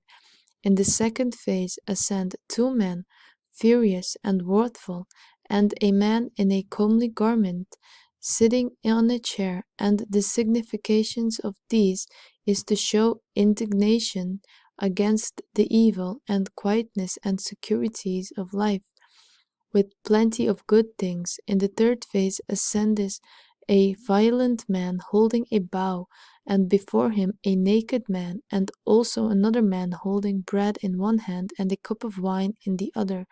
The signification of those is to show wicked lusts, singings, sports, and gluttony. In the first phase, Scorpio ascending, a woman of good face and habit, and two men striking her. The operation of these are to form comeliness, beauty, and for strifes, treachery, deceits, distractions, and perditions. In the second phase, ascending a man naked and woman naked, and a man sitting on the earth, and before him two dogs biting one another, and their operation is for impudence, deceit, and false dealing, and for to send mischief and strife amongst men. In the third phase, ascending, a man bowed downward upon his knees, and a woman striking him with a staff, and it is the signification of drunkenness, fornication, wrath, violence, and strife. In the first phase of Sagittarius, ascending the form of a man, armed with a coat of mail, and holding a naked sword in his hand. The operation of this is for boldness, malice, and liberty. In the second phase, ascending a woman weeping and covered with clothes, the operation of this is for sadness and fear of his own body. In the third phase, ascending a man, like in color of gold, or an idle man playing with a staff, and the signification of this is in following your own wills, and obstinacy in them, and a activeness for evil things, contentions, and horrible matters. In the first phase of Capricorn ascends the form of a woman and a man carrying full bags, and the significations of this is for to go forth and to rejoice, to gain and to lose with weakness and baseness. In the second phase, ascending two women and men looking towards a bird flying in the air, and the significations of these is for the requiring those things which cannot be done, and for the searching after those things which cannot be known. In the third phase, ascending a woman, chaste in body and wise in her work, and a banker gathering his money together on the table. The signification of this is to govern prudence in covetousness of money and in avarice. And in the first phase of Aquarius, ascending the form of a prudent man and of a woman spinning. In the signification of these is in the thought and labor for gain and poverty and baseness. In the second phase, ascending the form of a man with long beard, and the signification of this is belongs to the understanding, meekness, modesty, liberty, and good manners. In the third phase, ascending a black and angry man, and the signification of this is in expressing insolence and impudence. In the first phase of Pisces, ascending a man carrying burdens on his shoulder and well clothed. It has his signification in journeys, chance of place, and in carefulness of getting wealth and clothes. In the second phase, ascending a woman of a good countenance and well adorned, and the signification of this is to desire and put oneself on about high and great manners. And the third phase, ascending a man naked or a youth and nigh him in beautiful maid, whose head is adorned with flowers, and it has his signification for rest, idleness, delight, fornications, and for embracing of women.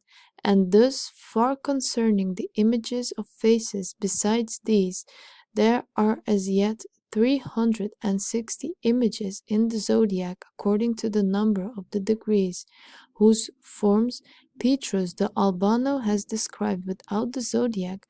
There are also general figures with Hyginus Erotus has described for us, and very many particular ones, according to the number of faces and degrees existing therein, for all of which are to speak it would be too long, but of these the more principal are accounted.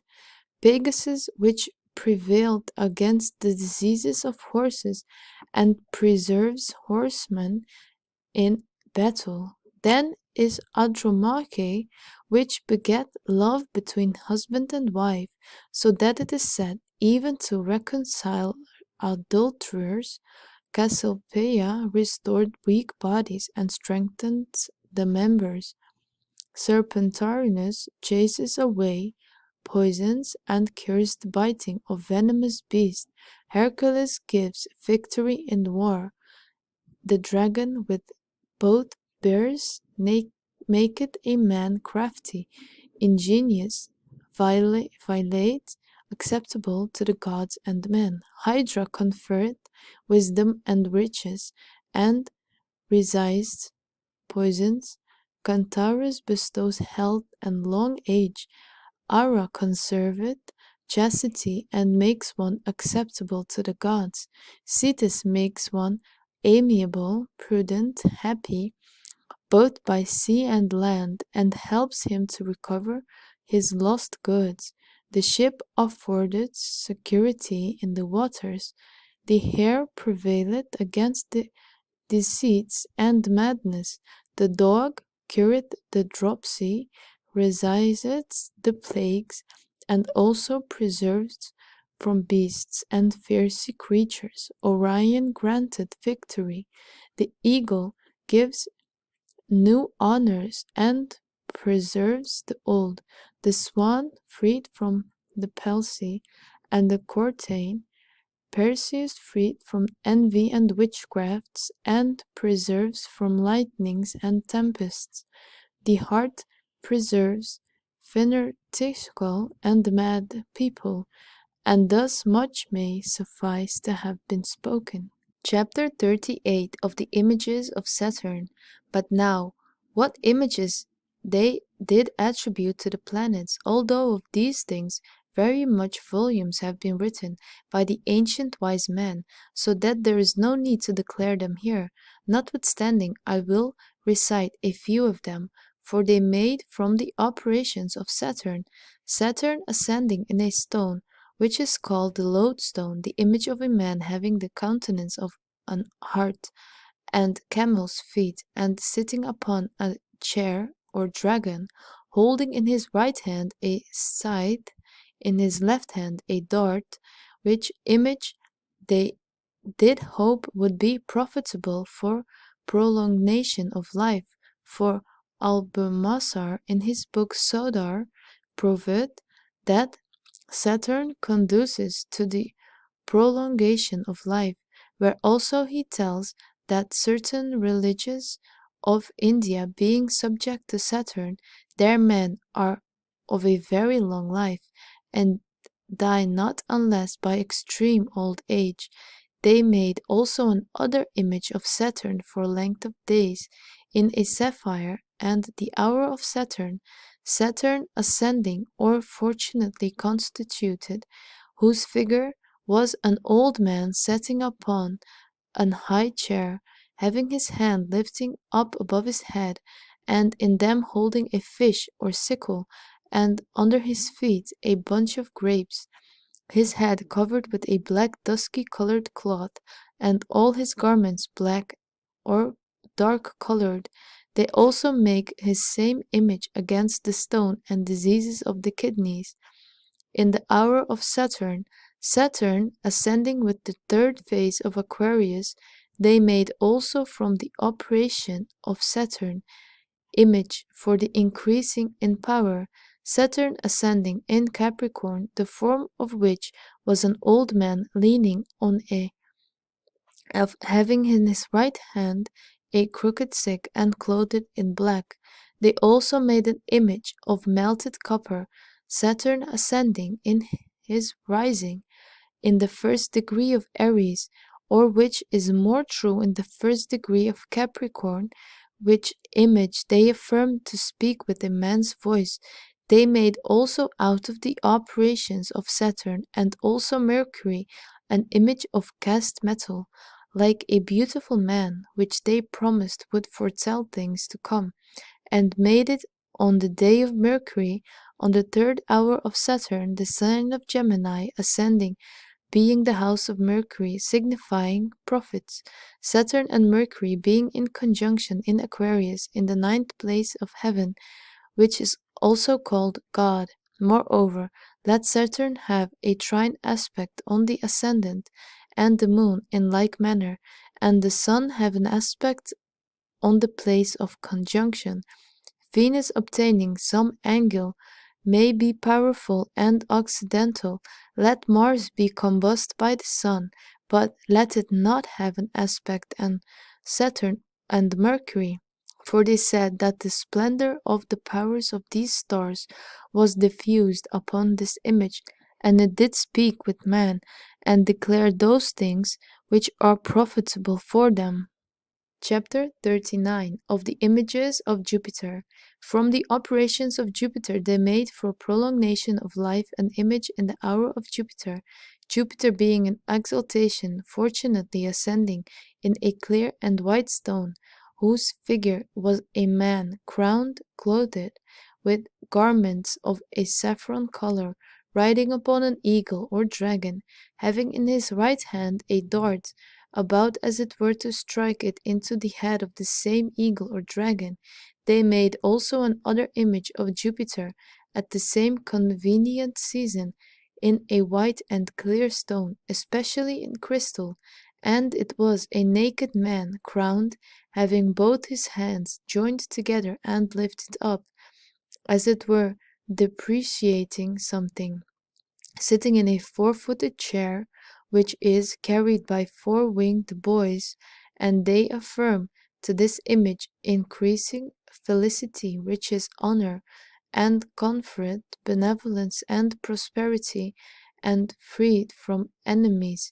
They made also image of Jupiter for a religious and glorious life, and advancement of fortune, whose figure was a man having the head of a lion or ram, and eagle's feet, clothed in a saffron-colored clothes, and he was called the son of Jupiter. Chapter 40 of the Images of Mars. From the operation of Mars they made an image in the hour of Mars, Mars ascending in the second phase of Aries, in a martial stone, especially in a diamond, the form of which was a man armed, riding upon a lion, having in his right hand a naked sword erected, carrying in his left hand the head of a man. They report that an image of this kind renders a man powerful in good and evil, so that he shall be feared of all, and whosoever carrieth it, they give him the power of enchantment, so that he shall terrify man by his looks when he is angry, and stupefy him. They make another image of Mars for the obtaining of boldness, courage, and good fortune in wars and contentions, the form of which was a soldier armed and crowned, girt with a sword, carrying in his right hand a long lance, and they made this at the hour of Mars, the first phase of Scorpio, ascending with it. Chapter 41 of the Images of the Sun. From the operations of the sun they made an image at the hour of the sun, the first phase of Leo, ascending with the sun, the form of which was a kind crowned, sitting in a chair, having a raven in his house bosom, and under his feet a globe. He is clothed in saffron colored clothes. They report that this image renders a man invincible and honorable, and to help their businesses to a good end, and to drive away vain ideas and dreams, also to be prevalent against fevers and the plague. And they made in a belanite stone or a Reuben at the hour of the sun, when it is in exaltation, fortunately ascending. They made another image of the sun in a diamond at the hour of the sun, it ascending in his exaltation, the figure of which was a woman crowned with the gesture of one dancing and laughing, standing in a chariot drawn with 4 horses, having in her right hand a looking glass or buckler, and in the left a staff, leaning on her breast, carrying a flame of fire on her head. They report that this image renders a man fortunate and rich and beloved of all, and they made this image on a carbuncle stone at the hour of the sun, ascending in the first phase of Leo, against lunatic passions which proceed from the combustion of the sun. Chapter 42. From the operations of Venus they made an image which was available for favor and benevolence at the very hour of ascending into Pisces, the form of which was the image of a woman having the head of a bird and feet of an eagle, holding a dart in her hand. They made another image of Venus to get love of the woman in the lapis lazuli at the hour of Venus, Venus ascending in Taurus, the figure of which was a naked maid, with her hair spread abroad, having a looking glass in her hand, and a chain tied about her neck, and nigh her a handsome young man, holding her with his left hand by the chain, but with his right hand making up her hair, and they both look lovingly on one another, and about them is a little winged boy holding a sword or a dart. They made another image of Venus, the first phase of Taurus or Libra, Pisces ascending with Venus, the figure of which was a little maid with her hair spread abroad, clothed in a long and white garment, holding a laurel apple or flower in her hand, in her left a comb. It's reported to make man pleasant, joyant, strong, cheerful, and to give beauty. Chapter 43 of the Images of Mercury. From the operations of Mercury they made an image at the hour of Mercury, Mercury ascending in Gemini, the form of which was an handsome young man, bearded, having in his left hand a rod in which a serpent is twined about, in his right hand a dart, having his feet winged. They report that this image confers knowledge, eloquence, diligence in merchandising and gain, moreover to get peace and concord and to cure fever. They made another image of Mercury, Mercury ascending in Virgo for goodwill, wit, and memory, the form of which was a man sitting upon a chair or riding on a peacock, having eagle's feet, and on his hand a crest, and in his left hand holding a cock or fire. Chapter 44 of the Images of the Moon. From the operations of the moon they made an image for travelers against weariness at the hour of the moon ascending in its exaltation, the figure of which was a man leaning on a staff, having a bird in his hand, and flourishing three before him. They made another image of the moon for the increase of the fruits of the earth, and against poisons and infirmities of children at the hour of the moon, its ascending in the first phase of Cancer, the figure of which was a woman cornuted, riding on a bull or a dragon with 7 heads or a crab, and she has in her right hand a dart, and in her left a looking glass, clothed in white and green, and having on her head 2 serpents with horns twined together, and to each arm a serpent twined about, and to each foot one in like manner. And thus much spoken concerning the figures of plants may suffice. Chapter 45 of the images of the hand and tail of the dragon of the moon.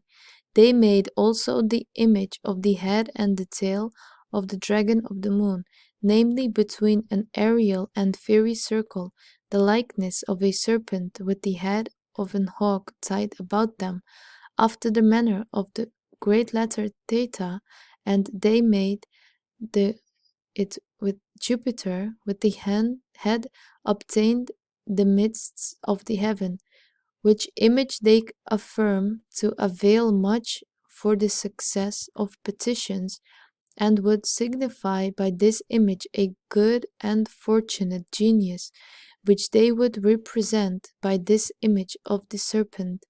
For the Egyptians and Phoenicians do extol things creature above all others, and say it is a divine creature and has a divine nature, for in this is a more acute spirit and a greater fire than in any other, which thing is manifested both by his swift motion about without feet, hands, or any other in instruments, and also that it often renews his age with his skin and becomes young again.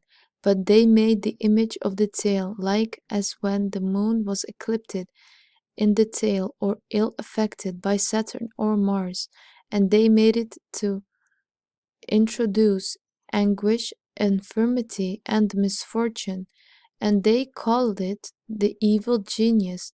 Such an image a certain Hebrew had included in a golden belt full of jewels, which Blanche, the daughter of the Duke of Bourbon, either willingly or ignorantly, bestowed on her husband Peter, King of Spain, the first of that name, with which when he was girt, he seemed to himself to be compassed about with a serpent, and afterwards finding the magical virtue fixed in the girdle for this causes, he forsook his wife. Chapter 46 of the images of the mansions of the moon. They made also images for every mansion of the moon. In the first, for the destruction of some one, they made in an iron ring the image of a black man, in a garment made a hair, and girdled around, casting a small lance with his right hand. They sealed this in black wax, and perfumed it with liquid storax, and wished some evil to come. In the second, against the word of a prince, and for reconciliation with him, they sealed in white wax and mastic the image of a king crowned, and perfumed it with lignum aloes. In the third, they made in an image a silver ring, whose table was square, the figure of which was a woman well clothed, sitting in a chair, her right hand being lifted up on her head. They sealed it and perfumed it with musk, camphire, and calamus aromaticus. They affirmed that this gives happy fortune and very good thing. In the fourth, for revenge, separation, enmity, and ill will, they sealed in red wax the image of a soldier sitting on a horse, holding a serpent in his right hand. They perfumed it with red myrrh and storax. In the 5th, for the favor of kings and officers and good entertainment, they sealed in silver the head of a man and perfumed it with sanders. In the 6th, for the procure love between two, they sealed in white wax 2 images embracing one another, and perfumed them with lignum, aloes, and amber. In the 7th, for to obtain every good thing, they sealed in psyllium the image of a man well clothed, holding up his hand to heaven, as it were praying and supplicating, and perfumed it with good odors. And the 8th, for victory in war, they made a seal of tin, being an image of an eagle having the face of a man, perfumed it with brimstone. In the 9th, to cause infirmities, they made a seal of lead, being the image of a man wanting his privy parts, shutting his eyes with his hand, and they perfumed it with rosin of the pine. And the 10th, to facilitate children bearing, and to cure the sick, they made a seal of gold, being the head of a lion, and perfumed it with amber. In the 11th, for the fear, reverence, and worship, they made a seal of a plate of gold, being the image of a man riding on a lion, holding the ear thereof in his left hand, and in his right holding forth a bracelet of gold, and they perfumed it with good odors and saffron.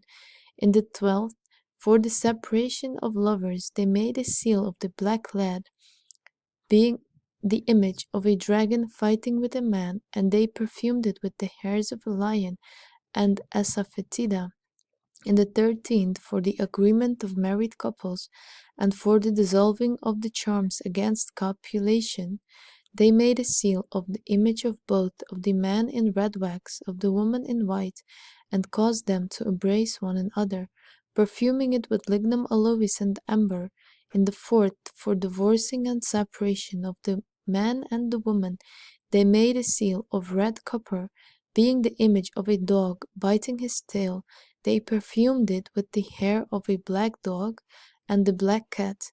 In the 15th, for to obtain friendship and goodwill, they made the image of a man sitting and inditing of letters, and perfumed it with frankincense and nutmegs. In the 16th, for to gain much merchandising, they made a seal of silver, being the image of a man sitting upon a chair, holding a balance in his hand, and they perfumed it with well-smelling spices. In the 17th, against thieves and robbers, they sealed with an iron seal the image of an ape, and perfumed it with the hair of an ape. In the 18th, against the fevers and pains of the belly, they made a seal of copper, being the image of a snake, holding his tail above his head, and they perfumed it with hart's horn, and restored the same seal to put to fight the serpents and all venomous creatures from the place where it is buried. In the 19th, of facilitating birth and provoking the menstrues, they made a seal of copper, being the image of a woman holding her hand upon her face, and they perfumed with liquid storax. In the 20th, for hunting, they made a seal of tin, being the image of Sagittary, half a man and half a horse, and they perfumed it with the head of a wolf. In the 21, for the destruction of somebody, they made the image of a man with a double countenance before and behind, and they perfumed it with brimstone, and did put in a box of brass, and with brimstone, and the hair of him whom they would hurt.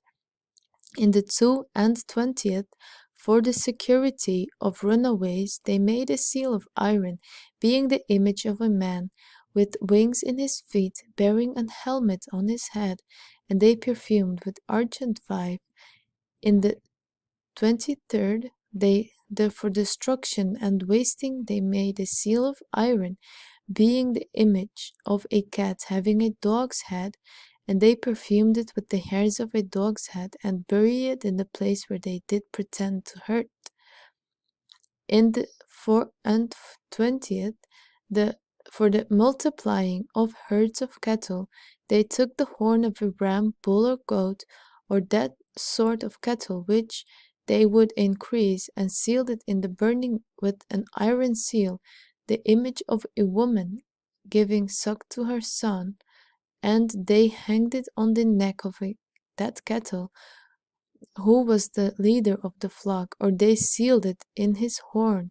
In the 25th, for the preservation of trees and harvests, they sealed in the wood of a fig tree the image of a man planting, and they perfumed it with flowers of the fig tree, and did hang it on the tree. In the 26th, for love and favor, they sealed in white war and mastic the image of a woman washing and combing her hair, and they perfumed it with the things smelling very well. In the 27th, for the destroy fountain, pits, medicinal waters, and baths, they made a red earth the image of a man winged, holding in his hand an empty vessel, and perforated on the image being burnt, they did put the vessel asafoetida and the liquid storax, and they did overwhelm and bury it in the pond or fountain, which they would destroy. In the 28th, for to gather fish together, they made a seal of copper, being the image of a fish, and they perfumed it with the skin of a sea fish, and did cast it into the water, wheresoever they would have the fish to gather together.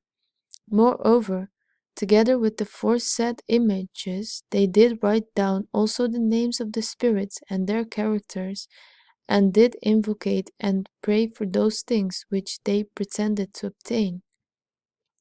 Chapter 47 of the images of the fixed Bohemian stars. But now, for the operation of the fixed stars, according to Hermes' opinion, under the head of Algol, they made an image whose figure was the head of a man with bloody neck. They report that it bestowed good success to petitions, and makes him who carries it bold and magnanimous, and preserveth the members of the body sound. Also it helps against witchcraft, and reflects evil endeavors and wicked incantations upon our adversaries. Under the constellation of Pleiades, they made the image of a little virgin, or in the figure of a lamp. It's reported to increase the light of the eyes, to assemble spirits, to raise winds, to reveal secret and hidden things. Under Aldebora, they made an image after the likeness of God, or of a flying man. It gives riches and honors.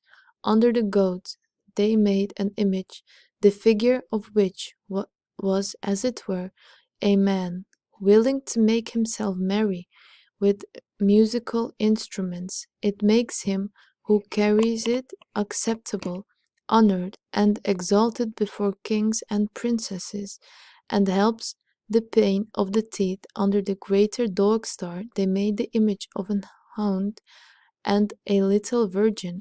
It bestows honor and goodwill, and the favor of man, and aerial spirits, and gives powers to pacify and reconcile kings, princes, and other men. Under the lesser dog star, they made the image of a cock, or of 3 little maids. It conferred the favors of the gods, of spirits and man. It gives powers against witchcraft, and preserves health. Under the heart of Leo, they made the image of a lion or cat, or the figure of an honorable person sitting in a chair. It renders a man temperate, appeases wrath, and gives favor. Under the tail of Ursa Major, they made the image of pensive man, or of a bull, or the figure of a calf. It alleviates against incantations, and makes him who carries it secure in his travels. And the wings of Corvus, they made the image of a raven or snake, or of a black man clothed in black. This makes a man choleric, bold, courageous, full of thoughts, a black backbiter, and causes naughty dreams. Also, it gives the power of driving away evil spirits and of gathering them together. It is profitable against the malice of man, devils, and winds.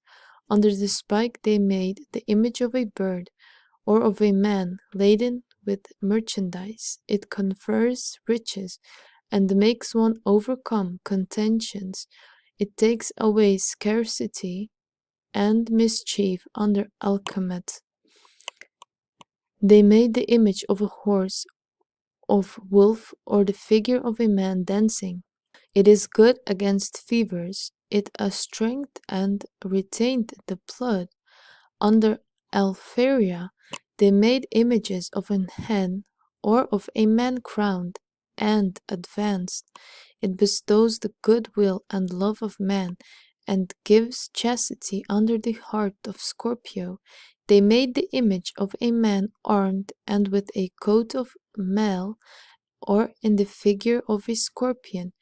It gives understanding and memory. It makes a good color, and aideth against evil spirits, and drives them away, and binds together. Under the vulture they made the image of a vulture or hen, or of a traveler. It makes a man magnanimous and proud. It gives power over devils and beasts. Under the tail of Capricorn they made the image of a hart or goat, or of an angry man. It bestows prosperity and increases worth. These are the images of some of the fixed stars which they command to be engraven in their stones under them. Chapter 48 of geometrical figures, which are the middle between images and characters. There are moreover certain other figures framed by the number and situation of the stars, and ascribed both to the elements and also to the planets and signs, which are called geometrical, because that geometrical diviners to reduce the points of their lot projected by the excess of parity or imparity into those figures, and they also being engraven or imprinted under the dominion of other planets and signs, to conceive the virtue and power of images, and also figures are as a middle between images and characters. But whosoever desireth exactly to know the nature, qualities, properties, conditions, significations, and navities of these figures, let him read the volumes of geomancy, but they are in number 16, whose name and figure are these. Chapter 49 of images, the figures whereof is not after the likeness of any celestial figure, but after the likeness of that with which the mind of the workers desires. There remains as yet in other manner of images, not according to the similitude of celestial figures, but according to the similitude of that which the mind of the worker desires, of those which are the effigies and representations, so to procure love when we make images embracing one another, to discord striking one the other, to bring misery or destruction is damage to man or house or city or anything else. We make images distorted, broken in members and parts, after the likeness and figure of that thing which we would destroy or damnify. And magicians advise us that a casting or engraving images we would write upon it the name of the effect, and thus on the back when evil, a destruction; on the belly when good is love. Moreover, on the forehead of the image let be written the name of the species or individuum which the image represents, or for whom or against whom it is made. Also in the breast let the man of the sign or face ascending and lord thereof be written, also the names and characters of the angles. Moreover, in images making, they advise that praying for the effect for which it is made be used also, all with which Albertus Magnus in his Speculo affirms. Now they use the images being made diversely according to the virtues thereof. Sometimes they hang them or bind them together, sometimes they bury them under the earth on a river, sometimes they hang them in a chimney or over the smoke, or upon the tree, that they be moved by the wind, sometimes with the head upward, sometimes downward, sometimes they put them into hot water or into the fire. For they say that as the workers of the image do affect the image itself, so does it bring the likeness passions upon those whom it was ascribed, as the mind of the operator has dictated it. As we read that Nectanebus the magician made images of ships with wax after that matter, and art, that when he drawn these images in water, that the ships of these enemies were in like manner drowned in the sea, and hazarded. Now that part of astrology which is writ concerning elections teacheth us that the constellations also are to be observed for the making of images, and such like. Chapter 50. Chapter 50 of certain celestial observations and the practice of some images.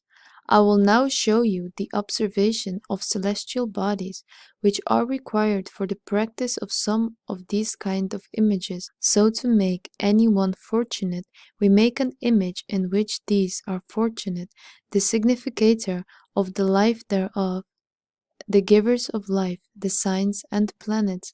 Moreover, let the ascendant, the middle of the heaven, and the lords thereof be fortunate, also the place of the sun and the place of the moon, of part of fortune and lord of conjunction or prevention, made before their nativity by depressing the malignant planets. But if we will make an image to procure misery, we must do contrawise, and those which we place here fortunate must there be unfortunate.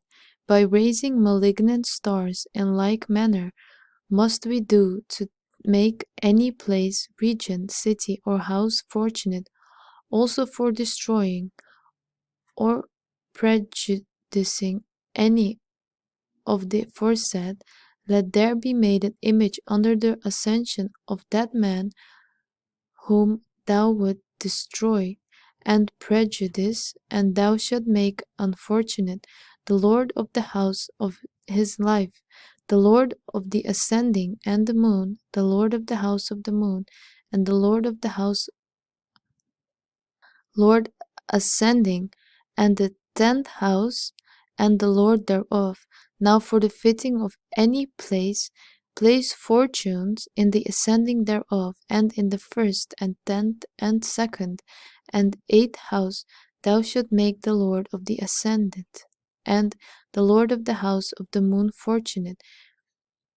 But to chase away certain animals from certain places, that they may not be generated or abide there, let there be an image made under the ascension of that animal which you should chase away, and after the likeness thereof is, if you would chase away scorpions from any place, let an image of the Scorpio be made, and the sign of Scorpio ascending with the moon, and you shall make unfortunate to the ascendant the lord thereof, and the lord of the house of Mars, and thou shalt make unfortunate the lord of the ascendant in the 8th house, and let them be joined with an aspect, malignant, opposition, or quadrate, and let there be writ upon the image of the name of the ascendant, of the lord thereof, and of the moon, and if the lord of the day, and of the lord of the hour, and let there be a pit made in the middle of the place from which you would drive them away, and let there be carried into the sum of the earth, taken out with the four corners of the same place, and let the image be buried there with the head downward, with saying, This is the burying of the scorpions, that they may not come into this place, and so of the rest. So for Cain let there be made an image under the ascendant of the nativity of the man, or under the ascension of that place to which thou would appoint to gain, and thou shalt make the lord of the second house, which is in the house of substance, to be joined with the lord of the ascendant in the house on the trine of sextile, and let there be a reception amongst them. Thou shalt make fortunate the 11th and lord thereof, and the 8th, and if you canst, put part of the fortune in the ascendant or second, and let the image be buried in that place, or carried from that place to which you would appoint to again. Also for concord and love, let there be an image made with the day of Jupiter under the ascendant of the nativity of him who you would have to be beloved. Make fortunate the ascendant and the 10th, and hide the evil from the ascendant. And thou must have the lord of the 10th and planets of the 11th fortunate, joined to the lord of the ascendant from the trine or sextile with reception. Then make an image for him whom you would stir up the love. Consider if he be a friend or companion of him who you want have to be beloved, and if so, let there be an image made under the ascension of the 11th hour from the ascendant of the first image. But if the party be a wife or a husband, let it be made under the ascension of the 7th. If a brother or a sister or a cousin, let it be made under the ascension of the 3rd, and so of the like, and put the significator of the ascendant of the second image joined to the significator of the ascendant of the first image, and let there be between them a reception, and let the rest be fortunate, as in the first image. Afterwards join both images together into mutual embracing, or put the face of the second image to the back of the first image, and let them be wrapped up in silk and cast away or spoiled also for success of petitions, and for the obtaining of a thing denied, or take or possessed by another. Let there be made an image under the ascendant of him who petitions for the thing, and cause that the lord of the second be joined with the lord of the ascendant from a trine or sextile, and let there be a reception between them, and if it can be, let the lord of the second be in the obeying sign, and the lord of the ascendant in the ruling. Make fortunate the ascendant and the lord thereof, and take heed that the lord of the ascendant be not retrograde or combust or failing, or in the house of opposition. In the 7th from his own house, let him not be hindered by the malignant, let him be strong. In an angle thou shalt make the fortunate the ascendant, and the lord of the second on the moon, and make another image for him that is petitioned to, and begin it under the ascendant belonging to him, as if he be a king or a prince, being it under the ascendant of the 10th house from the ascendant of the first image. If he be a father, under the 4th, if a son, under the 5th, and so if the like, and put the significator of the second image joined with the lord of the ascendant of the first image from a trine or sextile, and let him receive it, and put them both strong and fortunate without any let. Make all evil fall from them.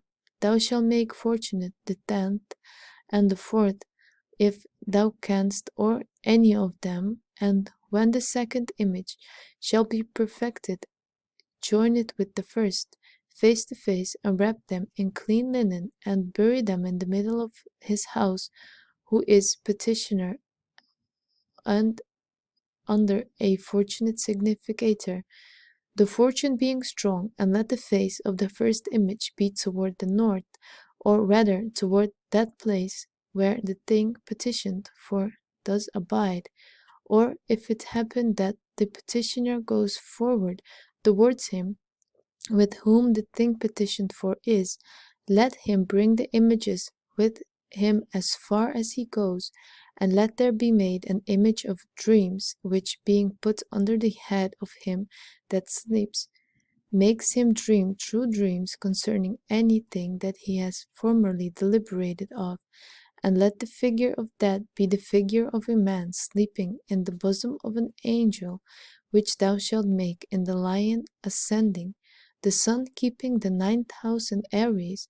Thou shalt write upon the breast of the man the name of the effect desired, and in the hand of the angle the name of the intelligence of the sun. Let the same image be made in Virgo ascending, Mercury being fortunate, and Aries in the ninth house, or Gemini ascending in Mercury being fortunate, and keeping the ninth house in Aquarius, and let it be receiving from Saturn from a fortunate aspect, and let the name of the spirit of Mercury be written upon it. Let also the same be made in Libra ascending, Venus being received from Mercury, Gemini in the ninth house be written upon in the angel of the Venus. Besides, also let the same image be made in Aquarius ascending, Saturn fortunately possessing the ninth house in his exaltation, which is in Libra, and let there be writ upon the angle of the Saturn.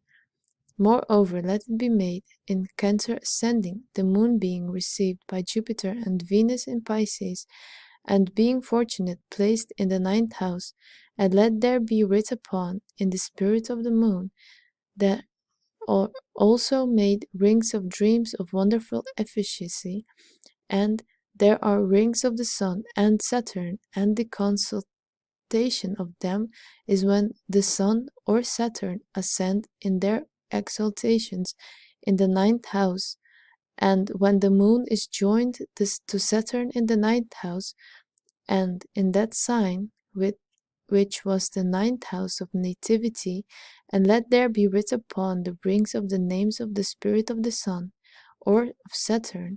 Let this which has been spoken suffice concerning images, for now you may find out more of this nature of yourself. But know this, that such images work nothing unless they be so vivified that either a natural or celestial, heroical or animastical or demonical or angelical virtue be in them, or assistant to them. But when can give a soul to an image, or make a stone to life, or metal, or wood, or wax, and who can raise out of stones children unto Abraham? Certainly this arcanum does not enter into an artist of a stifle neck, neither can he give those things which has them not nobody has them, but he who does, the elements being restrained, nature being overcome, the heavens being overpowered, transcend the progress of angels, and comes to the very archetype itself, of which being then made a cooperation with, may do all things, as we shall speak afterwards. Chapter 51 of characters which are made after the rule and limitation of celestial, and how, with the table thereof, they are deduced out of geometrical figures.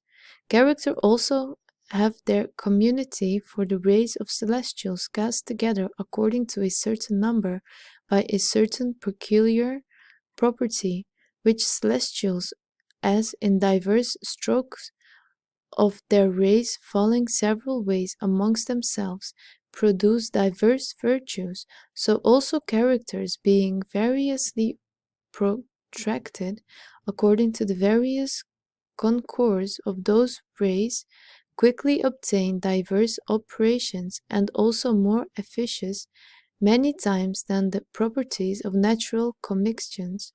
Now the true characters of the heavens is the writing of angels, which amongst the Hebrews is called writing Malachim, by which all things are described and signified in the Bevan for every knowing man to read.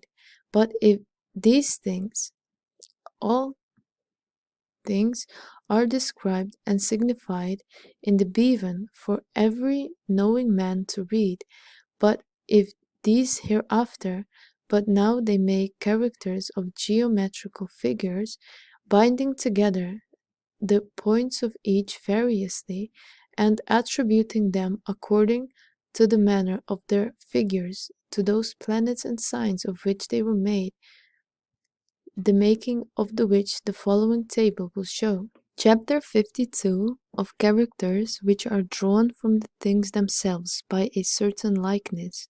We have spoken above of a certain manner of images made not after the likeness of the celestial images, but according to the emulation of that which the mind of the operator does desire.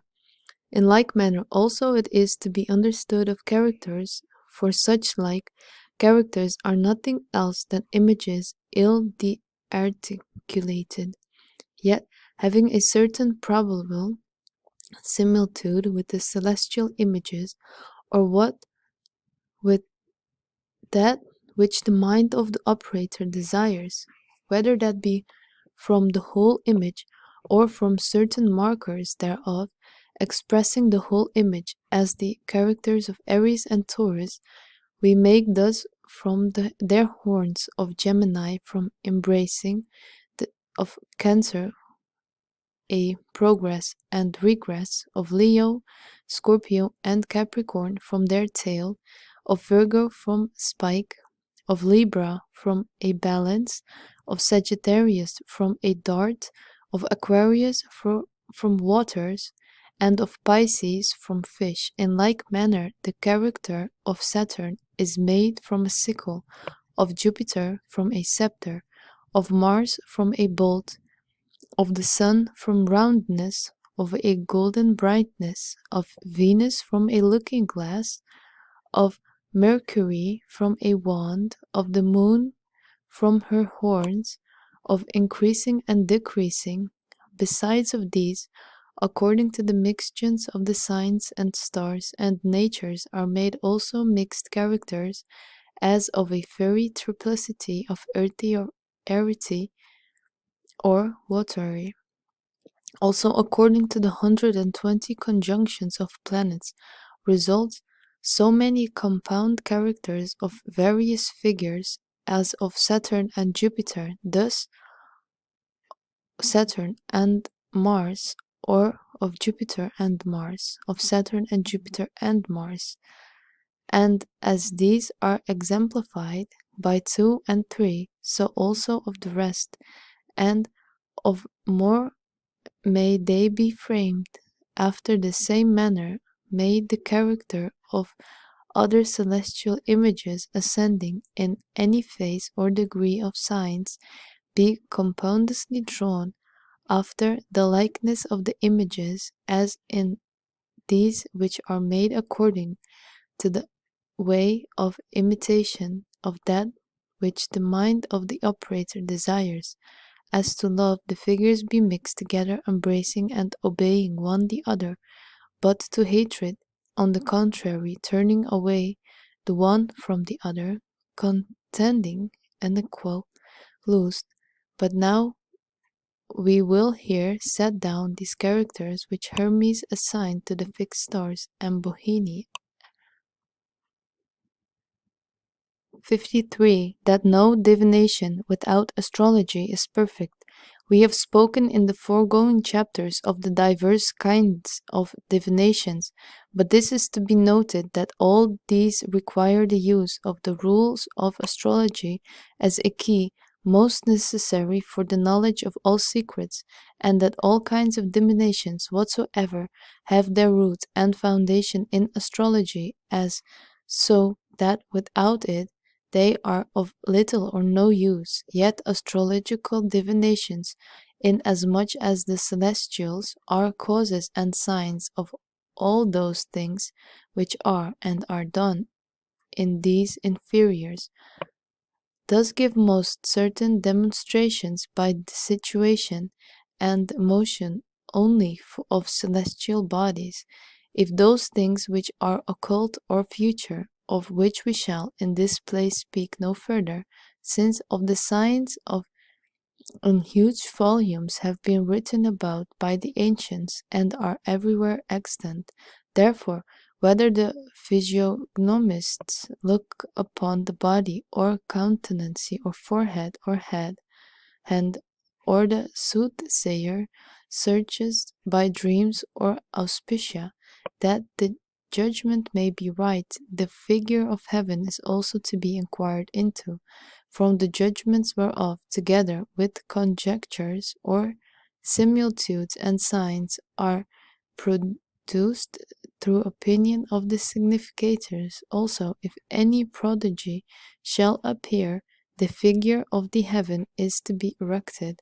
Also, such things are to be inquired after, which have gone before, or in revolutions of years, from great conjunctions and eclipses, and also the natives' beginnings, intronizations, foundations, and revelations, perfections, directions of princes, nations, kingdoms, cities, when these shall appear, and upon what place of the celestial figures these fell, that by all these at length we may come to a rational and probable signification of these things.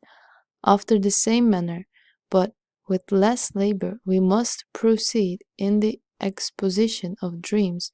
Moreover, that they, being distempered, foretell future things, do not, but as they are instigated by the stars or inferior instruments of these, whence their predictions must at length be imputed with the celestials, as we read in Lucian, the old prophet Tussus.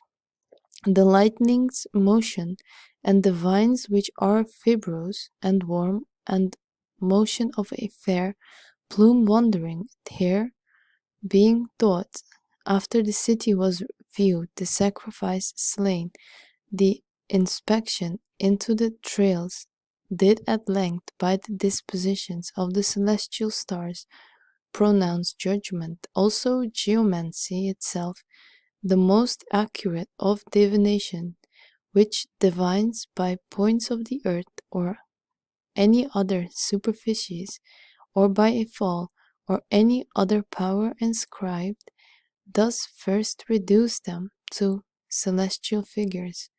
The 16 which we above named, making judgments after an astrological manner by the properties and observations thereof, and hither are referred all natural divinations by laws whatsoever, the power whereof can be from nowhere else than from the heaven, and from the mind of them that work them. For whatsoever is moved, caused, or produced in these inferiors must of necessity imitate the motions and influences of the superiors, to which, as to its roots, causes, and signs, it is reduced. The judgment whereof is showed by the astrological rules. Hence dies tetrahedron, hexahedron, octahedron, dodecahedron, icosahedron, being made by certain numbers, signs, and stars, opportune times, under the influences of the celestials, and being inscribed, obtain a wonderful virtue of divining and foretelling by their castings, such as those dice Preneste had, in which we read the destinies of the Romans were contained. Chapter 54 of Lottery, when and whence the virtue of divining is incident to it. Whatsoever divinations and predictions of human events are made by lottery must of necessity, besides the lot, have some sublime occult cause, which indeed shall not be a cause by accident, such as Aristotle describes fortune to be. For in the series of cause, seeing according to the Platonists, a cause by accident can never be the prime and sufficient cause. We must look higher and find out a cause which may know and intend the effect.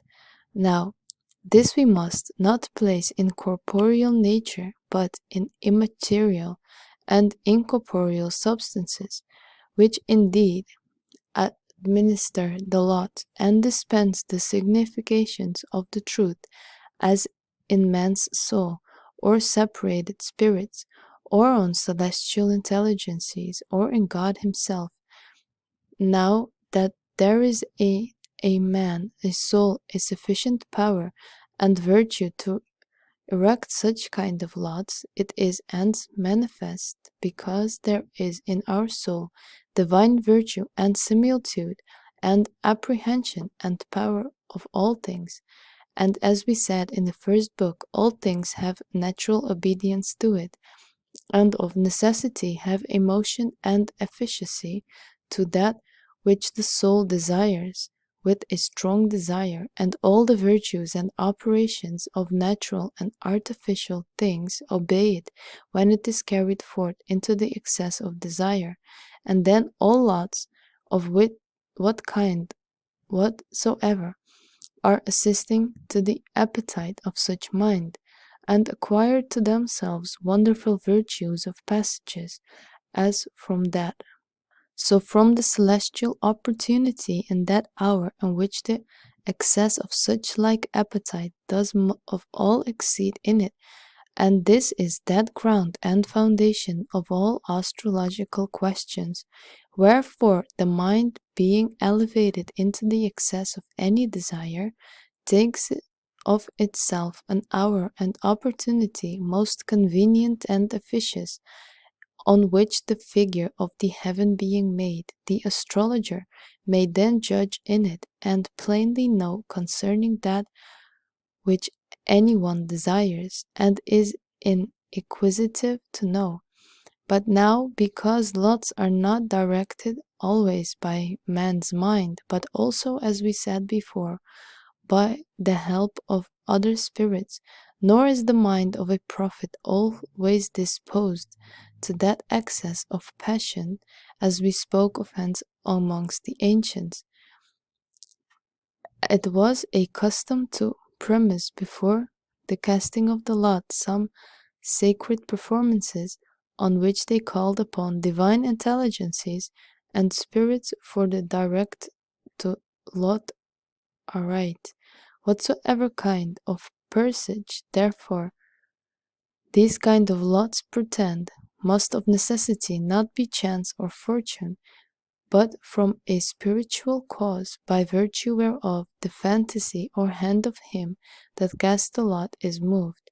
Whether the power proceed from the soul of the operator through the great excess of his affection, or from a celestial influence and opportunity, or from a certain deity or spirit assisting or moving from on high, whether these lots are placed in casting cockles, or throwing of dice, or in the meeting of verses, such as were formerly the lots of Homer and Virgil, of which we read in Aetius of Sparta Hadrianus, long since made inquiry, and which we read befall Trajanus and Emperor. Was he far off graced with the olive bow, presenting offerings? His white chin we know, a Roman king whose laws first settled Rome, and from small curates a poor soil shall come to great command, by which verse he did not in vain became to have hopes of enjoying the empire. Also amongst Hebrews, and even amongst us Christians, some divines not disapproving of it, lots are taken out of the verse of Psalms. There are also more of other kinds of lots, as are humane lots, which had no divination in them amongst the ancients, and are observed by us in choosing of magistrates to prevent envy, of which also Cicero against Verres makes mention.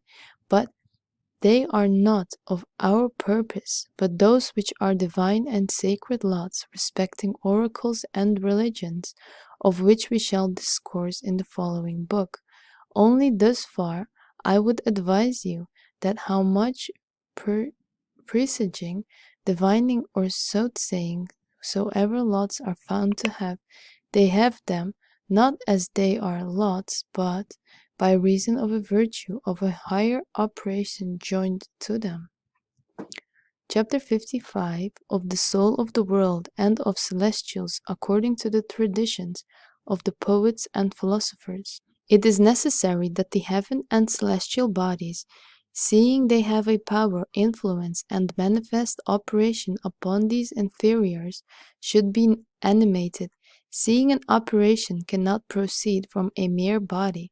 All famous poets and philosophers affirm therefore that the world and all celestial bodies must have a soul, and that also intelligent. Hence Marcus Marvellus in his Astronomy to Augustus sings, the great corporeal world, which does appear in diverse forms of air, earth, sea, and fire, a divine soul does rule, a deity does wisely govern.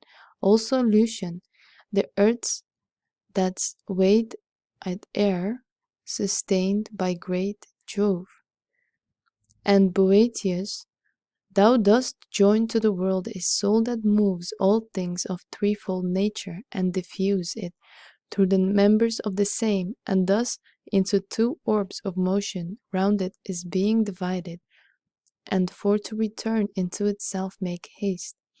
And Virgil, most full of all philosophers, sings thus, and first the heaven, earth, and liquid plain, the moon's bright globe, and stars Titanian, a spirit fed within, spread through the world, and with the huge heap mixed infused a soul. Hence man and beast and birds derive their strain, and monsters floating in the marbled main. These seeds have fiery vigor, and a birth of heavenly race, but clothed with heavy earth. For what these verses seem to mean, then, that the world should not only have a spirit soul, but also to partake of the divine mind, and that the original virtue and vigor of all inferior things do depend on the soul of the world. This do all Platonists, Pythagoreans, Orpheus, Trismegistus, Aristotle, Theophrastus, Avicen, Alcazales, and all Vertipetics confess and affirm. Chapter 56. The same is confirmed by reason. The world, the heavens, the stars, and the elements have a soul, with which they cause a soul in these inferior and mixed bodies. They also, as we said in the former book, a spirit, which by the mediating of the soul is united to the body. For as the world is a certain whole body, the parts whereof are the bodies of all living creatures, and by how much the whole is more perfect and noble than the parts, by so much more perfect and noble is the body of the world than the body of each living thing. It would be absurd that all imperfect bodies and parts of the world, and every base animal as flies and worms, should be worthy of a life, and have a life and a soul, and the whole entire world is most perfect whole, and most noble body, should have neither life nor soul. It is no less absurd that heavens, stars, elements, which gave it to all things life and soul most largely, should themselves be without life and soul, and that every plant or tree should be of a more noble condition than the heaven, stars, and elements, which are naturally the cause of them.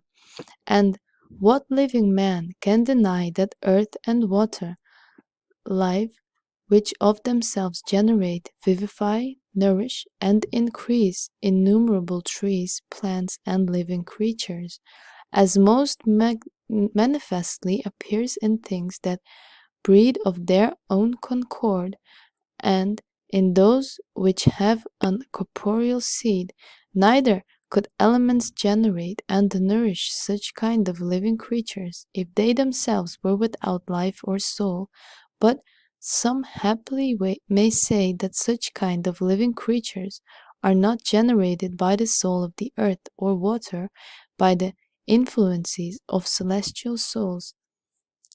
These the Platonists answer that an accident cannot beget a substance, unless happily as an instrument it be subjected to the next substance, because an instrument removed from an artificer is not moved to the effect of the art. So also these celestial influences, seeing they are certain accidents being removed far from vital substances or from the life itself, cannot generate a vital substance in these inferiors. And Mercurius, in his book which he called De Communi, said, all that is in the world is moved either by increase or decrease. Now what moves must needs have life, and seeing that all things move, even the earth, especially with a generative and alternative motion, they must themselves live. And if any doubt that the heavens live, said Theophrastus, he is not to be accounted a philosopher, and he which denies the heavens to be animated, as that, so that the mover thereof is not of form thereof, destroys the foundation of all philosophy. The world, therefore, lives, has a soul and sense, and it gives life to plants, which are not produced of seeds, and it gives sense to animals, which are not generated by coition. Chapter 57. That the soul of the world and the celestial souls are rational, and partake of divine understanding. That the above-named souls have reason is apparent hence, for whereas the universal works of the foresaid souls to with a certain perpetual order conspire amongst themselves, it is necessary that they be governed not by chance but by reason, by which reason they do direct and bring all the operations to a certainty. For it is necessary that the earth should have the reason of terrene things, and water of watery things, and so in the rest, by which reason each in their time, place, and order are generated, and being hurt are repaired. Therefore philosophers do not think the soul of the earth to be as it were the soul of some contemptible body, but to be rational and also intelligent, yea, and to be a deity. Besides, it would be absurd, seeing we have reason of our works, that celestial souls and the soul of the universe should not have reasons of theirs. But if, as said Plato, the world be made by very goodness itself, as well as it should be made, it is certainly endowed with not only life, sense, and reason, but also understanding. For the perfection of a body is its soul, and that body is more perfect which has a more perfect soul. It is necessary, therefore, seeing celestial bodies are most perfect, that they have also most perfect minds. They partake, therefore, of an intellect and a mind, which the Platonists also prove by the perseverance of their order and tenor. Because motion is of its nature free, it may easily swerve and wander now one way, now another, unless it were ruled by an intellect and a mind, and that also by perfect mind, foreseeing from the beginning the best way and chief end, which perfect mind indeed, because it is most powerful in the soul, as the soul and as the souls of celestial bodies and of elements, without all doubt does most orderly and perfectly govern the work allotted to it. For bodies do not resist a most powerful soul, and a perfect mind does not change its counsel. The soul of the world, therefore, is a certain only thing, filling all things, bestowing all things, binding and knitting together all things, and it might make one frame of the world, and that it might be, as it were, one instrument making of many strings, out one sound, sounding from three kinds of creatures, intellectual, celestial, and incorruptible, with one only breath and life. Chapter 58 of the names of the celestials and their rule over this inferior world, man. The names of celestial souls are very many and diverse according to their manifold power and virtues upon these inferior things, from whence they have received diverse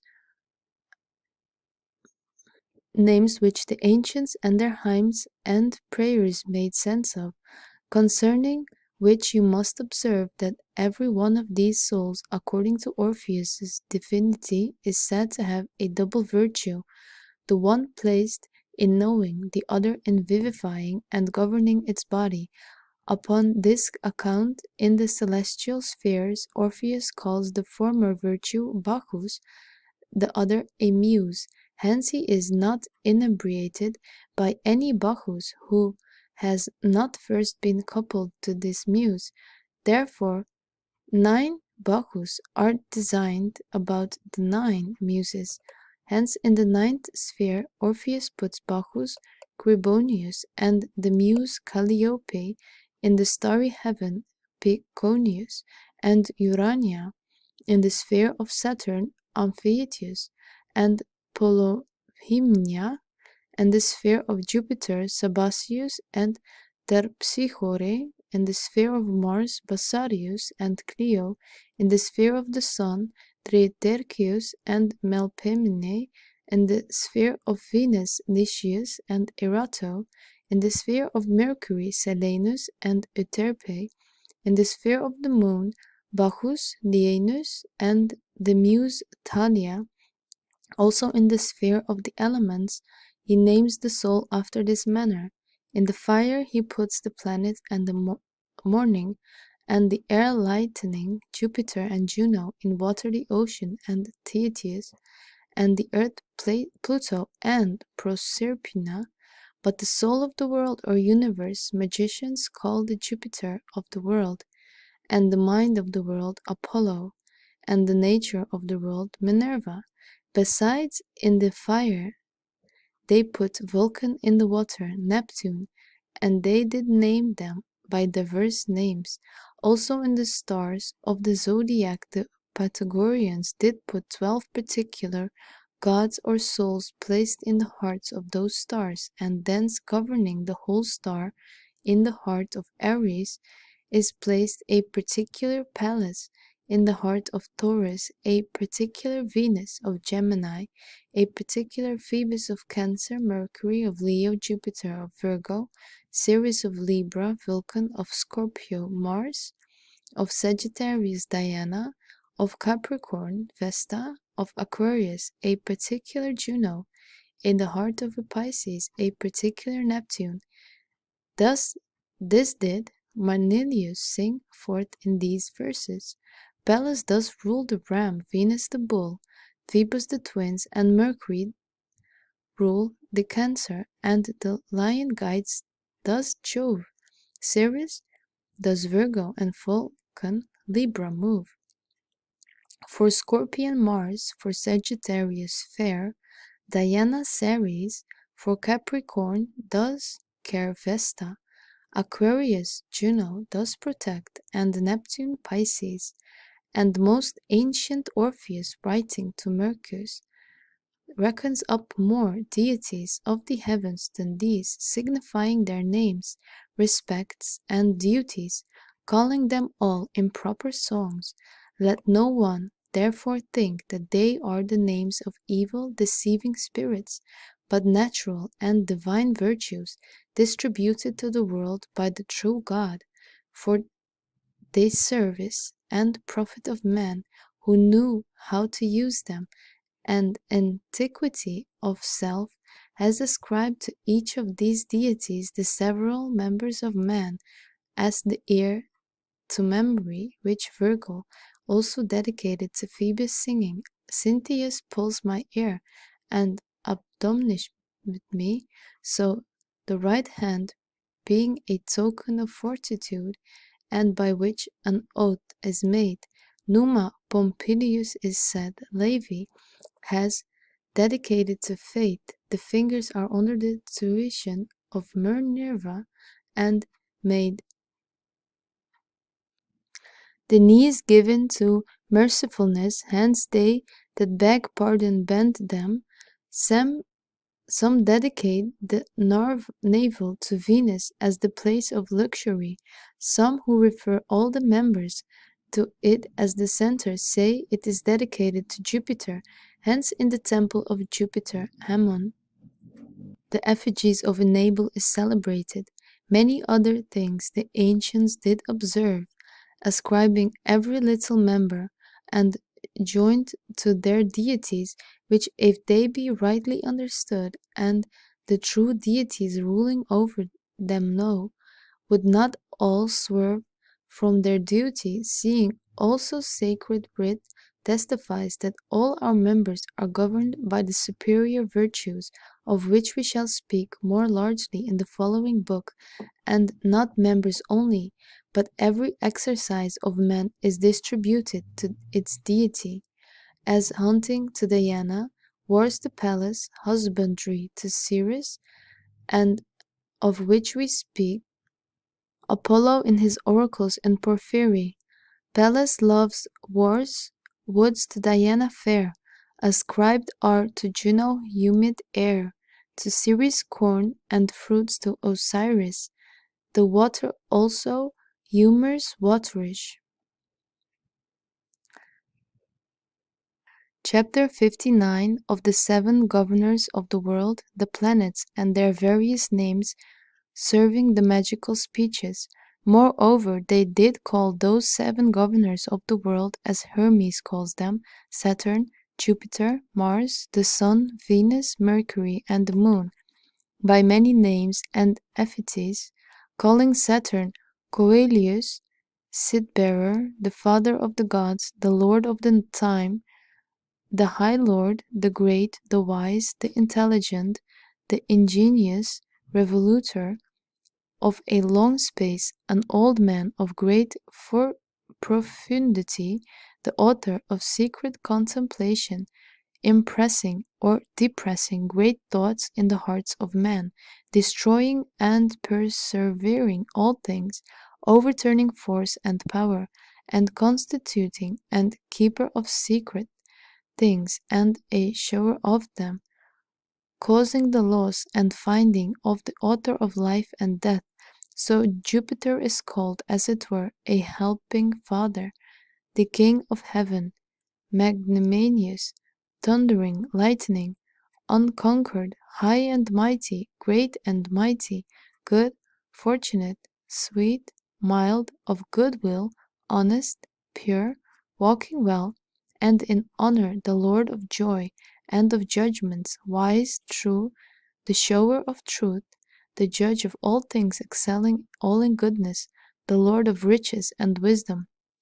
Mars is called Marvors, powerful in wars, bloody, powerful in arms, a sword, a bearer, magnanimous, bold, untamed, generous, lightning, of great power, and furious haste, against whom none can defend themselves if it resist him, who destroys the strong and powerful, and deposed king from their thrones, the Lord of heat and power, the Lord of fiery heat, and the planet of blood, who inflames the hearts of contenders and gives them boldness.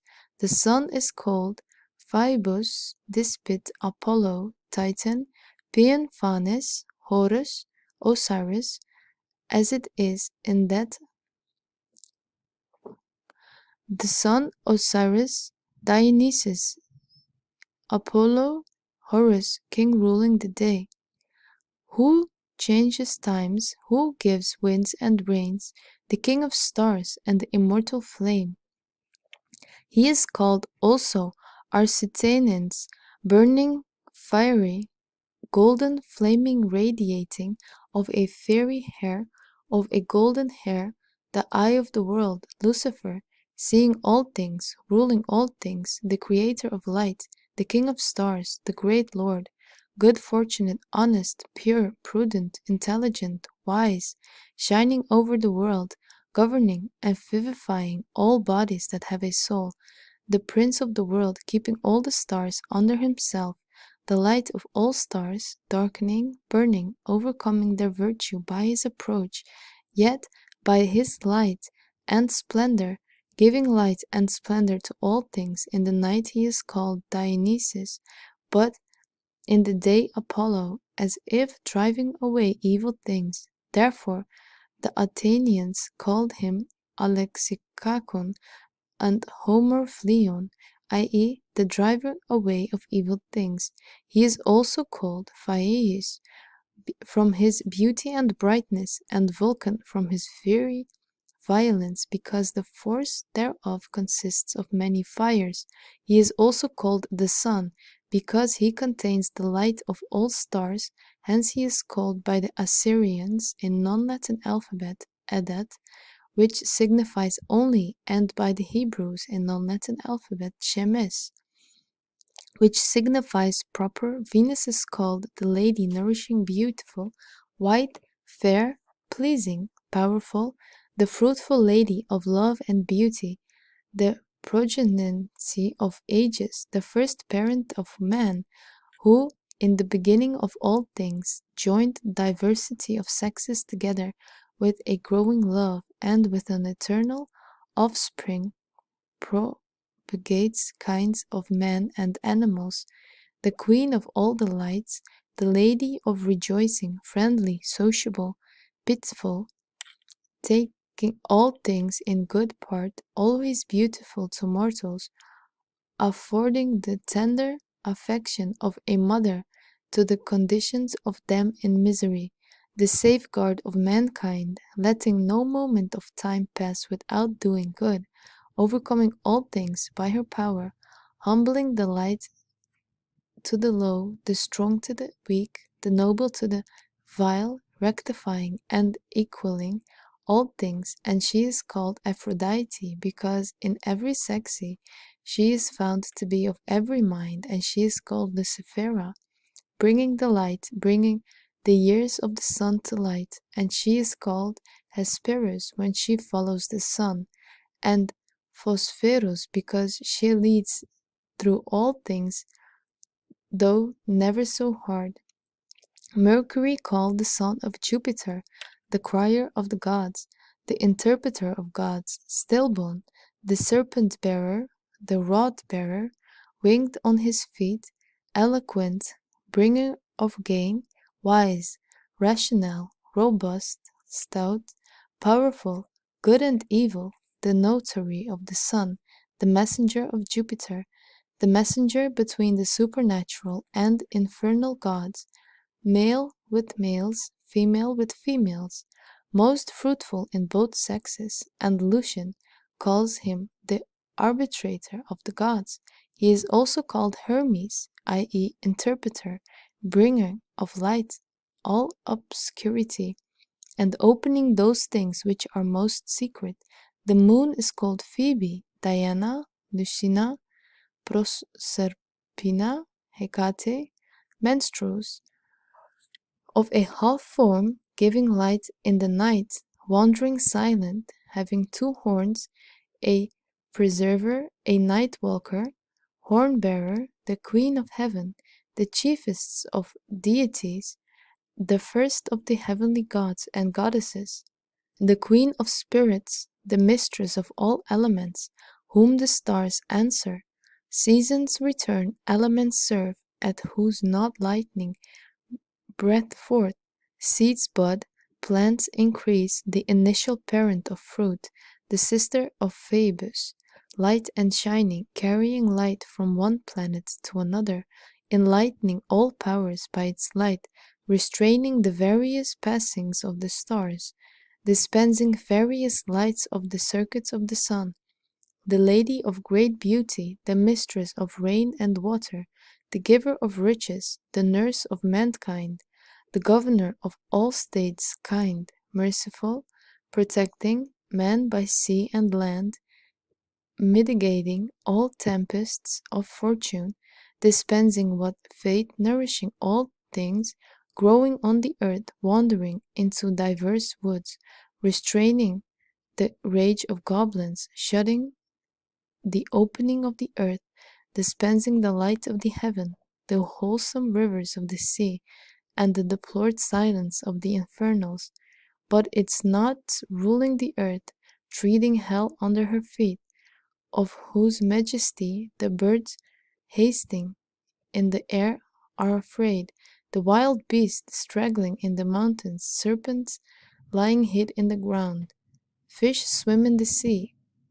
But of these and the like names of stars and planets and their epithets, surnames, and calling upon, he that will know more and make more curious inquiry must betake himself to the hymns of Orpheus, which he that truly understand has attained to a great understanding of natural magic. Chapter 60.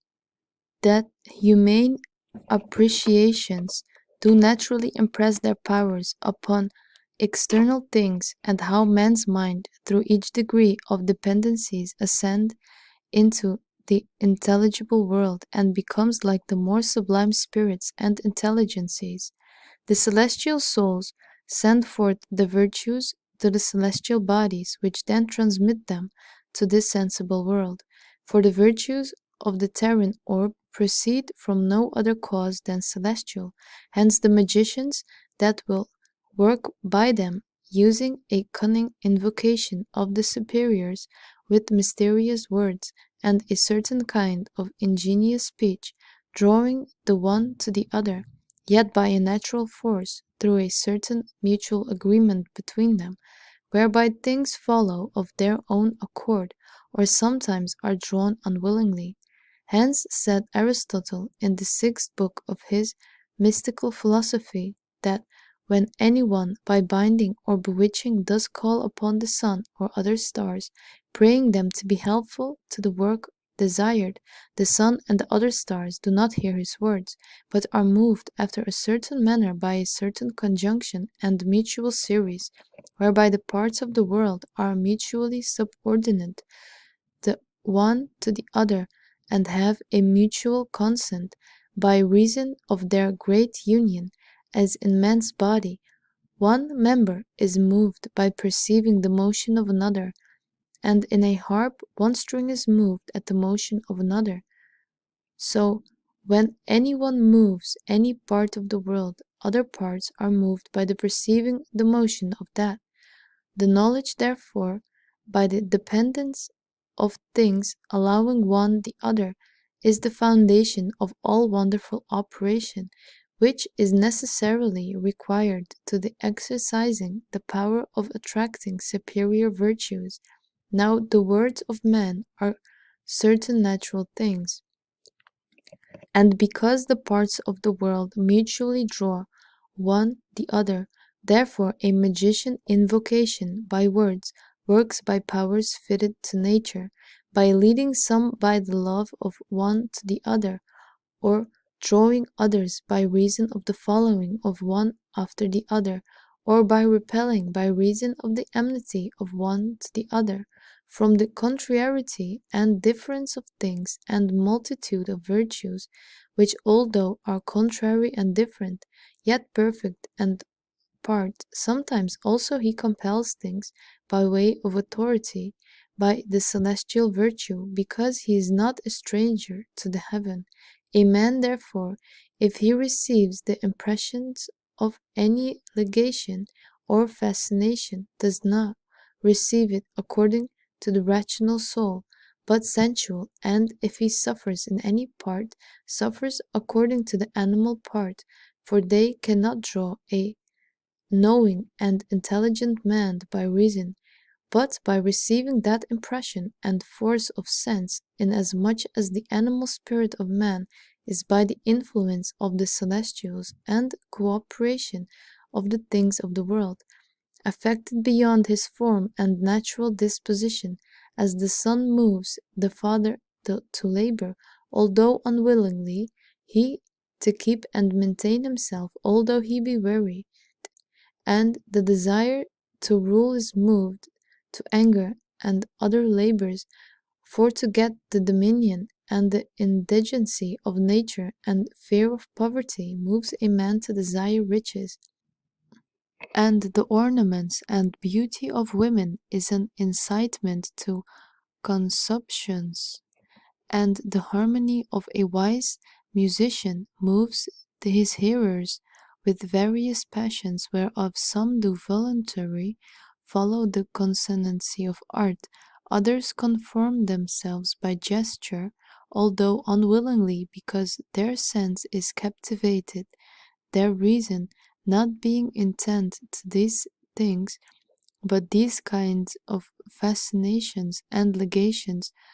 The vulgar does neither admire nor detest by reason of their usualness, but they admire other natural things because they are ignorant of them and are not accustomed to them. Hence they fall into errors, thinking those things to be above nature or contrary to nature, which indeed are by nature and according to nature. We must know, therefore, that every superior moves its next inferior in its degrees and order, not only in bodies, but also in spirits.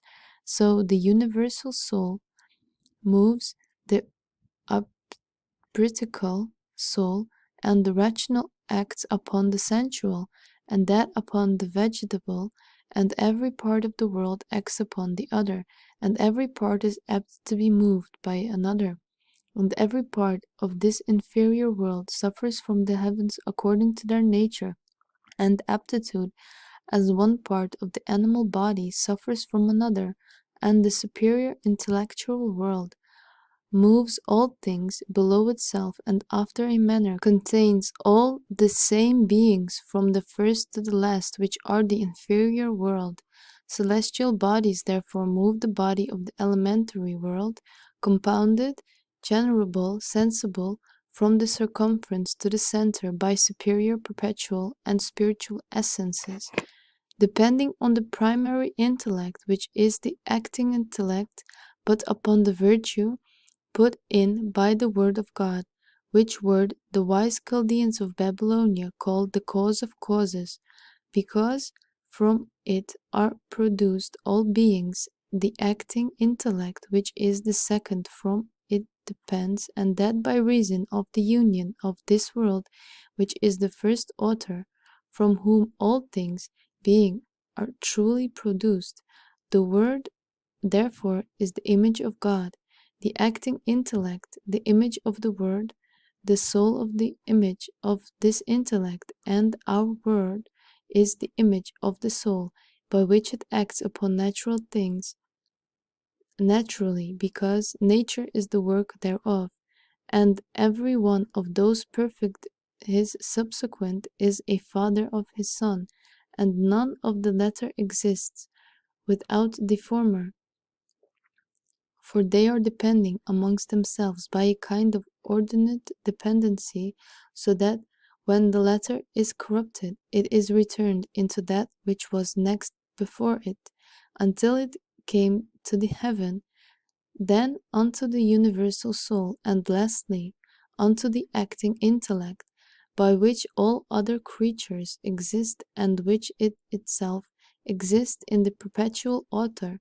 which is the creating word of God, to which at length all things are returned. Our soul, therefore, if it will work any wonderful thing in these inferiors, must have respect to their beginning, that it may be strengthened and illustrated by that, and receive powers by acting through each degree from the very first author. Therefore we must be more diligent and contemplating the souls of the stars than their bodies, and the supercelestial and intellectual world than the celestial corporeal, because that is more noble, although also this be excellent, and the way to that, and without which medium the influence of superior cannot be attained to. As for example, the sun is the king of the stars, most full of light, but receives it from the intelligible world above all other stars, because the soul therefore is more capable of an intelligible splendor, wherefore he that desires to attract the influence of the sun must contemplate upon the sun, not only by the speculation of their exterior light, but also of the interior, and this no man can do unless he return to the soul of the sun, and become like it, and comprehend the intelligible light thereof with an intellectual sight, as the sensible light with a corporeal eye, for his man shall be filled with the light thereof, and the light thereof, his intellect being endowed and truly like to it, being assisted by it, shall at length attain to that supreme brightness and to all forms that partake thereof. And when he has received the light of the supreme degree, then his soul shall come to his perfection and be made like to the spirits of the sun, and shall attain to the virtue and illustration of the supernatural virtue, and shall enjoy the powers of them.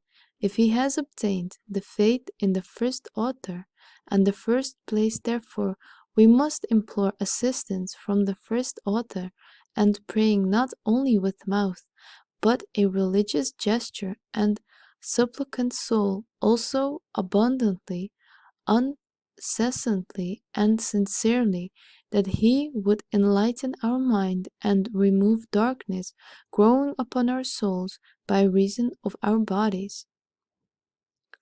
To the most renewed and illustrious Prince Hermanus of Wyda, Prince Elector, Duke of Westphalia and Angaria, Lord Archbishop of Colonia and Paderborn, he most gracious Lord Henry Cornelius Agrippa of Nettesheim.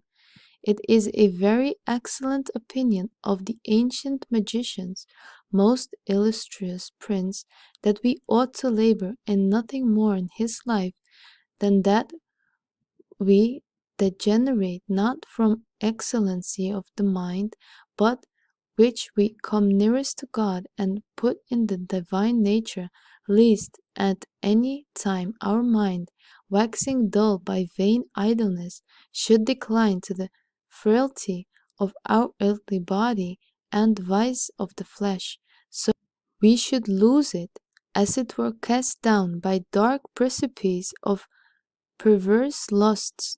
Wherefore we ought so to order our mind that it by itself, being mindful of its own dignity and excellency, should always both think, do, and operate something worthy of itself.